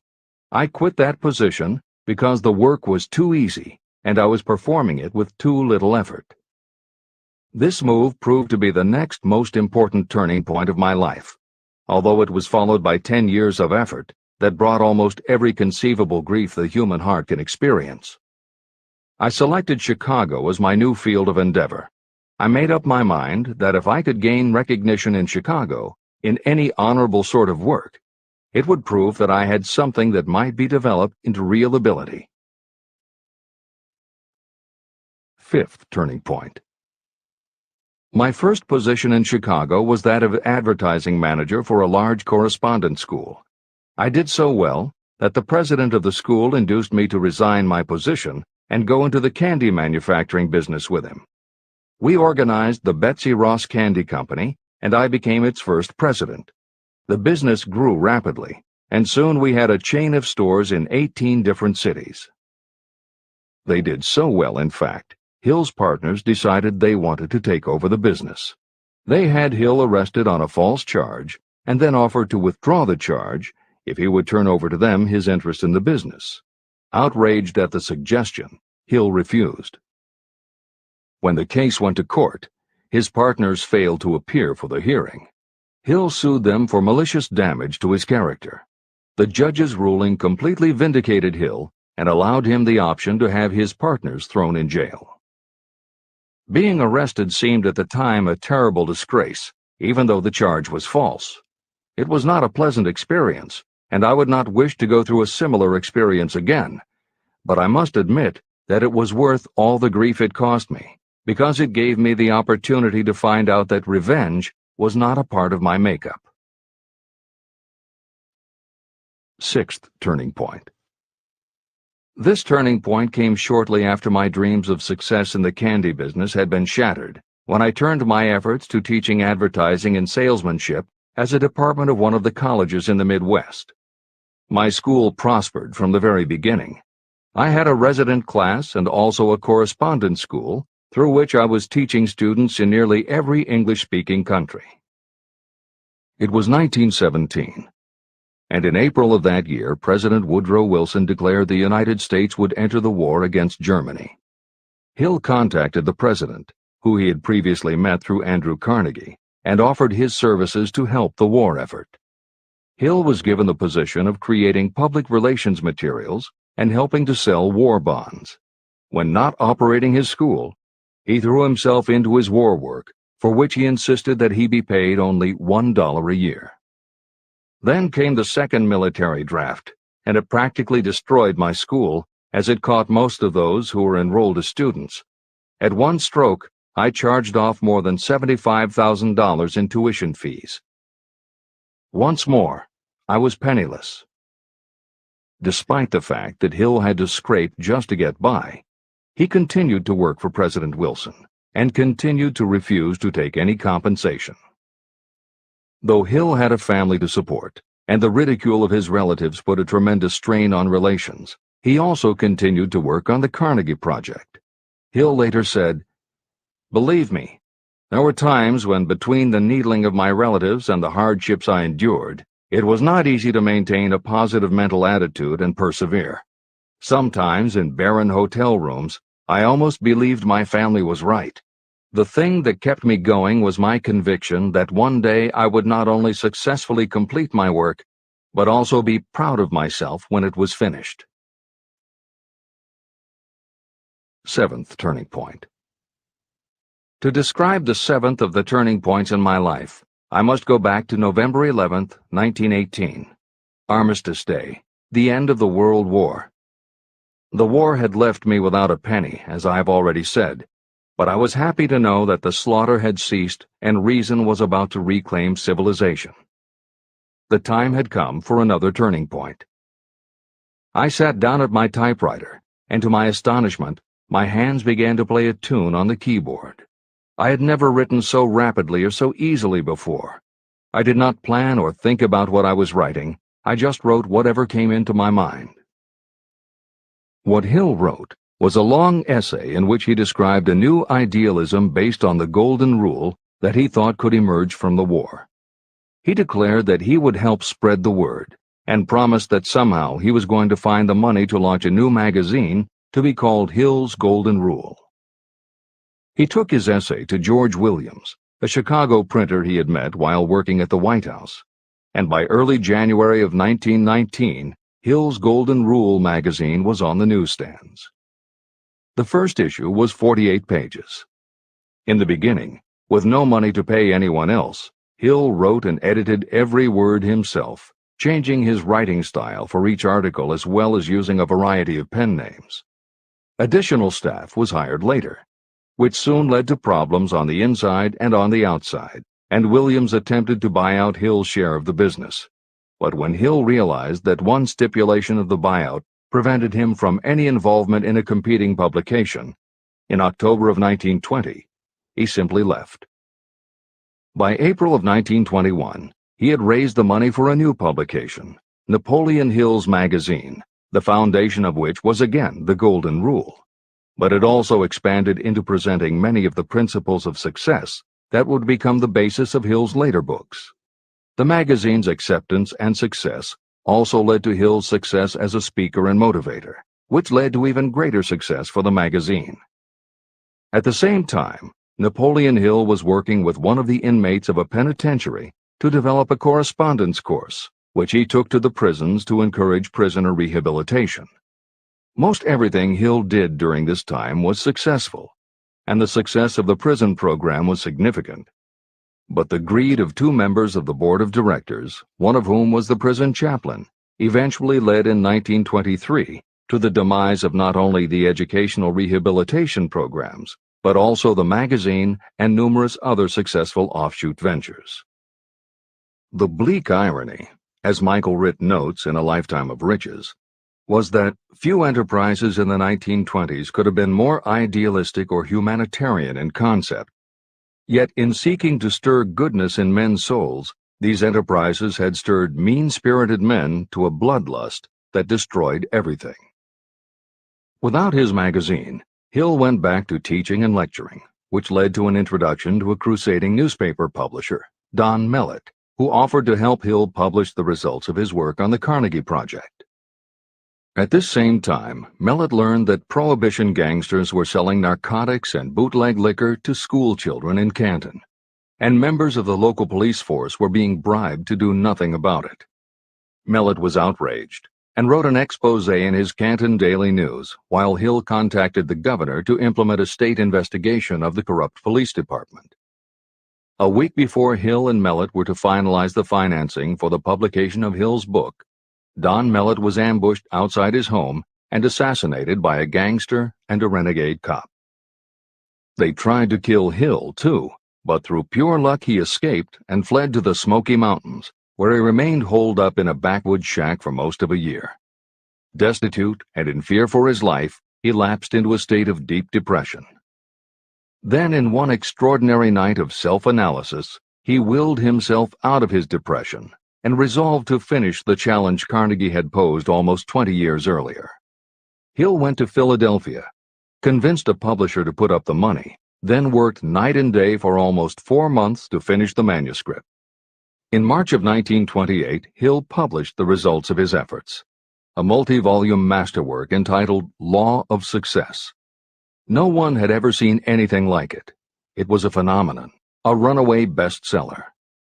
A little over a year later, while Hill was finally enjoying the fruits of his long labors, the stock market crash of '29 hit. The bottom fell out of everything, including the market for books.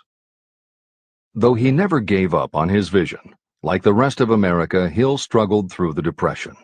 He lectured, he wrote, and he taught in every way he could, but it was very hard to preach personal achievement to a country that had lost faith in itself. Napoleon Hill made it his personal mission to turn the tide by creating a variety of self-help programs, but it became disappointingly apparent that it was going to take more than one man to do it. When Franklin Delano Roosevelt was elected president, he reached out to Hill. Though Napoleon Hill was an avowed capitalist, he believed enough in the ultimate goal of FDR's policies that he committed himself to helping the new administration. Throughout the Depression years, he became a close confidant of the president's, helping to guide Roosevelt in his efforts to revitalize America. It is said that it was Hill who gave FDR the famous line, "We have nothing to fear but fear itself." And though Hill was dead broke, just as he had done for President Wilson, he refused to accept more than $1 a year for his efforts. In 1937, as America was finally beginning to see glimmerings of hope that the Great Depression might end, Hill convinced his publisher that America now needed a book to help shake off the mental and emotional stigma of those terrible times. He was right.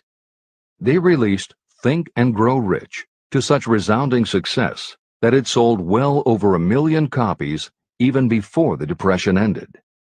At this writing, it has sold more than 60 million copies worldwide, and to this day it still sells more than 1 million copies a year in its various editions. Take your own persistence inventory. Persistence is a state of mind. Therefore, it can be cultivated. Like all states of mind, persistence is based upon definite causes, among them these. Definiteness of purpose. Knowing what you want is the first and most important step toward the development of persistence. A strong motive will force you to surmount difficulties. Desire. It is comparatively easy to acquire and maintain persistence in pursuing the object of intense desire. Self-reliance. Belief in your ability to carry out a plan encourages you to follow the plan through with persistence. Self-reliance can be developed through the principle described in Chapter 5, Autosuggestion. Definiteness of plans. Organized plans, even ones that may be weak or impractical, encourage persistence. Accurate knowledge. Knowing that your plans are sound, based upon experience or observation, encourages persistence. Guessing, instead of knowing, destroys persistence. Cooperation. Sympathy, understanding, and cooperation with others tend to develop persistence. Willpower. The habit of concentrating your thoughts on making plans to attain your definite purpose leads to persistence. Habit. Persistence is the direct result of habit. The mind absorbs and becomes a part of the daily experiences upon which it feeds. Fear, the worst of all enemies, can be overcome by forcing yourself to perform and repeat acts of courage. Everyone who has seen active service in war knows this. Take inventory of yourself and determine what you are lacking in this essential quality of persistence. Measure yourself point by point and see how many of the previous 8 factors of persistence you lack. The analysis may lead to discoveries that will give you a new understanding of yourself and what you need to get ahead. The following is a list of the real enemies that stand between you and achievement. These are not only the symptoms indicating weakness of persistence, but also the deeply seated subconscious causes of this weakness. Study the list carefully and face yourself squarely if you really wish to know who you are and what you are capable of doing. These are the weaknesses that must be mastered by anyone who really wants to accumulate riches. 1. Failure to recognize and to define clearly exactly what you want. 2. Procrastination, with or without cause, usually backed up with a long list of alibis and excuses. 3. Lack of interest in acquiring specialized knowledge. 4. Indecision, and the habit of passing the buck instead of facing issues squarely, also backed by alibis and excuses. 5. The habit of relying upon excuses instead of making definite plans to solve your problems. 6. Self-satisfaction. There is little remedy for this, and no hope for those who suffer from it. 7. Indifference, usually reflected in your readiness to compromise rather than meet opposition and fight it. 8. The habit of blaming others for your mistakes and accepting circumstances as being unavoidable. 9. Weakness of desire because you neglected to choose motives that will push you to take action. 10. Willingness to quit at the first sign of defeat, based upon one or more of the 6 basic fears. 11. Lack of organized plans that you have written out so they can be analyzed. 12. The habit of neglecting to act on ideas or to grasp opportunity when it presents itself. 13. Wishing instead of willing. 14. The habit of compromising with poverty instead of aiming at riches. A general lack of ambition to be, to do, or to own. 15. Searching for all the shortcuts to riches, trying to get without giving a fair equivalent, usually reflected in the habit of gambling or trying to drive unfair bargains. 16. Fear of criticism, resulting in failure to create plans and put them into action because of what other people might think, do, or say. This is one of your most dangerous enemies because it often exists in your subconscious mind and you may not even know it is there. See the 6 basic fears in the last chapter. If you fear criticism. Following is an examination of the symptoms of the fear of criticism. The majority of people permit relatives, friends, and the public at large to influence them so that they cannot live their own lives because they fear criticism. Many people make mistakes in marriage but stay married, then go through life miserable and unhappy because they fear criticism. Anyone who has submitted to this form of fear knows the irreparable damage it does by destroying one's ambition and the desire to achieve. Millions of people neglect to go back and get an education after having left school because they fear criticism. Countless numbers of men and women permit relatives to wreck their lives in the name of family duty because they fear criticism. Duty does not require you to submit to the destruction of your personal ambitions and the right to live your own life in your own way. People refuse to take chances in business because they fear the criticism that may follow if they fail. The fear of criticism in such cases is stronger than the desire for success. Too many people refuse to set high goals for themselves because they fear the criticism of relatives and friends who may say, "Don't aim so high, people will think you're crazy." When Andrew Carnegie suggested that I devote 20 years to the organization of a philosophy of individual achievement, my first impulse was fear of what people might say. His suggestion was far greater than anything I had ever conceived for myself. My first instinct was to create excuses, all of them traceable to the fear of criticism.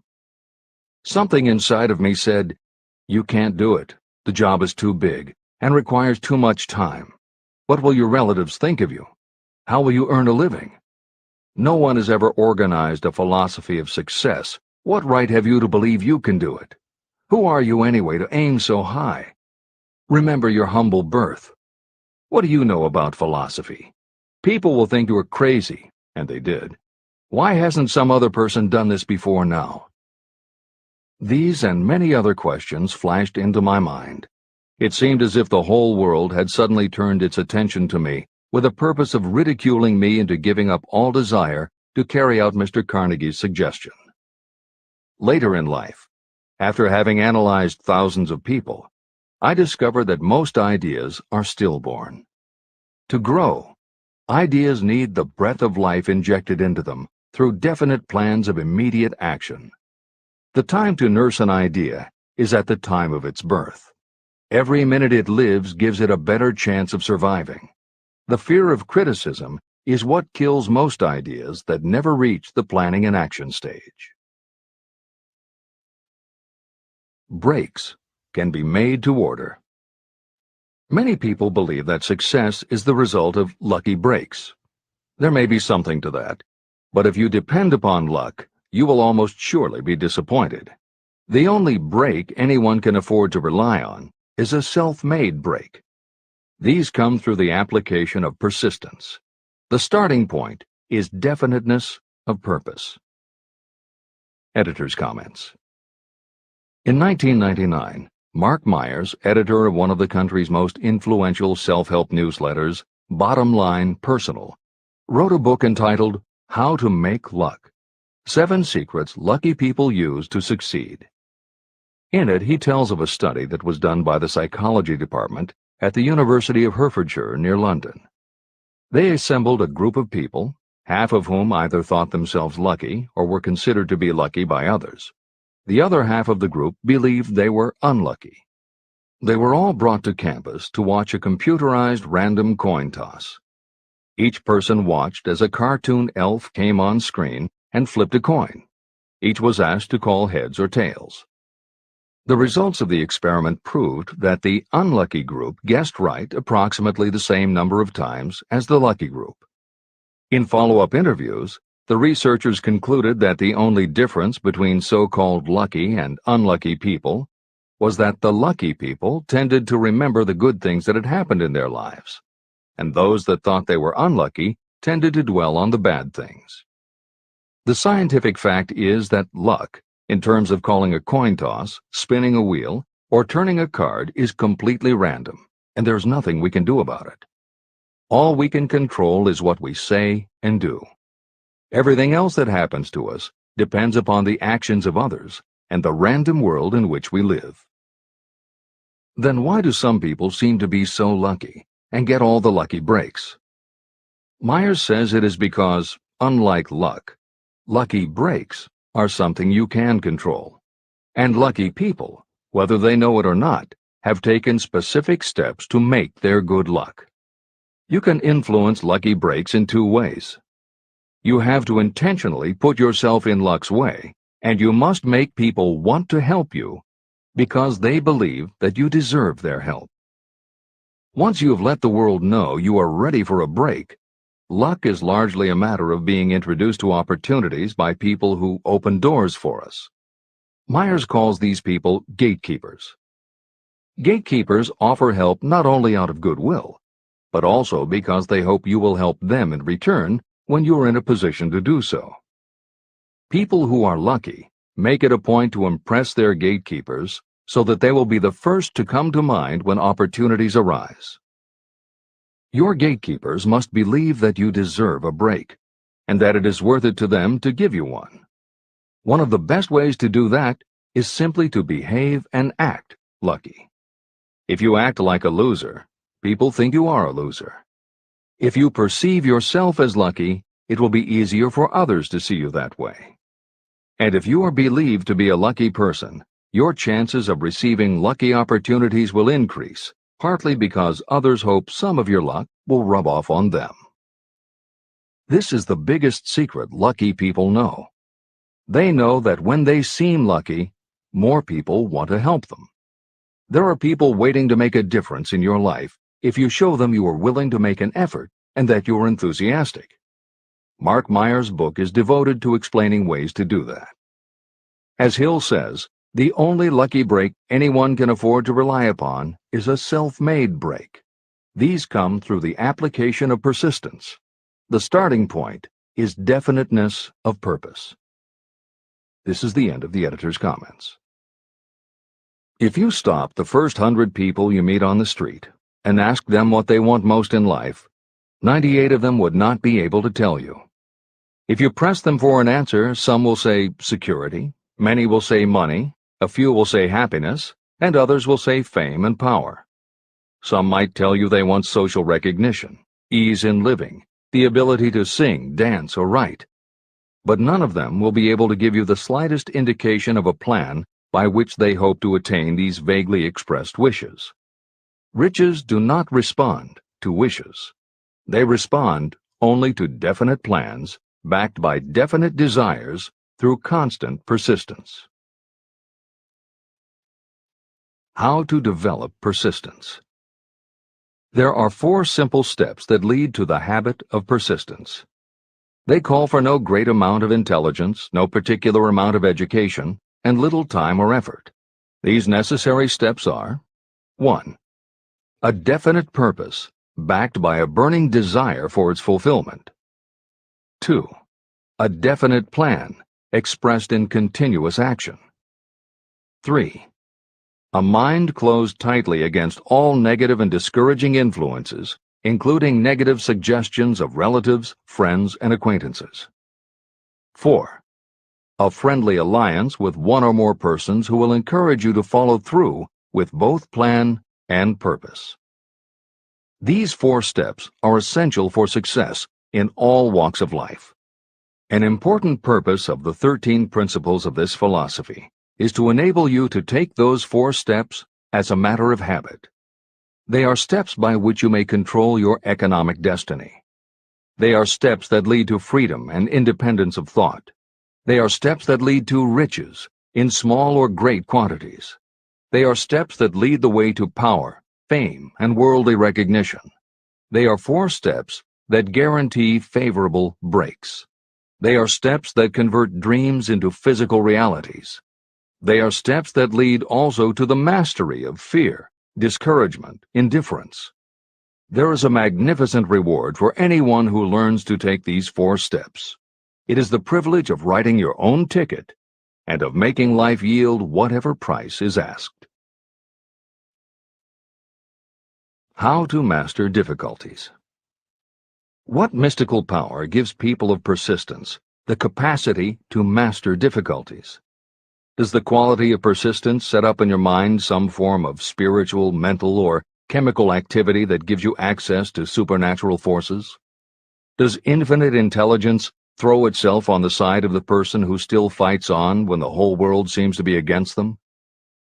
These and many other similar questions were in my mind as I watched Henry Ford start from scratch and build an industrial empire with little more than persistence. Or Thomas A. Edison, who, with less than 3 months of schooling, became the world's leading inventor. He turned his persistence into sound recording and playback machines, motion picture cameras and projectors, and the incandescent light, to say nothing of 100 other useful inventions. I had the opportunity to analyze both Mr. Edison and Mr. Ford up close and personal, year by year, over a long period of time. So I speak from actual knowledge when I say that I found no quality except persistence in either of them that even remotely suggested the major source of their stupendous achievements. If you make an impartial study of the prophets, philosophers, and religious leaders of the past, you will come to the inevitable conclusion that persistence, concentration of effort, and definiteness of purpose were the major sources of their achievements. Consider, for example, the fascinating story of Muhammad. Analyze his life. Compare him with men of achievement in this modern age of industry and finance, and observe how they all have one outstanding trait in common: persistence. If you want to understand more about the power of persistence and how it works, I strongly suggest that you read a biography of Muhammad. Editor's comments. At the beginning of the 21st century, there was an increased interest in Islam due to the attacks on the World Trade Center and the subsequent war on terror. Consequently, the modern reader will have no difficulty finding a number of very good books about Muhammad. At the time that Hill was writing the first edition of Think and Grow Rich, one of the best biographies of Muhammad was written by Esad Bey, who was born in Baku, Azerbaijan, the son of a Jewish businessman named Nusenbaum. Later, he changed his name when he converted to Islam. During the Russian Revolution, he fled his home for Berlin, where he lived until the rise of Hitler again forced him to move, first to Austria and then finally to Italy. It is believed by some that this man, known as Esad Bey, also wrote under another pen name, Kurban Said, and was in fact the author of the acclaimed Azerbaijani novel, Ali and Nino. That Napoleon Hill was very impressed with this particular biography of Muhammad is clear from his recommendation, which follows. I strongly suggest that you read a biography of Muhammad, especially the one by Esad Bey. This brief review of that book, which appeared in the Herald Tribune, will provide a preview of the rare treat in store for those who take the time to read the entire story of one of the most astounding examples of the power of persistence known to civilization. The Last Great Prophet. Reviewed by Thomas Sugru. Muhammad was a prophet, but he never performed a miracle. He was not a mystic. He had no formal schooling. He did not begin his mission until he was 40. When he announced that he was the messenger of God, bringing word of the true religion, he was ridiculed and labeled a lunatic. Children tripped him, and women threw filth upon him. He was banished from his native city, Mecca, and his followers were stripped of their worldly goods and sent into the desert after him. When he had been preaching 10 years, he had nothing to show for it but banishment, poverty, and ridicule. Yet before another 10 years had passed, he was dictator of all Arabia, ruler of Mecca, and the head of a new world religion which was to sweep to the Danube and the Pyrenees before exhausting the impetus he gave it. That impetus was threefold: the power of words, the efficacy of prayer, and man's kinship with God. His career never made sense. Muhammad was born to impoverished members of a leading family of Mecca. Because Mecca, the crossroads of the world, home of the magic stone called the Kaaba, great city of trade and the center of trade routes, was unsanitary, its children were sent to be raised in the desert by Bedouins. Muhammad was thus nurtured, drawing strength and health from the milk of nomad, vicarious mothers. He tended sheep and soon hired out to a rich widow as leader of her caravans. He traveled to all parts of the Eastern world, talked with many men of diverse beliefs, and observed the decline of Christianity into warring sects. When he was 28, Khadijah, the widow, looked upon him with favor and married him. Her father would have objected to such a marriage, so she got him drunk and held him up while he gave the paternal blessing. For the next 12 years, Muhammad lived as a rich and respected and very shrewd trader. Then he took to wandering in the desert, and one day he returned with the first verse of the Koran and told Khadijah that the archangel Gabriel had appeared to him and said that he was to be the messenger of God. The Koran, the revealed word of God, was the closest thing to a miracle in Muhammad's life. He had not been a poet. He had no gift of words. Yet the verses of the Koran, as he received them and recited them to the faithful, were better than any verses which the professional poets of the tribes could produce. This, to the Arabs, was a miracle. To them, the gift of words was the greatest gift. The poet was all-powerful. In addition, the Koran said that all men were equal before God, that the world should be a democratic state, Islam. It was this political heresy, plus Muhammad's desire to destroy all the 360 idols in the courtyard of the Kaaba, which brought about his banishment. The idols brought the desert tribes to Mecca, and that meant trade. So the businessmen of Mecca, the capitalists, of which he had been one, set upon Muhammad. Then he retreated to the desert and demanded sovereignty over the world. The rise of Islam began. Out of the desert came a flame which would not be extinguished. A democratic army, fighting as a unit and prepared to die without wincing. Muhammad had invited the Jews and Christians to join him, for he was not building a new religion. He was calling all who believed in one God to join in a single faith. If the Jews and Christians had accepted his invitation, Islam would have conquered the world. They didn't. They would not even accept Muhammad's innovation of humane warfare. When the armies of the Prophet entered Jerusalem, not a single person was killed because of his faith. When the Crusaders entered the city, centuries later, not a Muslim man, woman, or child was spared. But the Christians did accept one Muslim idea: the place of learning, the university.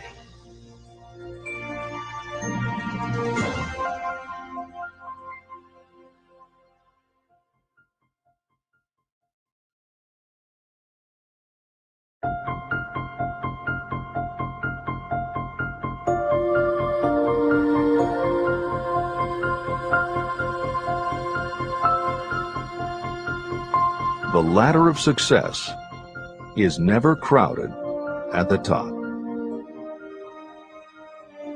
Chapter 11. Power of the Mastermind, the driving force. The ninth step toward riches. Power is essential for success in the accumulation of money. Plans are useless without sufficient power to turn them into action. This chapter will describe the method by which an individual may attain and apply power. Power may be defined as organized and intelligently directed knowledge. Power, as the term is used here, refers to organized effort, sufficient to enable an individual to transmute desire into its monetary equivalent. Organized effort is produced through the coordination of effort of two or more people who work toward a definite end in a spirit of harmony. Power is required to accumulate money. Power is necessary to keep the money after it has been accumulated. How can power be acquired? If power is organized knowledge, let us examine the sources of knowledge. Infinite intelligence. This source of knowledge may be accessed with the aid of creative imagination through the subconscious mind, as described in the previous chapters on faith, autosuggestion, and imagination, and as will be elaborated on in Chapter 13, the subconscious mind, and Chapter 14, the brain. Accumulated experience. The accumulated experience of humanity may be found in any well-equipped public library. An important part of this accumulated experience is taught in public schools and colleges, where it has been classified and organized. Editor's comment. The computer revolution and the Internet have had a profound effect upon the quantity of information available and on the ease of access and ability to organize that information. This is the end of the editor's comment. Experiment and research. In the field of science, and in practically every other walk of life, people are gathering, classifying, and organizing new facts daily. This is the source to which you must turn when knowledge is not available through accumulated experience. Here, too, the creative imagination must often be used. Editor's comment. Today, because of the computer revolution and the Internet, publishing and dissemination of information happens so quickly that there is almost no lag time between experiment or research and the integration of those results into available knowledge. This is the end of the editor's comment. Knowledge may be acquired from any of the foregoing sources. It may be converted into power by organizing it into definite plans and by putting those plans into action.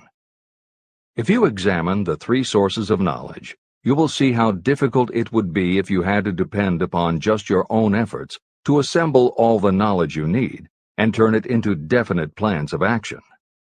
If your plans are big and comprehensive, generally you will have to get others to cooperate with you if you are going to organize your knowledge so that you can turn your plans into power. Gaining power through the mastermind. The mastermind may be defined as coordination of knowledge and effort in a spirit of harmony between two or more people for the attainment of a definite purpose. No individual may have great power without utilizing the mastermind. In Chapter 8, Organized Planning, I commented on how to create plans for translating desire into its monetary equivalent. If you carry out these instructions with persistence and intelligence, and use discrimination in choosing your mastermind group, your objective will have been halfway reached even before you begin to recognize it. Editor's comments. In the following section, Hill describes the two kinds of power that an individual can access by assembling a mastermind alliance and working with that group. The first kind of power that he mentions is economic power, which needs no comment from the editors. However, to describe the second kind of power, for want of a better term, Hill uses the term psychic. Because this word has taken on connotations that Hill never intended, this concept deserves clarification before you read on. As is obvious throughout this book, Napoleon Hill was a very practical man.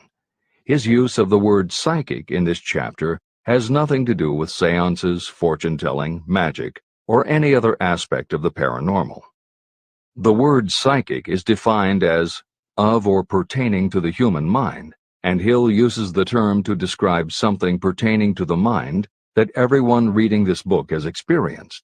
It is that feeling you get when you are working together with other people. Everyone is very focused on the same goal, and it is going so well that you seem to be in tune with each other.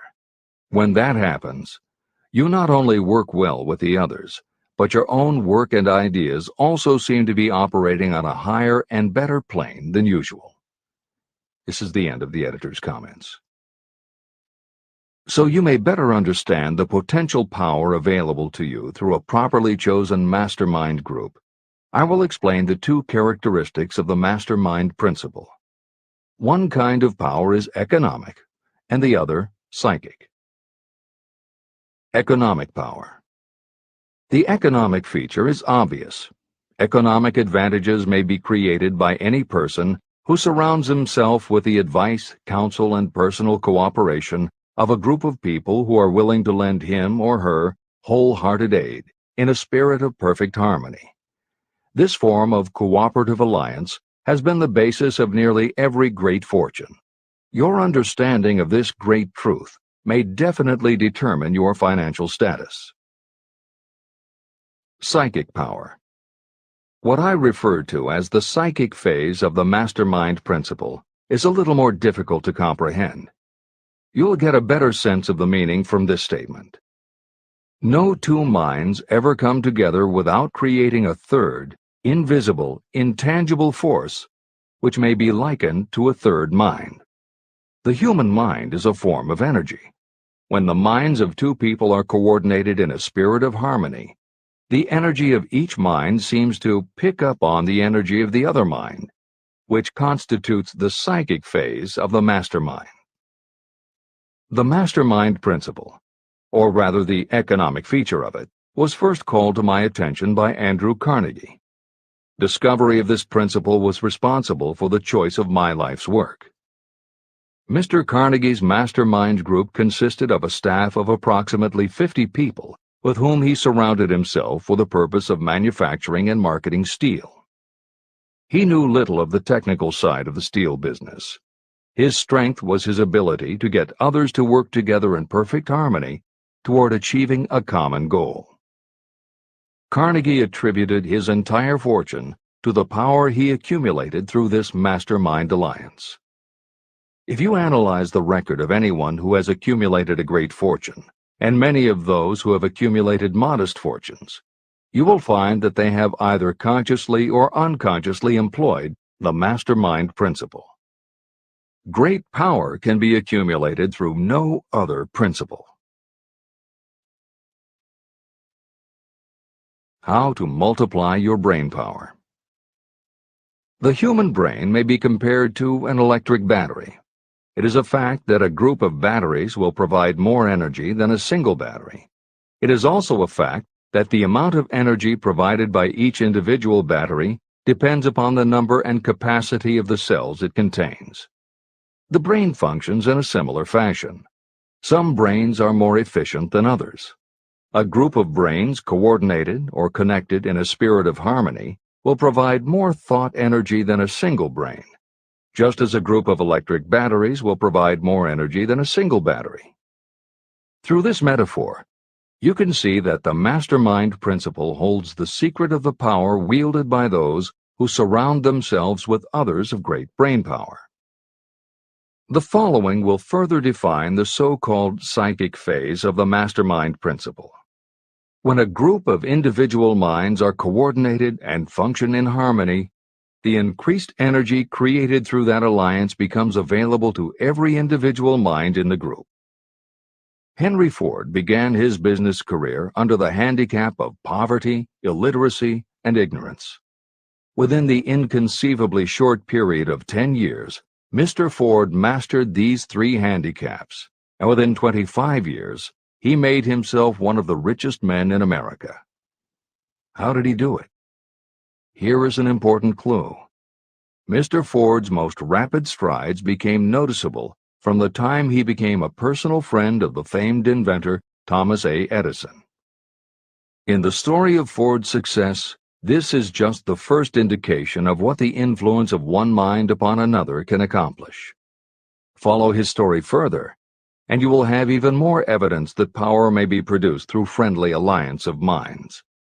It is a fact that Mr. Ford's most outstanding achievements became even more pronounced later, after he formed the acquaintances of Harvey Firestone, John Burroughs, and Luther Burbank, each a man of great mental capacity. People take on the nature and the habits and the power of thought of those with whom they associate in a spirit of sympathy and harmony. Through his association with Edison, Burbank, Burroughs, and Firestone, Mr. Ford added to his own brain power the intelligence, experience, knowledge, and spiritual forces of these four men. Henry Ford used the mastermind principle in exactly the way it is described in this book. This principle is available to you. I have already mentioned Mahatma Gandhi. Let me review the method by which he attained his stupendous power. It may be explained in a few words. He came by power through inducing over 200 million people to coordinate with mind and body in a spirit of harmony for a definite purpose. In brief, Gandhi accomplished a miracle. For it is a miracle when 200 million people can be induced, not forced, to cooperate in a spirit of harmony. If you doubt that this is a miracle, try to get even 2 people to cooperate in a spirit of harmony for any length of time. Every person who manages a business knows how difficult it is to get employees to work together in a spirit even remotely resembling harmony. Editor's comments. The first step in putting together your mastermind alliance is to clearly know your desire. Your desire will tell you what you need. It could be a small group, just 2 or 3 people, as was the case with Stephen Jobs and Steve Wozniak when they formed Apple, Bill Gates and Paul Allen launching Microsoft, or Steven Spielberg, Jeffrey Katzenberg, and David Geffen creating DreamWorks SKG. Or it could be a large group, such as the Mastermind Alliance of 30 regional directors of Century 21 Real Estate, which founder Arthur Bartlett firmly believes was essential to the company's success. Napoleon Hill suggests that in most cases, it should be a dozen people or less, and generally the smaller the better. Choosing the people means finding those who not only share your vision, but who will also share their ideas, information, and contacts with you. They will let you use the full strength of their experience, training, and knowledge as if it were your own, and they will do it in a spirit of perfect harmony. The question that immediately comes to every reader's mind is, where do I find people who will help me to that degree? Napoleon Hill cannot answer that question for you, but he does tell you what to look for. Where you look is up to you. And if you really do have the desire to succeed, you will start looking and you won't give up until you find the right people. Napoleon Hill's description of the mastermind that appears below is augmented with additional material from articles and speeches he wrote after the publication of Think and Grow Rich. These were compiled for publication by Hill's friend, mentor, and business associate, W. Clement Stone, and appear in 2 books, Napoleon Hill's Keys to Success and Believe and Achieve. This is the end of the editor's comments. Finding your mastermind members. Ally yourself with a group of as many people as you may need in order to assemble a mastermind that will assist you in creating and carrying out your plan or plans for the accumulation of money. Compliance with this instruction is absolutely essential. Choose to associate with people who share common values, goals, and interests, yet who each have a strong desire to contribute to the overall effort. Trial and error will be part of the process, but there are two qualities to keep foremost in your mind. The first is ability to do the job. Do not select people for your alliance merely because you know them and like them. Such people are valuable to you because they improve the quality of your life, but they are not necessarily suited to a mastermind alliance. Your best friend may not be the most knowledgeable marketing professional, but perhaps he or she can introduce you to someone who is. The second quality is the ability to work in a spirit of harmony with others. There must be a complete meeting of minds without any reservations.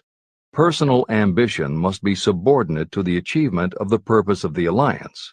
This includes your own. You must also insist upon confidentiality. Some people can give away an idea simply because they love to talk. You don't need them in your group. Attune yourself to every member of the group. Try to imagine how you would react in a given situation if you were in his or her shoes. Pay attention to body language. Sometimes facial expressions and movements say far more about what a person feels than the words that come out of his or her mouth. Be sensitive to what is not being said. Sometimes what is left out is far more important than what is included. Don't try to force the group along too quickly. Allow for those who want to test ideas by playing devil's advocate. Compensating your mastermind. Before forming your mastermind alliance, decide what advantages and benefits you may offer the individual members of your group in return for their cooperation. No one will work indefinitely without some form of compensation. No intelligent person should request or expect another to work without adequate compensation. Wealth will obviously have the most appeal to your members. Be fair and generous in your offer. Recognition and self-expression may be just as important as money to some of your members. Remember that in such partnerships, the principle of going the extra mile, doing more and better than paid for, is especially important. As the leader, you should set an example for the others to follow. Each member must agree at the outset on the contribution each will make, and on the division of benefits and profits. Otherwise, be assured that dissension will arise, you will have wasted everyone's time, you will ruin friendships, and your venture will be destroyed. Meeting with your mastermind. Arrange to meet with the members of your mastermind group at least twice a week, and more often if possible, until you have jointly perfected the necessary plan or plans for the accumulation of money. The first meeting will be involved in sorting out strengths and weaknesses, and in fine-tuning your plans. Your alliance must be active to do any good. Establish specific responsibilities and action steps to be taken. As your mastermind matures and harmony grows among the members, you will find that the meetings create a flow of ideas into every member's mind. Don't let the meetings become so regular and formalized that they inhibit phone calls and other less formal contact. Mastermind maintenance. Maintain perfect harmony between yourself and every member of your mastermind group.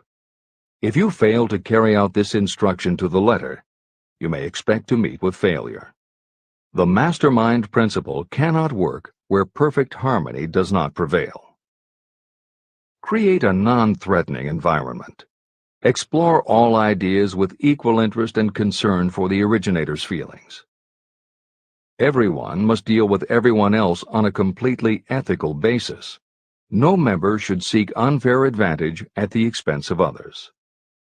As the leader, you must inspire confidence in your members by your dedication to your desire, which is the object of the group.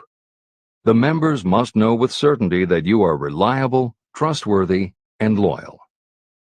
When you are finally ready to present the results of your efforts to investors, buyers, or the public, You may face your greatest leadership challenge in maintaining the harmony of your mastermind. The group's efforts will now be judged by outsiders, and facing judgment takes courage and persistence. The courage of separate individuals is nothing compared with that of a united team. The more you are able to maintain harmony, the greater the power, and the greater the power, the more resistance you can overcome.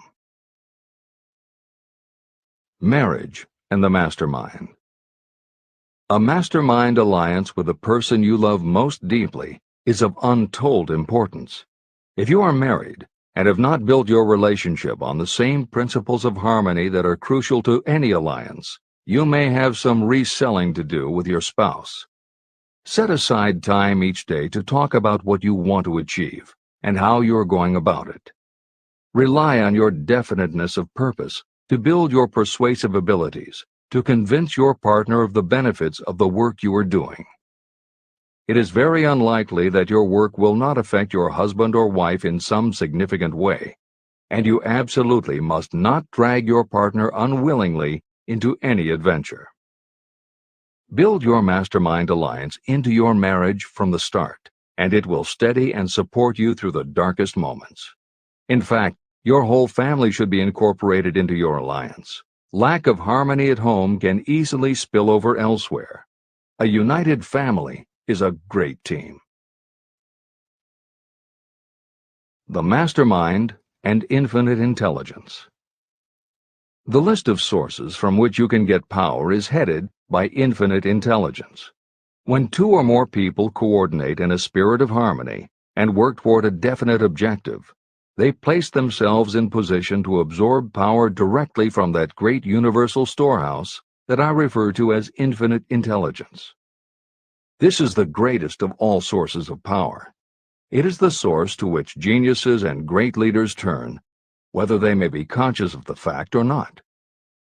In Chapter 13, The Subconscious Mind, and Chapter 14, The Brain, the methods for accessing infinite intelligence will be described in greater detail. This is not a course on religion. Neither the principle of infinite intelligence nor any other principle in this book should be interpreted as interfering with, endorsing, or rejecting any person's religious beliefs. This book is confined exclusively to instructing the reader how to transmute the definite purpose of desire for money into its monetary equivalent. Read, and really think about what you are reading. Soon the entire subject will unfold, and you will see it in perspective. At this point, you are only seeing the detail of the individual chapters. Editor's comments. This chapter would not be complete without commenting on a mastermind that came into being almost 15 years after the first publication of Think and Grow Rich. Napoleon Hill's own mastermind alliance with multimillionaire businessman and philanthropist W. Clement Stone. On May 2, 1951, at the age of 67, Napoleon Hill and his wife Annie Lou agreed it was time for Napoleon to think about retiring. They decided to begin by cutting back on his speaking engagements after he completed the lectures that were already on his calendar, including one he was scheduled to give a few weeks later in Chicago. Unbeknownst to them, at that event, W. Clement Stone had prearranged to sit at the head table next to Napoleon Hill. Like Hill, Stone had been born into poverty. At the age of 6, he started selling newspapers to help pay the rent, and by 13, he owned his own stand. By 16, he was selling insurance, and by 20, he'd managed to scrape together $100, which he used to start his own insurance agency. Stone was a consummate salesman and motivator, and his company was growing very nicely. Then in 1938, he read Think and Grow Rich, and was so inspired by it that he bought a copy for every one of his employees, and continued to do so for each new person who joined his company.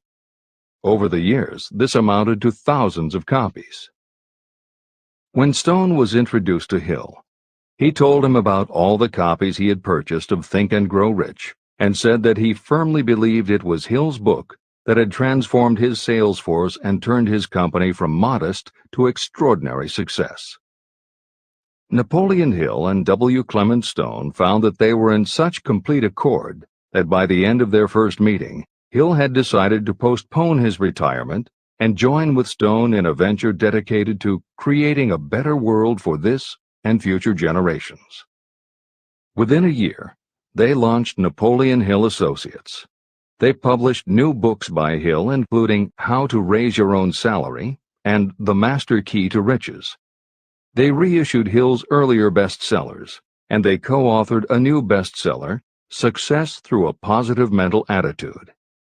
They also launched Success Unlimited magazine, created PMA Science of Success home study courses, made television programs, radio shows, a documentary film entitled A New Sound in Paris, which showed the amazing changes that happened when the entire town of Paris, Missouri, adopted the Napoleon Hill philosophy. And they both crisscrossed America speaking, teaching, giving interviews, and spreading the philosophy to as many people as possible. In addition to his work with Napoleon Hill Associates, Hill also consulted to W. Clement Stone's company, Combined Insurance Company of America. Hill designed and implemented a new training program for the sales force, which was so successful he astounded the business world by helping Stone grow his company from $30 million in assets to $100 million in less than 10 years. When W. Clement Stone passed away in 2002, his company, now known as Aon Corporation, had revenues of $2 billion a year. W. Clement Stone had personally given more than $275 million to various charitable and philanthropic organizations. There has perhaps never been a greater example of coordination of knowledge and effort in a spirit of harmony between two or more people for the attainment of a definite purpose. The sheer volume of work and scope of influence achieved in a 10-year period by Napoleon Hill and W. Clement Stone leaves little question as to the power and importance of a mastermind alliance. This is the end of the editor's comments. The power of positive emotions. Money is shy and elusive. It must be wooed and won by methods not unlike those used by a determined lover. And the power you use in the wooing of money is not greatly different from what you use to attract the one you love. It is the power of positive emotion. That power, when successfully used in the pursuit of money, must be mixed with faith. It must be mixed with desire. It must be mixed with persistence. It must be applied through a plan, and that plan must be set into action. When money comes in large quantities, it flows to the one who accumulates it as easily as water flows downhill. There exists a great unseen stream of power, which may be compared to a river that flows in two directions. One side flows in one direction, carrying all who get into that side of the stream onward and upward to wealth. The other side flows in the opposite direction, carrying all who are unfortunate enough to get into it and can't pull themselves out downward to misery and poverty. Everyone who has accumulated a great fortune has recognized the existence of this stream of life. It consists of one's thinking process. Positive emotions form the side of the stream that carries you to fortune. Negative emotions form the side that carries you down to poverty. This is a point of great importance to the person who is following this book with the object of accumulating a fortune. If you are caught in the side of the stream of power that leads to poverty, this book will serve as an oar by which you may propel yourself over into the other side of the stream. But it can serve you only through application and use. Merely reading and passing judgment on it, either one way or another, will be of no benefit to you. Poverty and riches can change places. But when riches take the place of poverty, the change only happens through well-conceived and carefully executed plans. The same is not true of poverty. Poverty needs no plan. It needs no one to help it because it is bold and ruthless. Riches are shy and timid. They have to be attracted. More gold has been mined from the thoughts of men than has ever been taken from the earth. Chapter 12.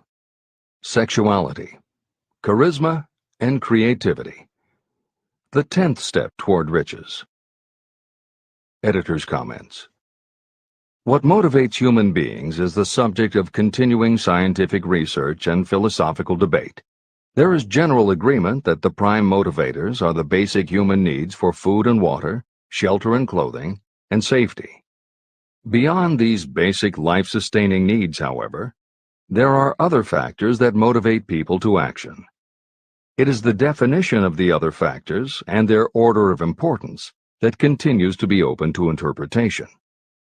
Perhaps the most widely known theory is psychologist Abraham Maslow's hierarchy of human needs, which lists 8 levels of motivational forces, starting with the basic physiological and safety needs, then ascends through belonging and love, esteem, understanding, aesthetics, self-actualization, and transcendence.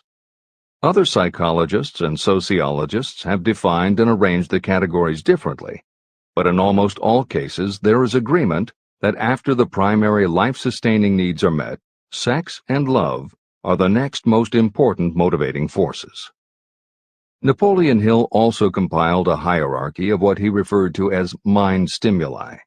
Like Maslow and other researchers, Hill identified sex and love as the most powerful non-life-sustaining factors in human motivation, but his focus was not on sex and love as they pertain to procreation. Hill was intrigued by the theory that if sex and love are such powerful forces in driving humans to action, there might be a correlation to outstanding achievement or material success. And if such a relationship exists, can the motivating force be intentionally channeled to this purpose? In the original edition of the following chapter, Hill used terms such as sex emotion and sex energy in his analysis of these motivating forces as they relate to attitude and personality. In this context, the use of the word sex was not meant to have the physical connotation that it often has today. Today, these concepts would be conveyed by words such as sexuality, passion, or charisma. In this edition, where appropriate, the editors have opted for the modern usage of these and similar terms. This is the end of the editor's comments. Charisma. The world is ruled, and the destiny of civilization is established by the human emotions. People are influenced more by feelings than by reason. Your creativity is set into action entirely by emotions, and not by cold reason. The human mind responds to stimuli, through which it may be keyed up in such a way that it takes on characteristics such as enthusiasm, creative imagination, and intense desire. The stimuli to which the mind responds most freely are 1. The desire for sexual expression, 2. Love, 3. A burning desire for fame, power, or financial gain, money, 4. Music, 5. Close friendship and/or admiration, 6. A mastermind alliance based upon the harmony of 2 or more people who ally themselves for advancement, 7. Mutual suffering, such as that experienced by people who are persecuted, 8. Autosuggestion, 9. Fear, 10. Alcohol and drugs. The desire for sexual expression comes at the head of the list of stimuli that step up the mind and start the wheels of physical action. The emotions associated with a human sexual drive bring into being a state of mind. When motivated by this desire, people often show courage, willpower, persistence, imagination, and creative ability that they don't normally have. So strong and impelling is the desire for sexual expression that people freely run the risk of life and reputation because of it. A river may be dammed and its water controlled for a time, but eventually it will force an outlet. The same is true of the emotions related to sexual expression. It may be submerged and controlled for a time, but its very nature causes it to be ever-seeking means of expression. The desire for sexual expression is inborn and natural. The desire cannot and should not be submerged or eliminated. but it can be given other outlets that enrich the body, mind, and spirit. When harnessed and redirected, this motivating force has been used as a powerful creative force in literature, art, and other pursuits, including the accumulation of riches. A teacher who has trained more than 30,000 salespeople came to the conclusion that individuals who are most confident sexually are the most efficient salespeople. The explanation is that the factor of personality known as personal magnetism is a manifestation of sexual energy. Editor's comments. There have been numerous psychological and sociological studies about the relationship between sexuality and success that tend to support Hill's observation. Because physical characteristics are the most quantifiable aspects of sexuality, most research studies focus on gender, attractiveness, body size, and age, and they measure indicators such as first impressions, expectation of performance, perception of performance, and social interaction. These studies generally conclude that when comparing individuals of equal competence, for men, the perception is that taller men will do better than short, a full head of hair will outperform balding, handsome or virile will beat out plain or older. For women, the results are comparable. The perception is that attractive performs better than plain, slim or shapely scores higher than overweight, younger is expected to be superior to older. These observations about physical sexuality may seem obvious, but they lead to a conclusion that is very significant. Obviously, not all people who succeed are tall and virile or attractive and shapely. It is also a fact that the success of those who are short, balding, plump, or plain isn't always due to superior skill or luck. Clearly, there is another kind of attractiveness that often supersedes physical appeal. This other kind of attractiveness is connected to human sexuality, but it is not what would usually be referred to as sexy. People who have this quality are often said to have chemistry, personality, charm, or appeal. Hill called this kind of attraction personal magnetism. Today, the more common term is charisma. This is the end of the editor's comments. When employing salespeople, a good sales manager looks for personal magnetism or charisma as the first requirement. People who lack this kind of sexual energy will never become enthusiastic, nor inspire others with enthusiasm. And enthusiasm is one of the most important requisites in salesmanship, no matter what you're selling. The public speaker, preacher, lawyer, or salesperson who is lacking in charisma is a flop as far as being able to influence others is concerned. That, plus the fact that most people are influenced through an appeal to their emotions, should easily convince you of the importance of charisma as a part of the salesperson's ability. Master salespeople attain mastery in selling because they either consciously or unconsciously transmute charisma, sexual energy, into sales enthusiasm. That statement explains the actual, practical meaning of sexual transmutation. The meaning of the word transmute is, in simple language, the changing or transferring of one element or form of energy into another. The transmutation of sexual energy means switching the mind from thoughts of physical expression to thoughts of some other nature. Salespeople who know how to turn on charisma have acquired the art of sexual transmutation, whether they know it or not. The majority of salespeople who transmute their sexual energy do so without being aware of what they are doing or how they are doing it. You can cultivate and develop this quality in your dealings with others.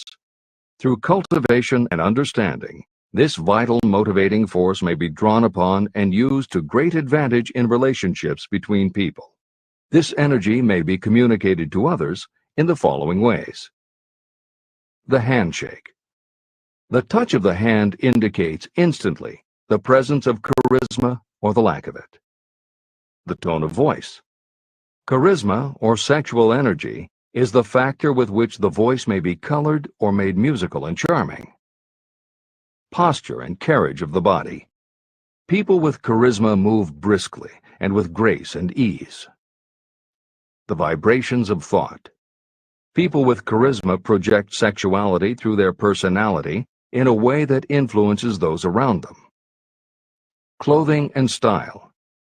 People who are charismatic are usually very careful about their personal appearance. They usually select clothing of a style becoming to their personality, physique, complexion, etc. Editor's comments. Having established a link between sexuality and success in the form of charisma, in the following section, Napoleon Hill explores how sexuality might also be a motivating factor in success by enhancing creativity.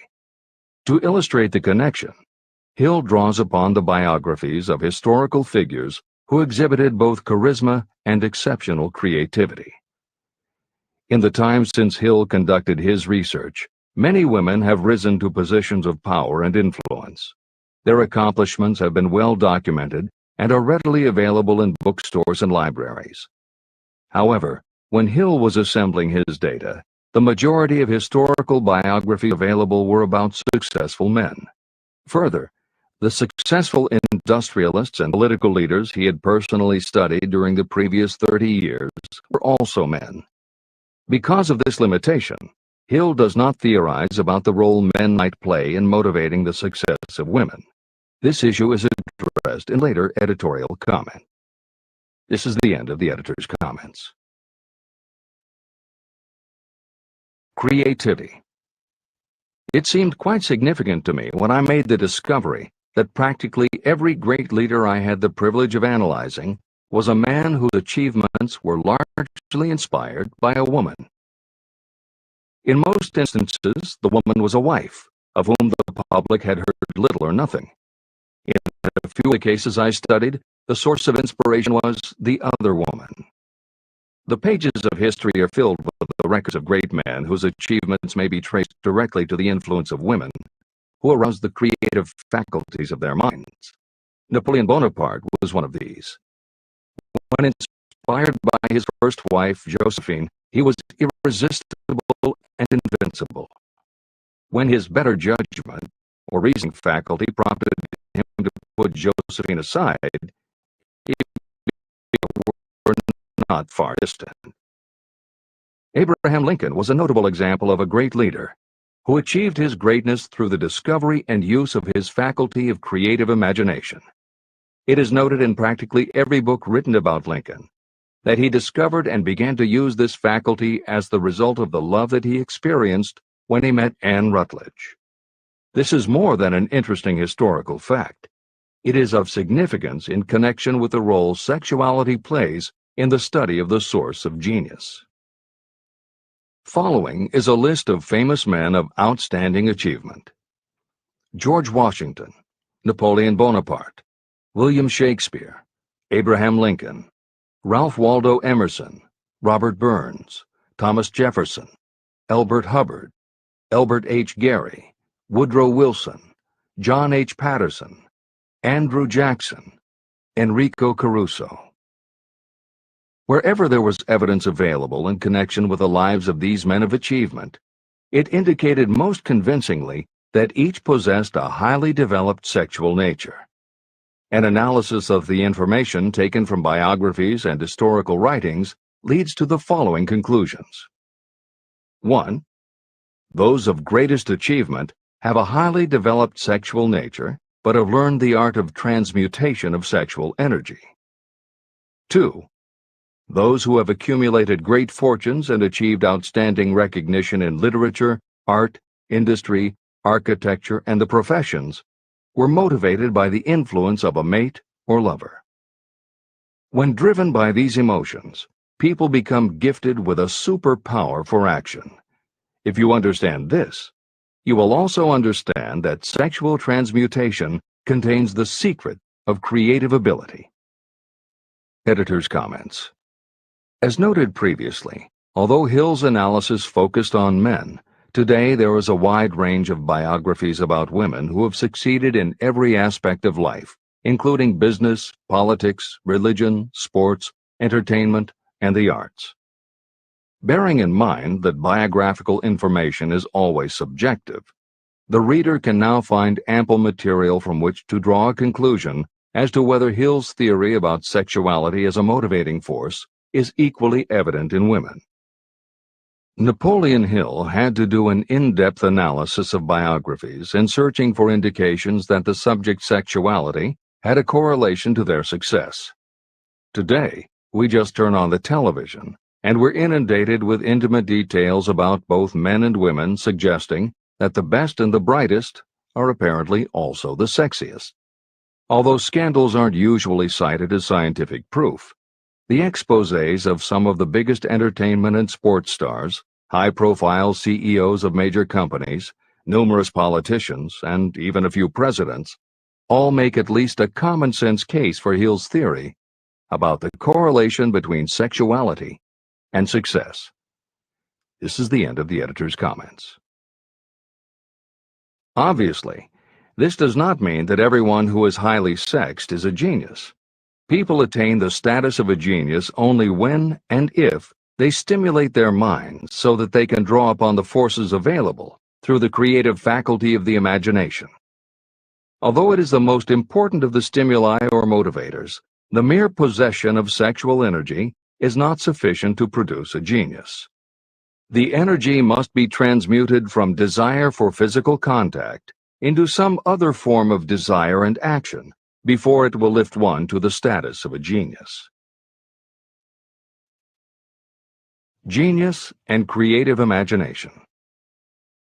A definition of genius might be someone who has discovered how to increase the intensity of thought to the point where that person can freely communicate with sources of knowledge not available through the ordinary rate of thought. This definition should prompt some questions in the mind of anyone reading this book.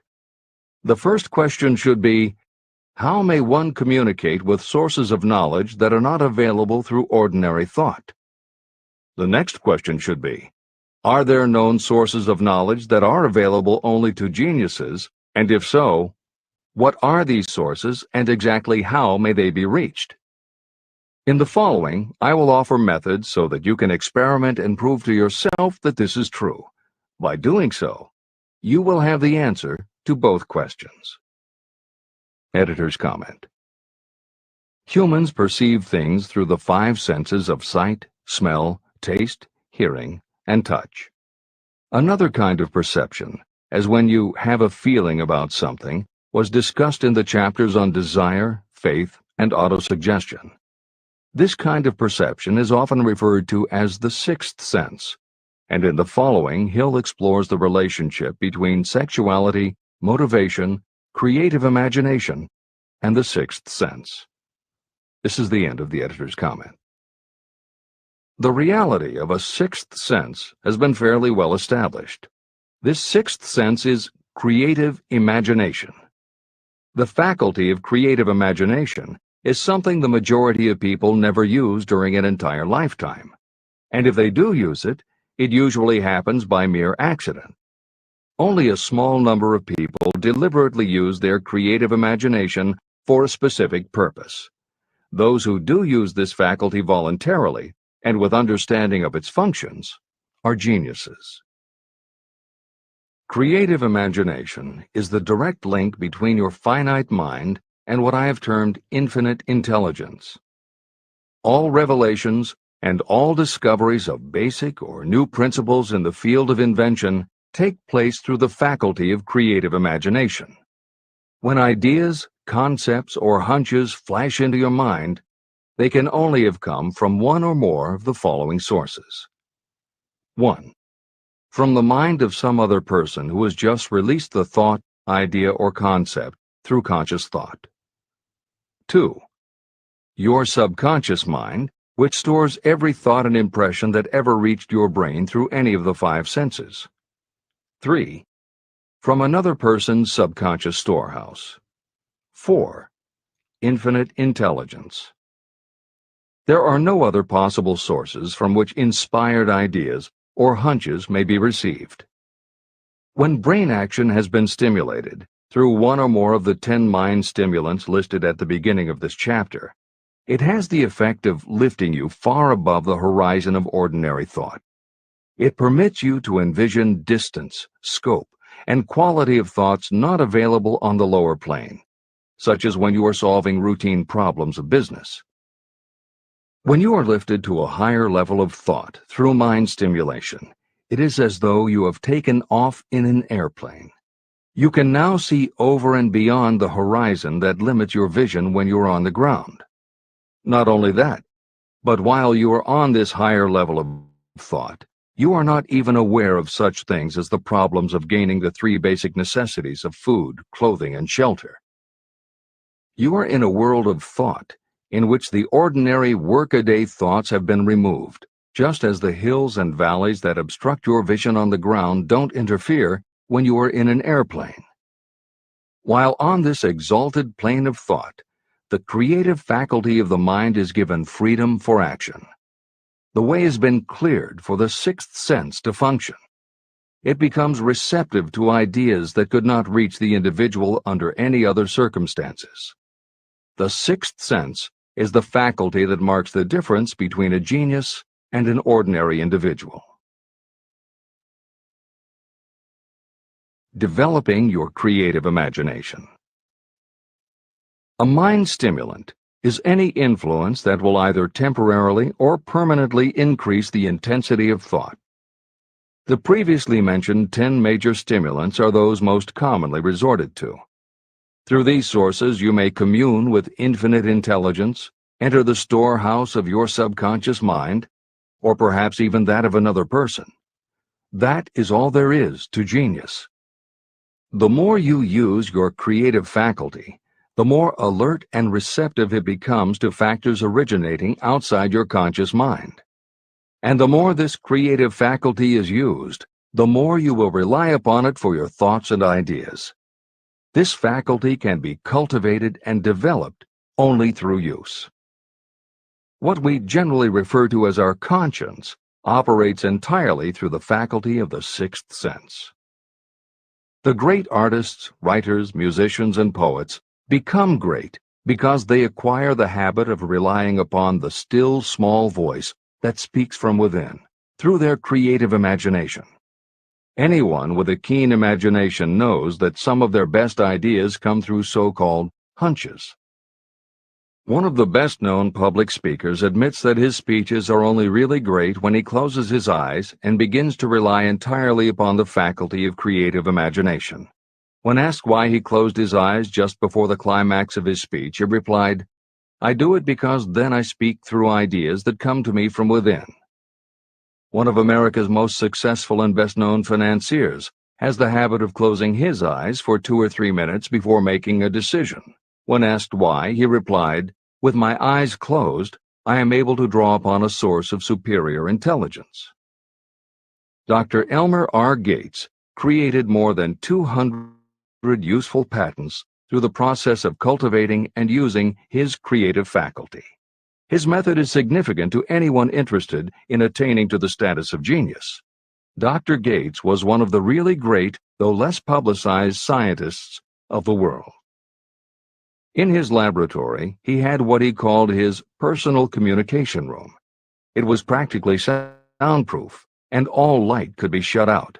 It had a small table on which he kept a pad of writing paper. In front of the table, on the wall, was a light switch.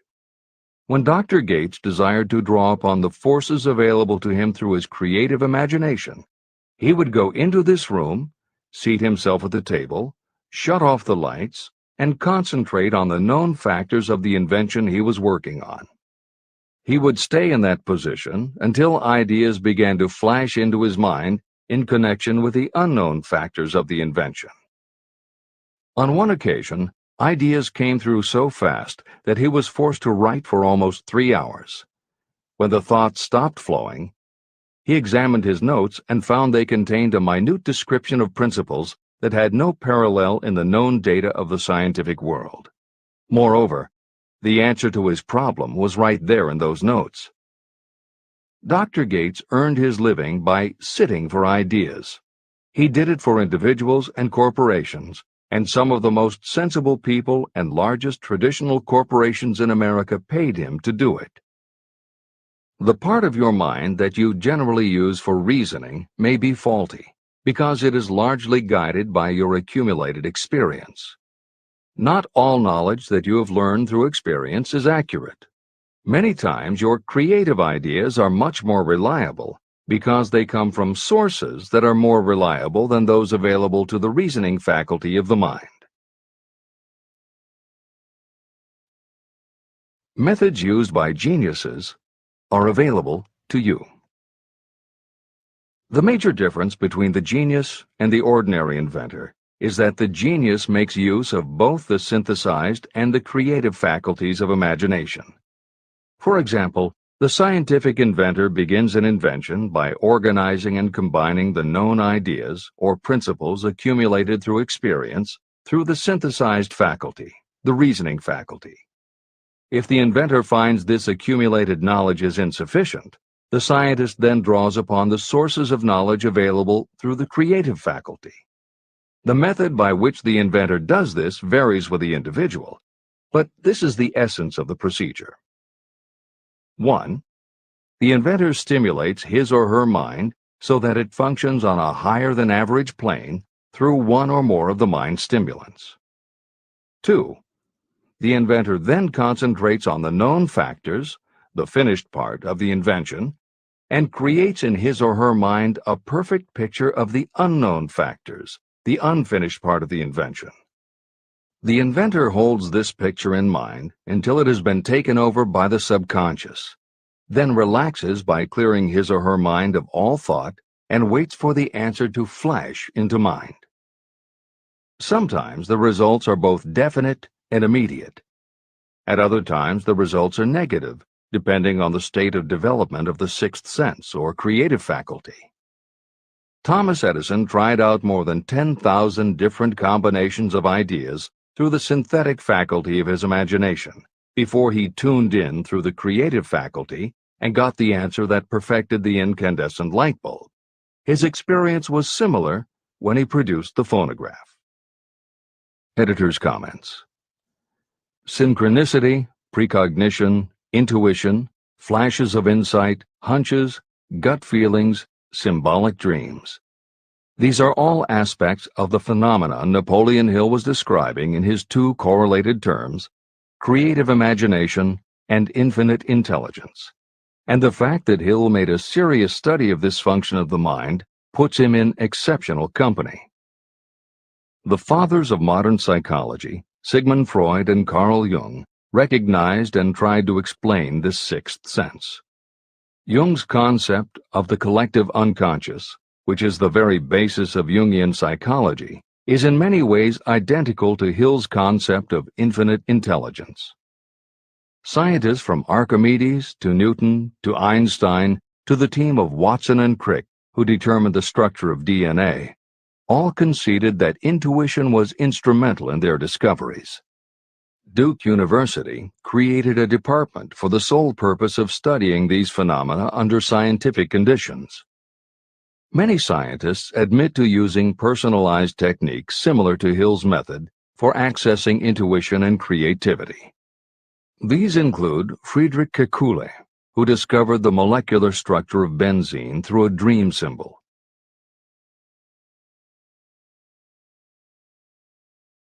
The Nobel Prize in Medicine, and as mentioned above, James Watson's breakthrough in the structure of DNA. Mozart, Shelley, Coleridge, Huxley, Descartes, Robert Louis Stevenson all claimed intuition played a role in their creations. William Blake learned the secret to a copper engraving process from a dream. British Prime Minister Winston Churchill firmly believed a premonition saved him from being killed by a bomb during the Blitz of London. As was noted earlier, psychiatry, clinical hypnosis, and affirmations all had to overcome considerable skepticism before they were accepted. That is also true of those phenomena Hill terms infinite intelligence.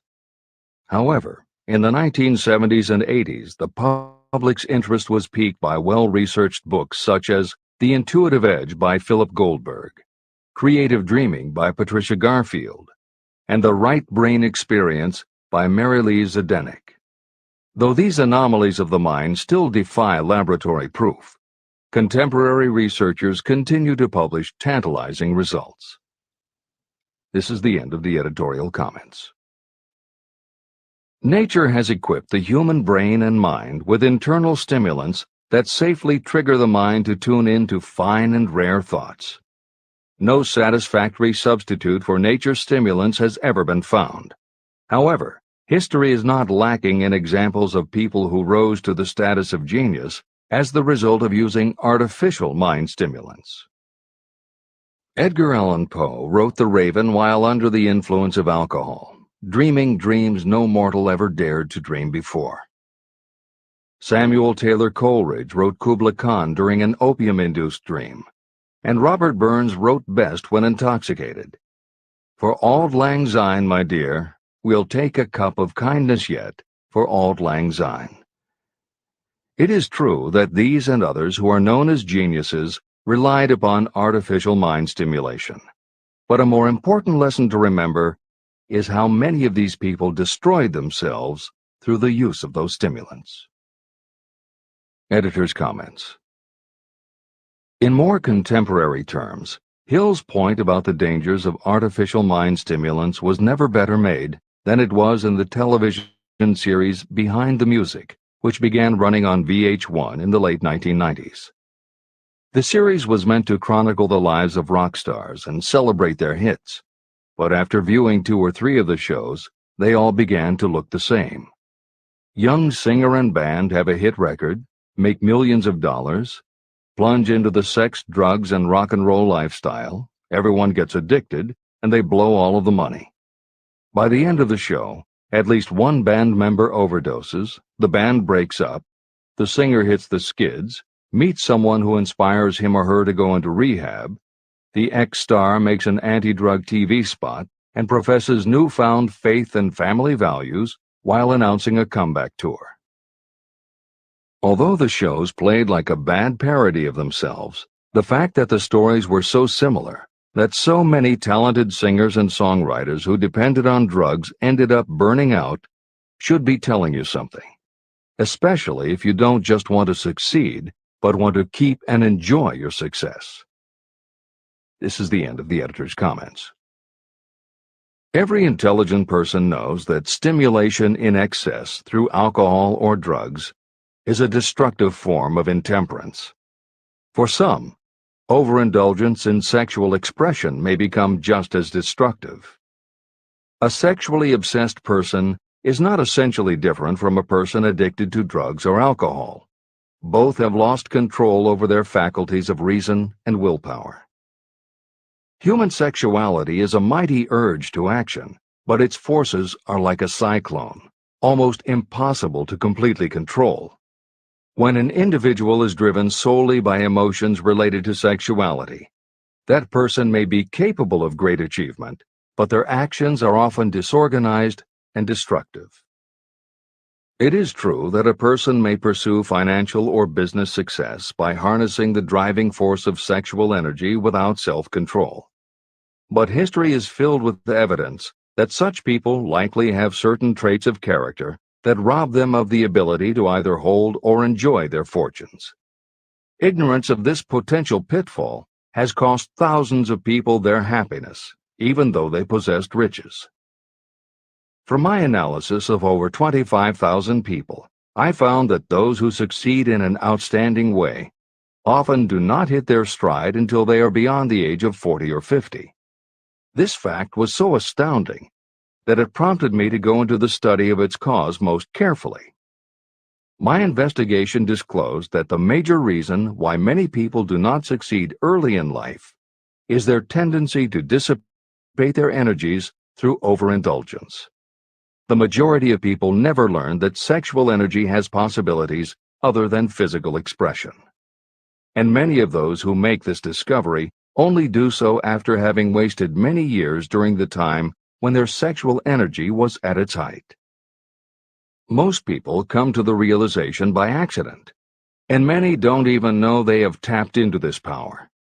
They may recognize that their power of achievement has increased, but they have no idea what caused the change. They are just vaguely aware that nature begins to harmonize the emotions of love and sex so that they may draw upon these great forces and apply them as stimuli to action. The importance of love.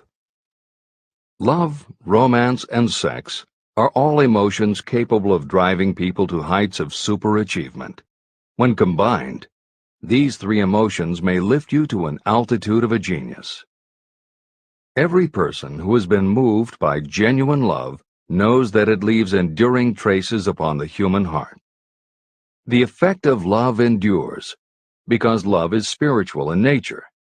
Those who cannot be stimulated to great heights of achievement by love are hopeless. They are dead, though they may seem to live. If you believe you are unfortunate because you have loved and lost, you are wrong.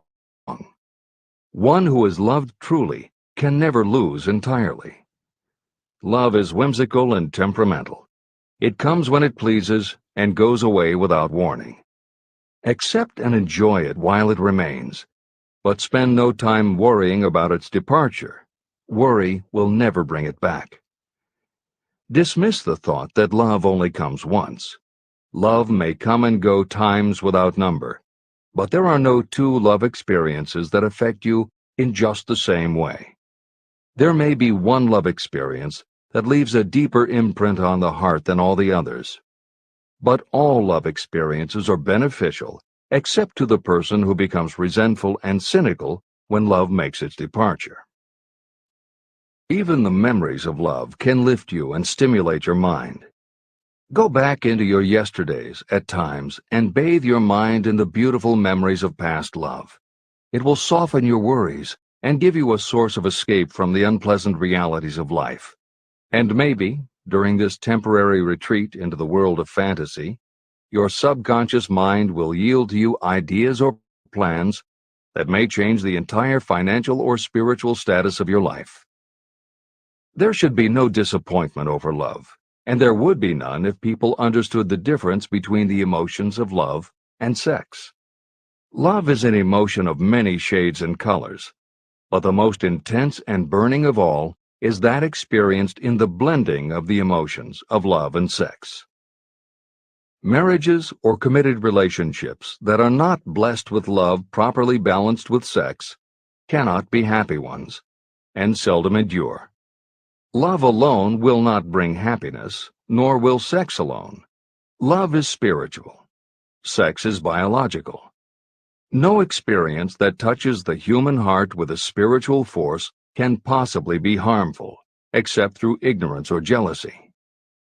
The presence of destructive emotions in the human mind may poison it in a way that destroys your sense of justice and fairness. Just as a chemist can take certain chemical elements, none of which are harmful in themselves, and by mixing them together create a deadly poison, in a similar manner the emotions of sex and jealousy, when mixed, may turn just as lethal. Love is the emotion that serves as a safety valve and brings balance, reason, and constructive effort. Love is, without question, life's greatest experience. It can bring you into communion with infinite intelligence. When love guides the emotions, it may lead you well on your way toward creative effort. The road to genius consists of the development, control, and use of sex, love, and romance. Briefly, the process may be stated as follows. Encourage the presence of the positive emotions as the dominating thoughts in your mind, and discourage all the destructive emotions. The mind is a creature of habit. It thrives on the dominating thoughts fed to it. Through your willpower, you may discourage the presence of any emotion and encourage the presence of any other.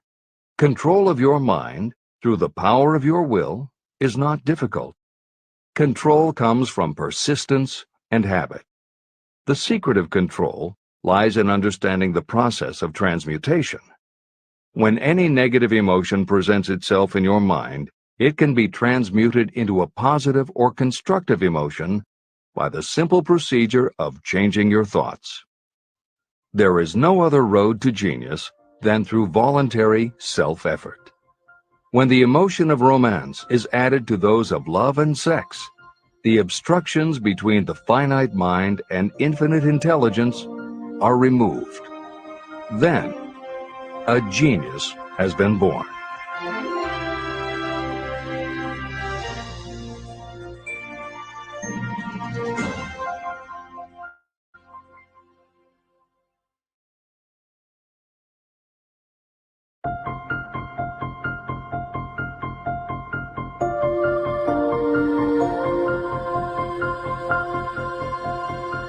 Success requires no explanations.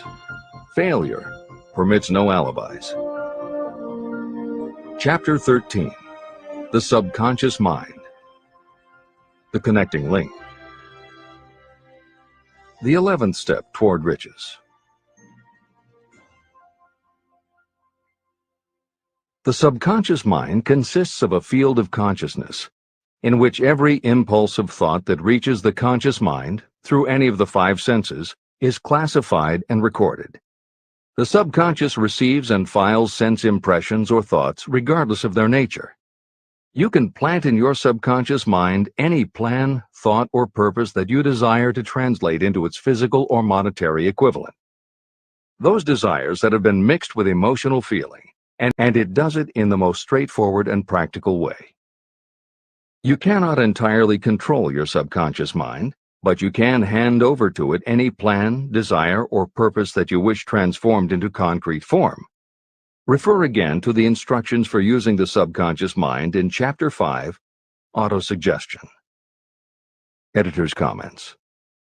In the chapter on autosuggestion, the four primary methods for planting and reinforcing suggestions in your subconscious are: 1. The formulation and writing out of your desire. 2. The repetition of positive affirmations. 3. The creative visualization of your goal.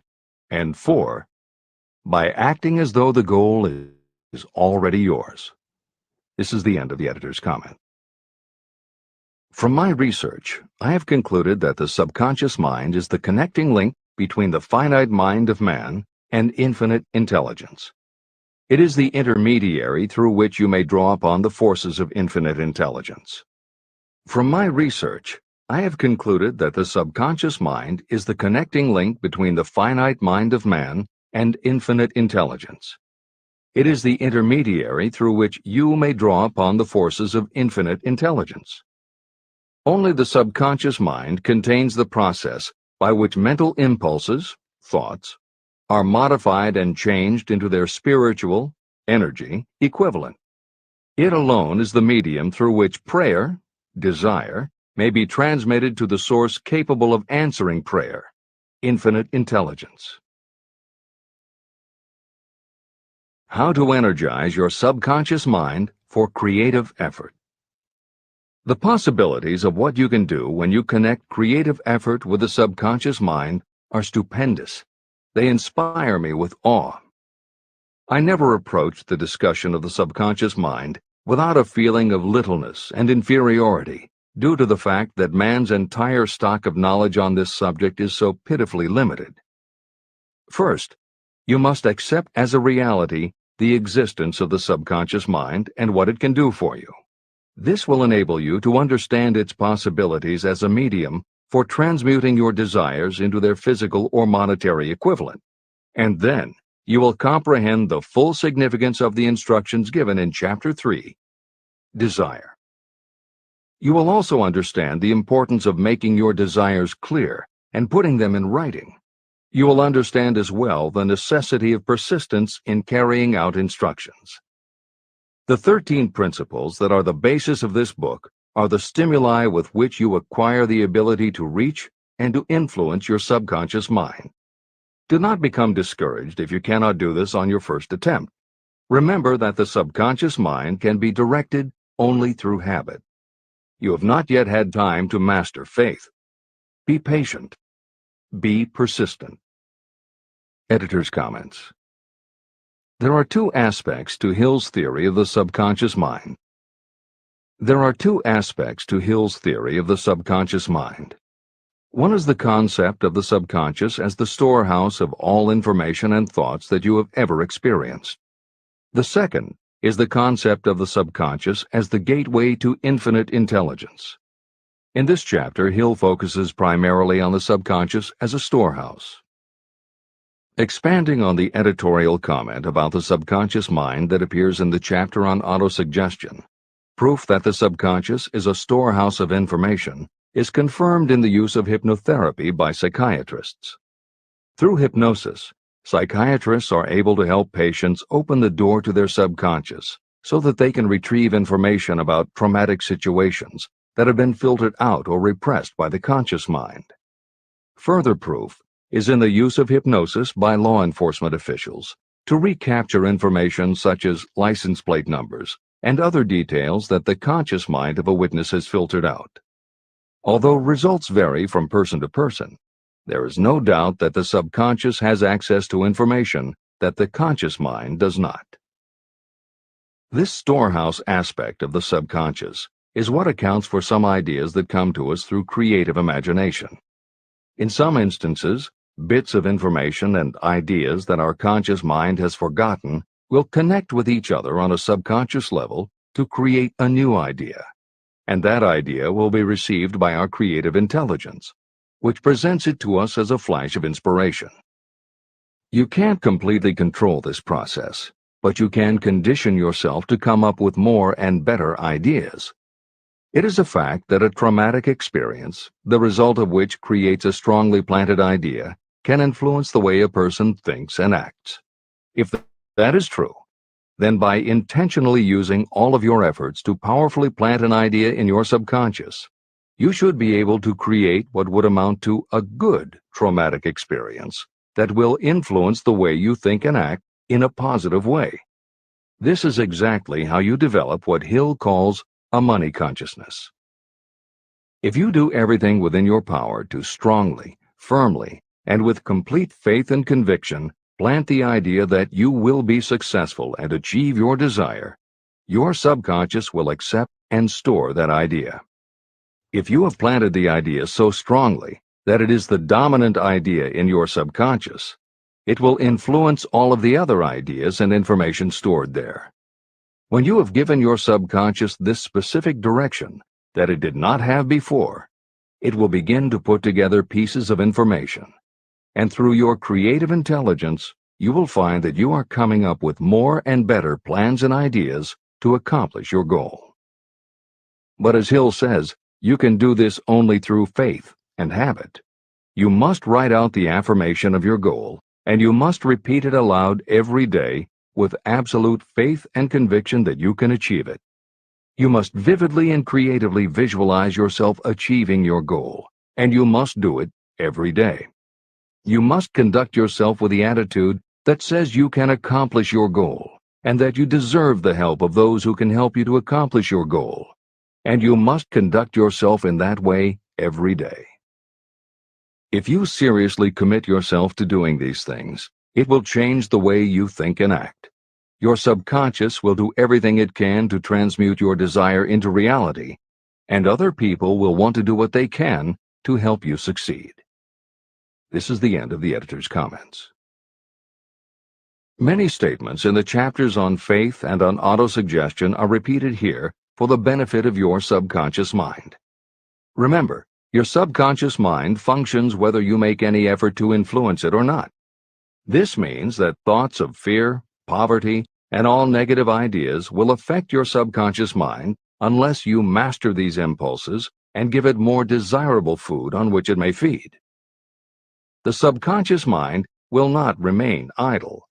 If you don't plant desires in your subconscious mind, it will feed on the thoughts that reach it as the result of your neglect. Both negative and positive thoughts are reaching your subconscious mind continuously. These thoughts come from the four sources. 1. Consciously from other people. 2. Your subconscious. 3. Subconsciously from other people. And 4. Infinite intelligence. Every day, all kinds of thought impulses are reaching your subconscious mind without your knowledge. Some of these impulses are negative.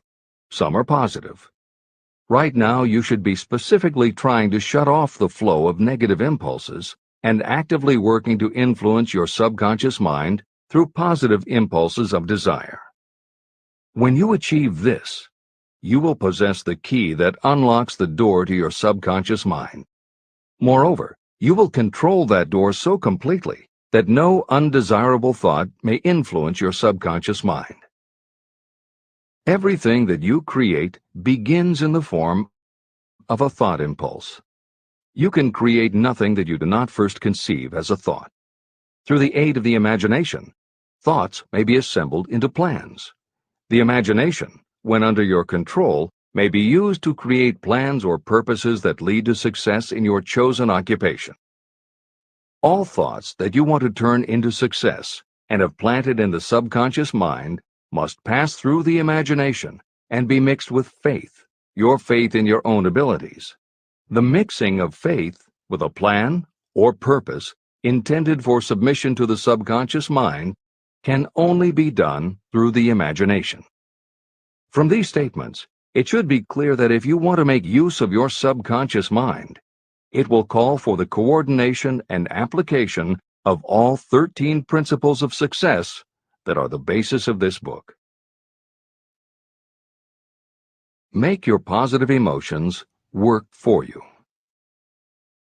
The subconscious mind is more susceptible to influence by thought mixed with feeling or emotion than it is by thoughts originating solely in the reasoning portion of the mind. In fact, there is much evidence to support the theory that only emotionalized thoughts have any real influence on the subconscious mind.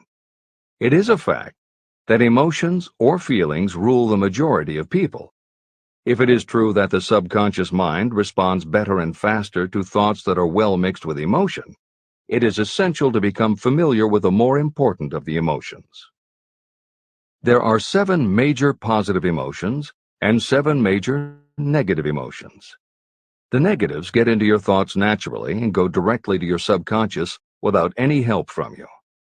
The positive emotions must be injected by you through the principle of autosuggestion into the thought impulse that you wish to pass on to your subconscious mind. These emotions or feeling impulses may be likened to yeast in a loaf of bread. They are the action element which transforms thought impulses from the passive to the active state. That is why thought impulses that have been well mixed with emotion are acted upon more readily than thought impulses originating in cold reason. Editor's comments. W. Clement Stone, Napoleon Hill's friend, mentor, and business partner, arranged for the publication of many of Napoleon Hill's later writings.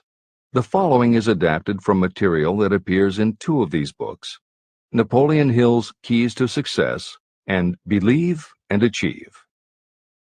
Enthusiasm is a positive mental attitude, an internal impelling force of intense emotion, a power compelling creation or expression.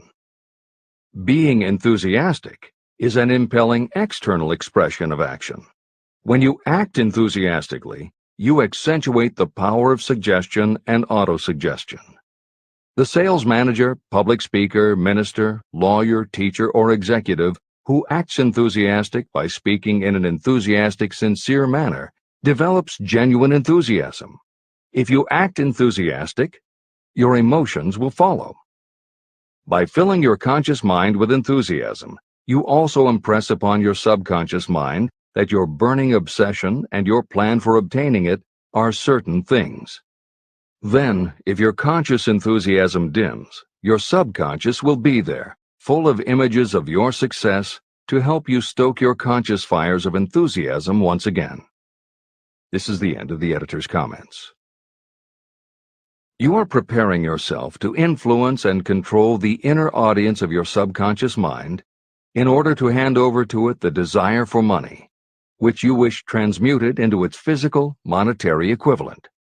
It is essential, therefore, that you understand the method of approach to this inner audience. You must speak its language. It understands best the language of emotion or feeling. Following are the 7 major positive emotions and the 7 major negative emotions. I am listing them here so that you may draw upon the positives and avoid the negatives when giving instructions to your subconscious mind.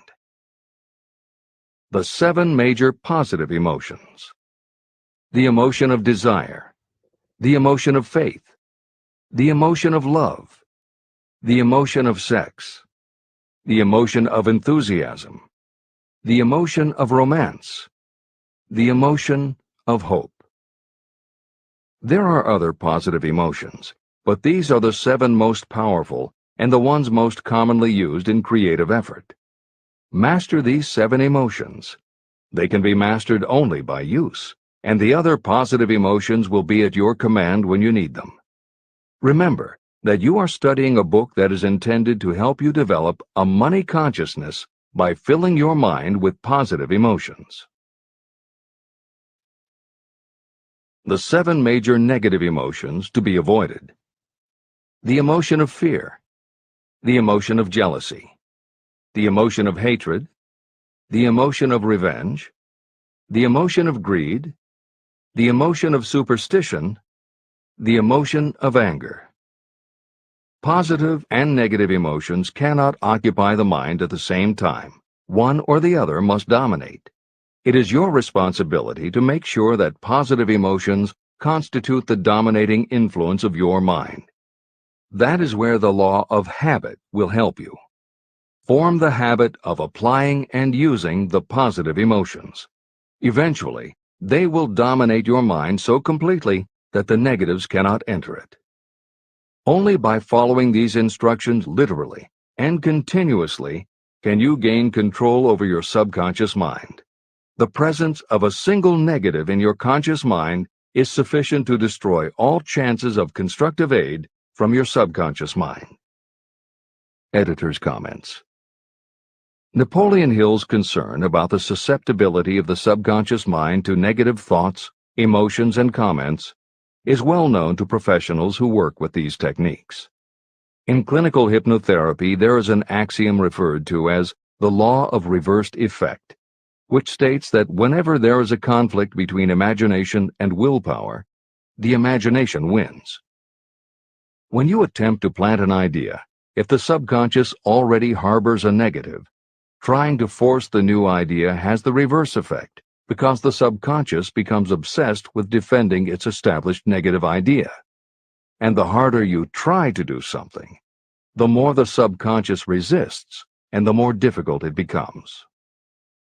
Even the use of the word try is warned against, because it gives the suggestion to the subconscious of a preconceived failure.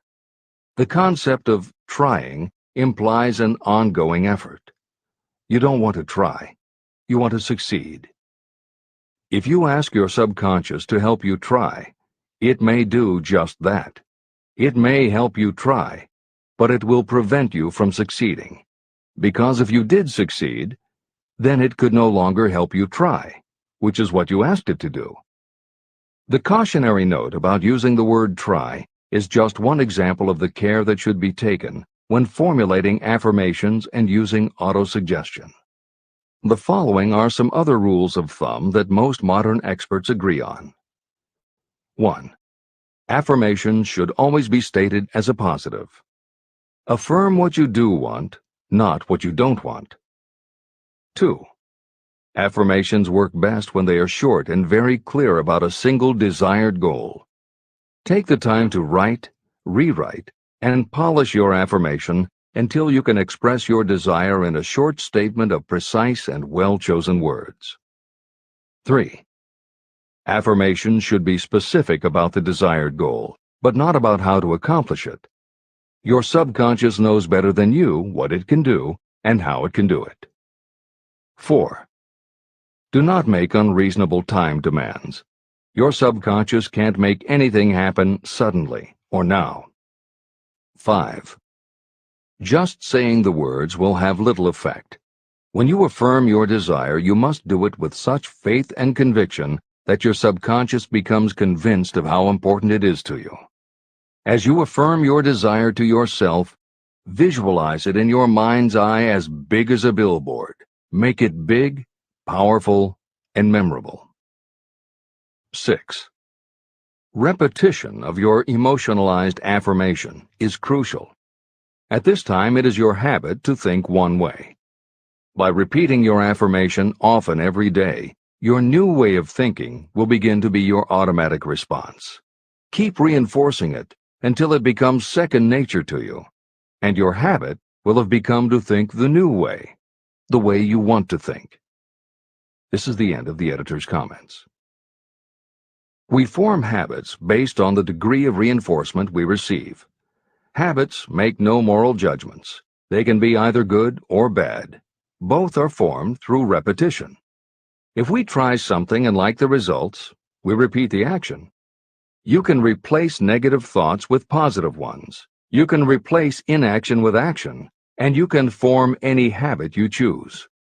Your thoughts are the only thing that you can completely control. Often every day, your new way of thinking will begin to be your automatic response. Keep reinforcing it until it becomes second nature to you, and your habit will have become to think the new way, the way you want to think. This is the end of the editor's comments. We form habits based on the degree of reinforcement we receive. Habits make no moral judgments. They can be either good or bad. Both are formed through repetition. If we try something and like the results, we repeat the action. You can replace negative thoughts with positive ones. You can replace inaction with action, and you can form any habit you choose. Your thoughts are the only thing that you can completely control if you choose to do so. You can control your thoughts to control your habits. The secret of effective prayer. Most people resort to prayer only after everything else has failed, or else they pray by a ritual of meaningless words. And because most people who pray do so only after everything else has failed, they go to prayer with their minds filled with fear and doubt. Because fear and doubt are the emotions that are mixed with their prayer, these are the emotions the subconscious mind passes on, and these are the emotions that infinite intelligence receives and acts upon. If you pray for a thing, but as you pray you have fear that you may not receive it, or that your prayer will not be acted upon by infinite intelligence, your prayer will have been in vain. Prayer does sometimes result in the realization of that for which one prays. If you have ever had the experience of receiving something for which you prayed, go back in your memory and recall your actual state of mind while you were praying, and you will know for sure that the theory here described is more than a theory. The method by which you may communicate with infinite intelligence is very similar to the way the vibration of sound is transmitted by radio waves. Sound cannot be transmitted through the atmosphere until it has been changed into a very high rate of vibration. The radio station takes the sound of the human voice and modifies it by stepping up the vibration millions of times. Only in this way can the energy of sound be sent over distances. After this transformation has taken place, the energy, which originally was in the form of vibrations of sound, is broadcast or transmitted as a radio signal. When a radio set receives the high-speed transmission, it then reconverts that energy back to its original slower rate of vibration. And when it is stepped down to its original rate, it vibrates the diaphragm of the speaker, which reproduces the original sound of the voice. The subconscious mind is the intermediary that translates prayers or desires into terms that infinite intelligence can receive. The answer comes back to you in the form of a definite plan or idea for procuring the object of your prayer. When you understand this principle, you know why mere words read from a prayer book cannot serve as an agency of communication between the mind of man and infinite intelligence. Do not expect troubles, as they have a tendency not to disappoint. Chapter 14. The Brain. A broadcasting and receiving station for thought. The 12th step toward riches. It was while I was working with the late Dr. Alexander Graham Bell and Dr. Elmer R. Gates that I first proposed the idea that every human brain is both a broadcasting and receiving station for the vibration of thought. In some way similar to the principle behind the operation of a radio receiver, every human brain is capable of picking up vibrations of thought that are being released by other brains. These are received as hunches and flashes of intuition. As was explained in previous chapters, it is your creative imagination that is the receiving set of your brain, which receives thoughts from your subconscious and, under certain circumstances, receives thoughts released by the brains of others. Your creative imagination is the interconnection between your conscious or reasoning mind and the four sources from which you receive thought stimuli. 1. Consciously from other people. 2. Your subconscious. 3. Subconsciously from other people. And 4. Infinite intelligence. When stimulated or stepped up to a high rate of vibration, the mind becomes more receptive to thoughts that reach it from outside sources. This stepping up process takes place through either the positive emotions or the negative emotions. Through the emotions, the vibrations of thought may be increased. The brain that has been stimulated by emotions functions at a much more rapid rate than it does when that emotion is quieted or absent. The result is the increase of thought to such a pitch that the creative imagination becomes highly receptive to ideas. On the other hand, when the brain is functioning at a rapid rate, it also gives to your own thoughts the emotional feeling that is essential before those thoughts will be picked up and acted upon by your subconscious mind. The subconscious mind is the sending station of the brain, through which vibrations of thought are broadcast. Autosuggestion is the medium by which you may put into operation your sending station. The creative imagination is the receiving set through which the energies of thought are picked up. Editor's comments. The following combines the above concept with the related materials from previous chapters to provide a step-by-step recap of Napoleon Hill's view of the process. 1. The brain is simultaneously both a broadcaster and a receiver. 2. Emotion affects both your ability to send and your ability to receive. When under the effect of strong emotion, the more powerfully you can send thoughts. When under the effect of strong emotion, the more receptive you are to receiving thoughts. 3. When you send thoughts, to where do you send them? You send them to your subconscious by using autosuggestion. 4. When you receive thoughts, where do they come from? They come from your subconscious and you receive them through your creative imagination. 5. Your subconscious mind has two aspects. Your subconscious is a storehouse of information, as explained in the previous chapter. Your subconscious is your connection to infinite intelligence. 6. Infinite intelligence is the medium through which you receive thoughts from other brains. Infinite intelligence is Hill's term for describing the following basic law of physics. Because everything in the universe is made of time, space, energy, or matter, and because matter is just energy in a different form, then everything is actually different parts of the same thing. This means that your subconscious mind, energy, has a common base with every other subconscious mind, energy. 7. Thoughts from other brains come to you as follows. When you are under the effect of a strong emotion and your receiver is especially receptive, sometimes its pull is so strong that it attracts a thought from the subconscious mind of another brain. It is able to do this because infinite intelligence interconnects your subconscious with the subconscious of the other brain. 8. These thoughts from other brains are what we refer to as intuition, hunches, déjà vu, and foreknowledge. Although Hill's explanation depends on the action of an intangible force that cannot be isolated and dissected in a laboratory, neither medical science nor psychology can offer a better explanation for those thoughts that depend on knowledge or information that we do not have. This is the end of the editor's comments.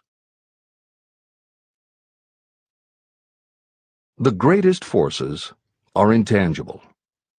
In the past, we've depended too much on our physical senses and have limited our knowledge to physical things that we could see, touch, weigh, and measure. I believe we have entered the most marvelous of all ages, an age that will teach us more about the intangible forces of the world about us. Perhaps we shall learn that there is an other self that is more powerful than the physical self we see when we look in a mirror. Many people do not take seriously such intangibles, the things that they cannot perceive through any of their five senses. However, to belittle the idea of forces that are intangible or cannot be explained is to ignore the fact that all of us, every day, are controlled by forces that are unseen and intangible. The whole of mankind has not the power to cope with, nor to control the intangible force wrapped up in the rolling waves of the oceans. We still do not fully understand the intangible force of gravity, which keeps this little Earth suspended in space and keeps us from falling from it, much less have the power to control that force. We are entirely subservient to the intangible force that comes with a thunderstorm, and we are just as helpless in the presence of the intangible force of electricity. We do not understand the intangible force and intelligence wrapped up in the soil of the earth, the force that provides us with every morsel of food we eat, every article of clothing we wear, and every dollar we carry in our pockets. Last but not least, with all of our culture and education, we still understand little or nothing of the greatest of all the intangibles, thought. However, we have begun to learn a good deal about the intricate workings of the physical brain, and the results are stunning.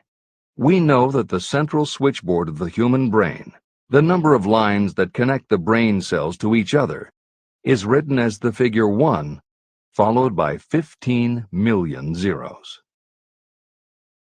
Dr. C. Judson Herrick of the University of Chicago says, "The figure is so stupendous that astronomical figures, dealing with hundreds of millions of light years, become insignificant by comparison. It has been determined that there are from 10 billion to 14 billion nerve cells in the human cerebral cortex, and we know that these are arranged in definite patterns. These arrangements are not haphazard. They are orderly. It is inconceivable to me that such a network of intricate machinery should be in existence for the sole purpose of carrying on the physical functions connected with the growth and maintenance of the physical body. Is it not likely that the same system, which gives billions of brain cells the media for communication, one with another, also provides the means of communication with other intangible forces?" Editor's comments. In the time since Hill wrote the above comments, we have learned a great deal more about the physical brain and how it operates. We understand much about the chemistry of the brain. We can measure the energies it releases. We know which areas control the various functions of the body and which areas affect memory, emotions, reasoning, and many other subtleties related to the thinking process. Through surgery, medication, and other techniques, we know how to prevent the brain from having certain kinds of thoughts. And we know how to encourage the brain to produce certain other kinds of thoughts when we want it to. For instance, a specific area can be stimulated and you will have pleasurable thoughts. But we cannot yet control what those pleasurable thoughts will be, and we have no idea what the bits and pieces of information are that go into your pleasurable thoughts. With all of our advanced knowledge about the physical brain, we still don't know how to make it have a specific thought or idea, especially not an original thought or a creative idea. And medical science offers no better theory than Hill's as to how we could have an intuition or hunch made up from information that we don't have and were never exposed to. In short, the physical properties of the brain confirm that it is where the thinking process takes place, but it does not offer the answer to the question of how it happens, or how thoughts from one brain might travel to another. In previous commentaries, we pointed to the laws of physics as they relate to Hill's theory about the interconnectedness of all things. And although this is not meant to be a science lesson, It may reassure you to know that the work of renowned scientists lends support to the idea. Quantum theory deals with subatomic particles so minuscule that they are almost at the level of the basic stuff from which everything is made. Albert Einstein developed what is called the EPR effect. Einstein, Podolsky, and Rosen, and Irish physicist John Stuart Bell proposed Bell's theorem, both of which pertain to the concept that when two linked subatomic particles are separated from each other, when a change is made to particle A, the same change will instantly happen in particle B, even though the two are distant from each other. Another related concept is called the holographic brain or holographic universe, and is named after an unusual quality of holograms. It is a fact that if you cut a hologram in half, you don't get two halves of a picture. You get two separate but complete pictures. Cut either one of those in half, and you get another two complete pictures. Cut other pieces, and again you get whole images. Every part of a hologram has the whole of the information in the original. In the 1970s, Carl Pribram, a neurophysiologist at Stanford University, announced the results of his studies, which suggest that memory is not in a specific part of the brain, but is spread throughout the brain like the image on a holographic plate. At almost the same time, renowned physicist David Bohm proposed that the workings of the universe were like a holographic image, that among all things there is total interconnectivity, and that all things influence all other things. In effect, every part of the universe contains the whole of the universe. That is probably more than enough science for most readers. The point is, Hill was not alone in his conclusion that through some intangible force, your subconscious shares interconnectivity with everything else in the universe. Previously, the example was given of the folds and bumps in a tablecloth, all being different, but all still tablecloth. Here is another way to envision the intangible interconnection of all things. Suppose you were to drill 5 holes in a wall and have someone outside the room put their fingers and thumb through the holes and wiggle them. If you then bring into your room someone who only believes in tangible things that he or she can see, that person will see 5 separate objects that can move independently of each other. You may tell the person that behind the wall the objects are connected and all part of the same hand, but because they cannot see the connection and disbelieve anything they don't understand, the person will not be convinced. Neither modern medicine, nor psychiatry, nor technology can yet conclusively show us behind the wall. But the fact remains, we have all had a hunch about somebody, and it turns out to be right. A premonition that something will happen, and it does.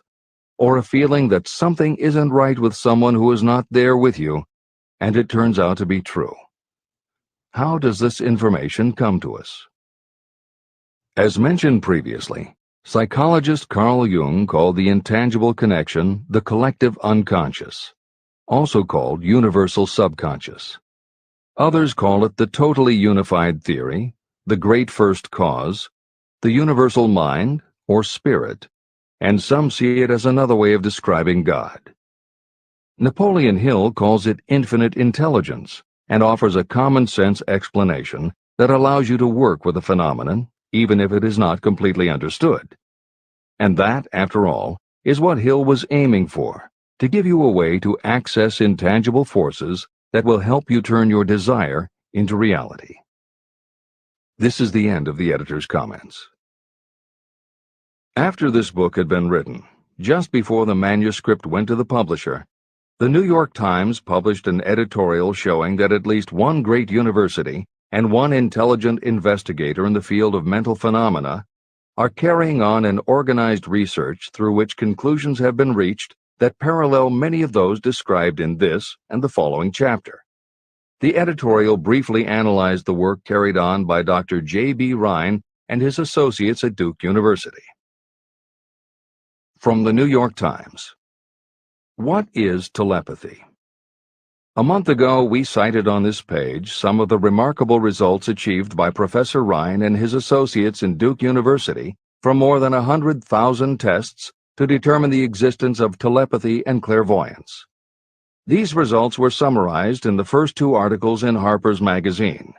In the second, which has now appeared, the author, E.H. Wright, attempts to summarize what has been learned, or what it seems reasonable to infer, regarding the exact nature of these extrasensory modes of perception.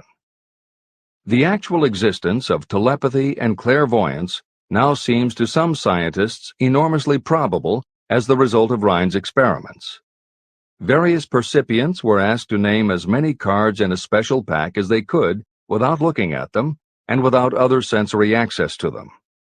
About a score of men and women were discovered who could regularly name so many of the cards correctly that there was not one chance in many a million of their having done their feats by luck or accident. But how did they do them? These powers, assuming that they exist, do not seem to be sensory. There is no known organ for them. The experiments work just as well at distances of several hundred miles as they did in the same room. These facts also dispose, in Mr. Wright's opinion, of the attempt to explain telepathy or clairvoyance through any physical theory of radiation. All known forms of radiant energy decline inversely as the square of the distance traversed. Telepathy and clairvoyance do not. But they do vary through physical cause, as our other mental powers do.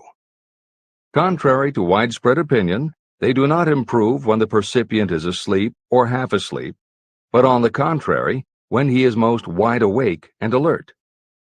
Rhine discovered that a narcotic will invariably lower a percipient score, while a stimulant will always send it higher.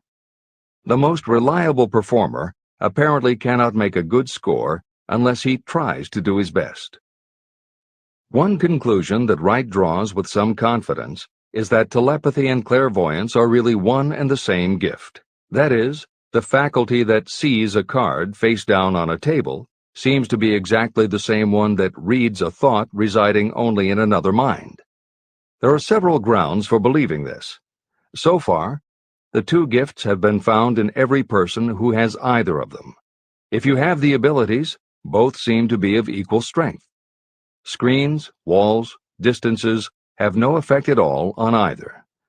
Wright expresses his hunch that other extrasensory experiences, such as prophetic dreams, premonitions of disaster, and the like, may also prove to be part of the same faculty.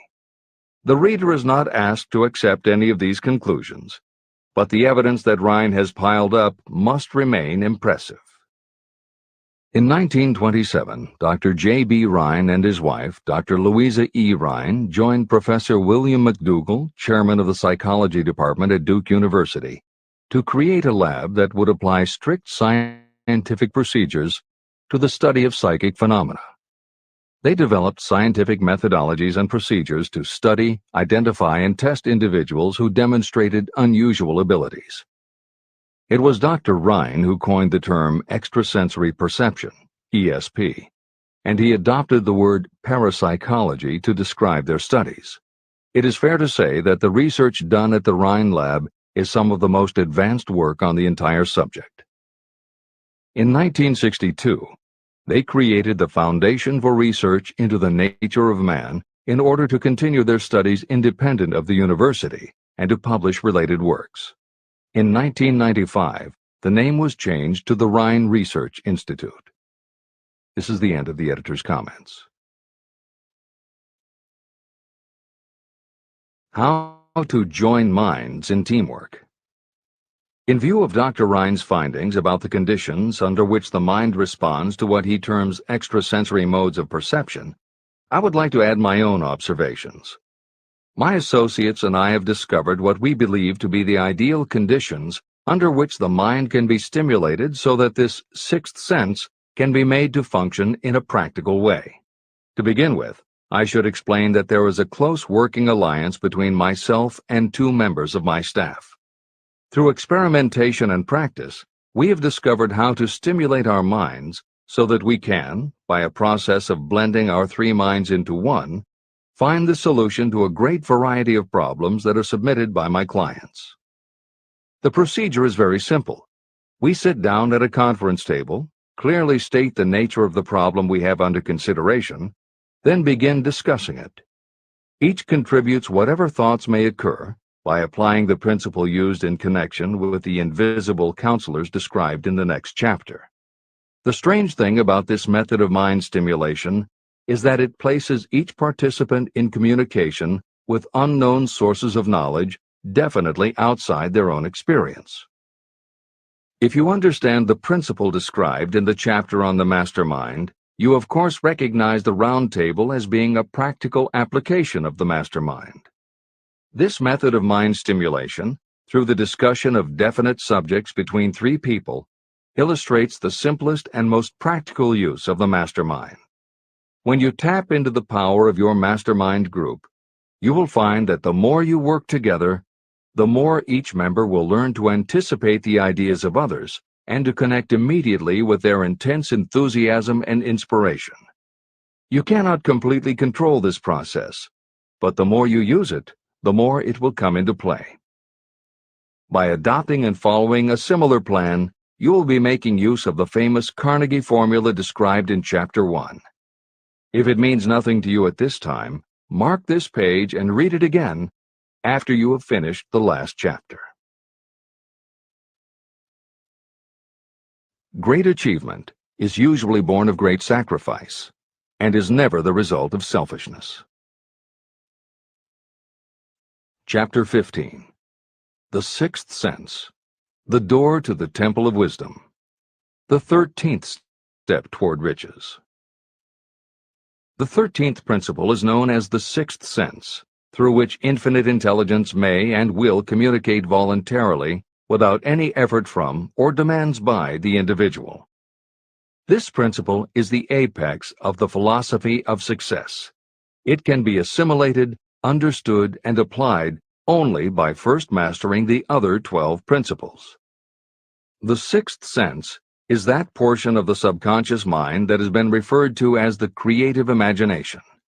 It has also been referred to as the receiving set through which ideas, plans, and thoughts flash into the mind. The flashes are sometimes called hunches or inspirations. The sixth sense defies description. It cannot be described to a person who has not mastered the other principles of this philosophy, because such a person has no knowledge and no experience with which the sixth sense may be compared. She my little dog, she my best friend, and I got big shoes, this ain't no size 10. The way I'm rocking it, the way I'm walking in, the way I'm walking in. Cause she my little dog, she my best friend, and I got big shoes, this ain't no size 10. The way I'm rocking it, the way I'm walking in, the way I'm walking in.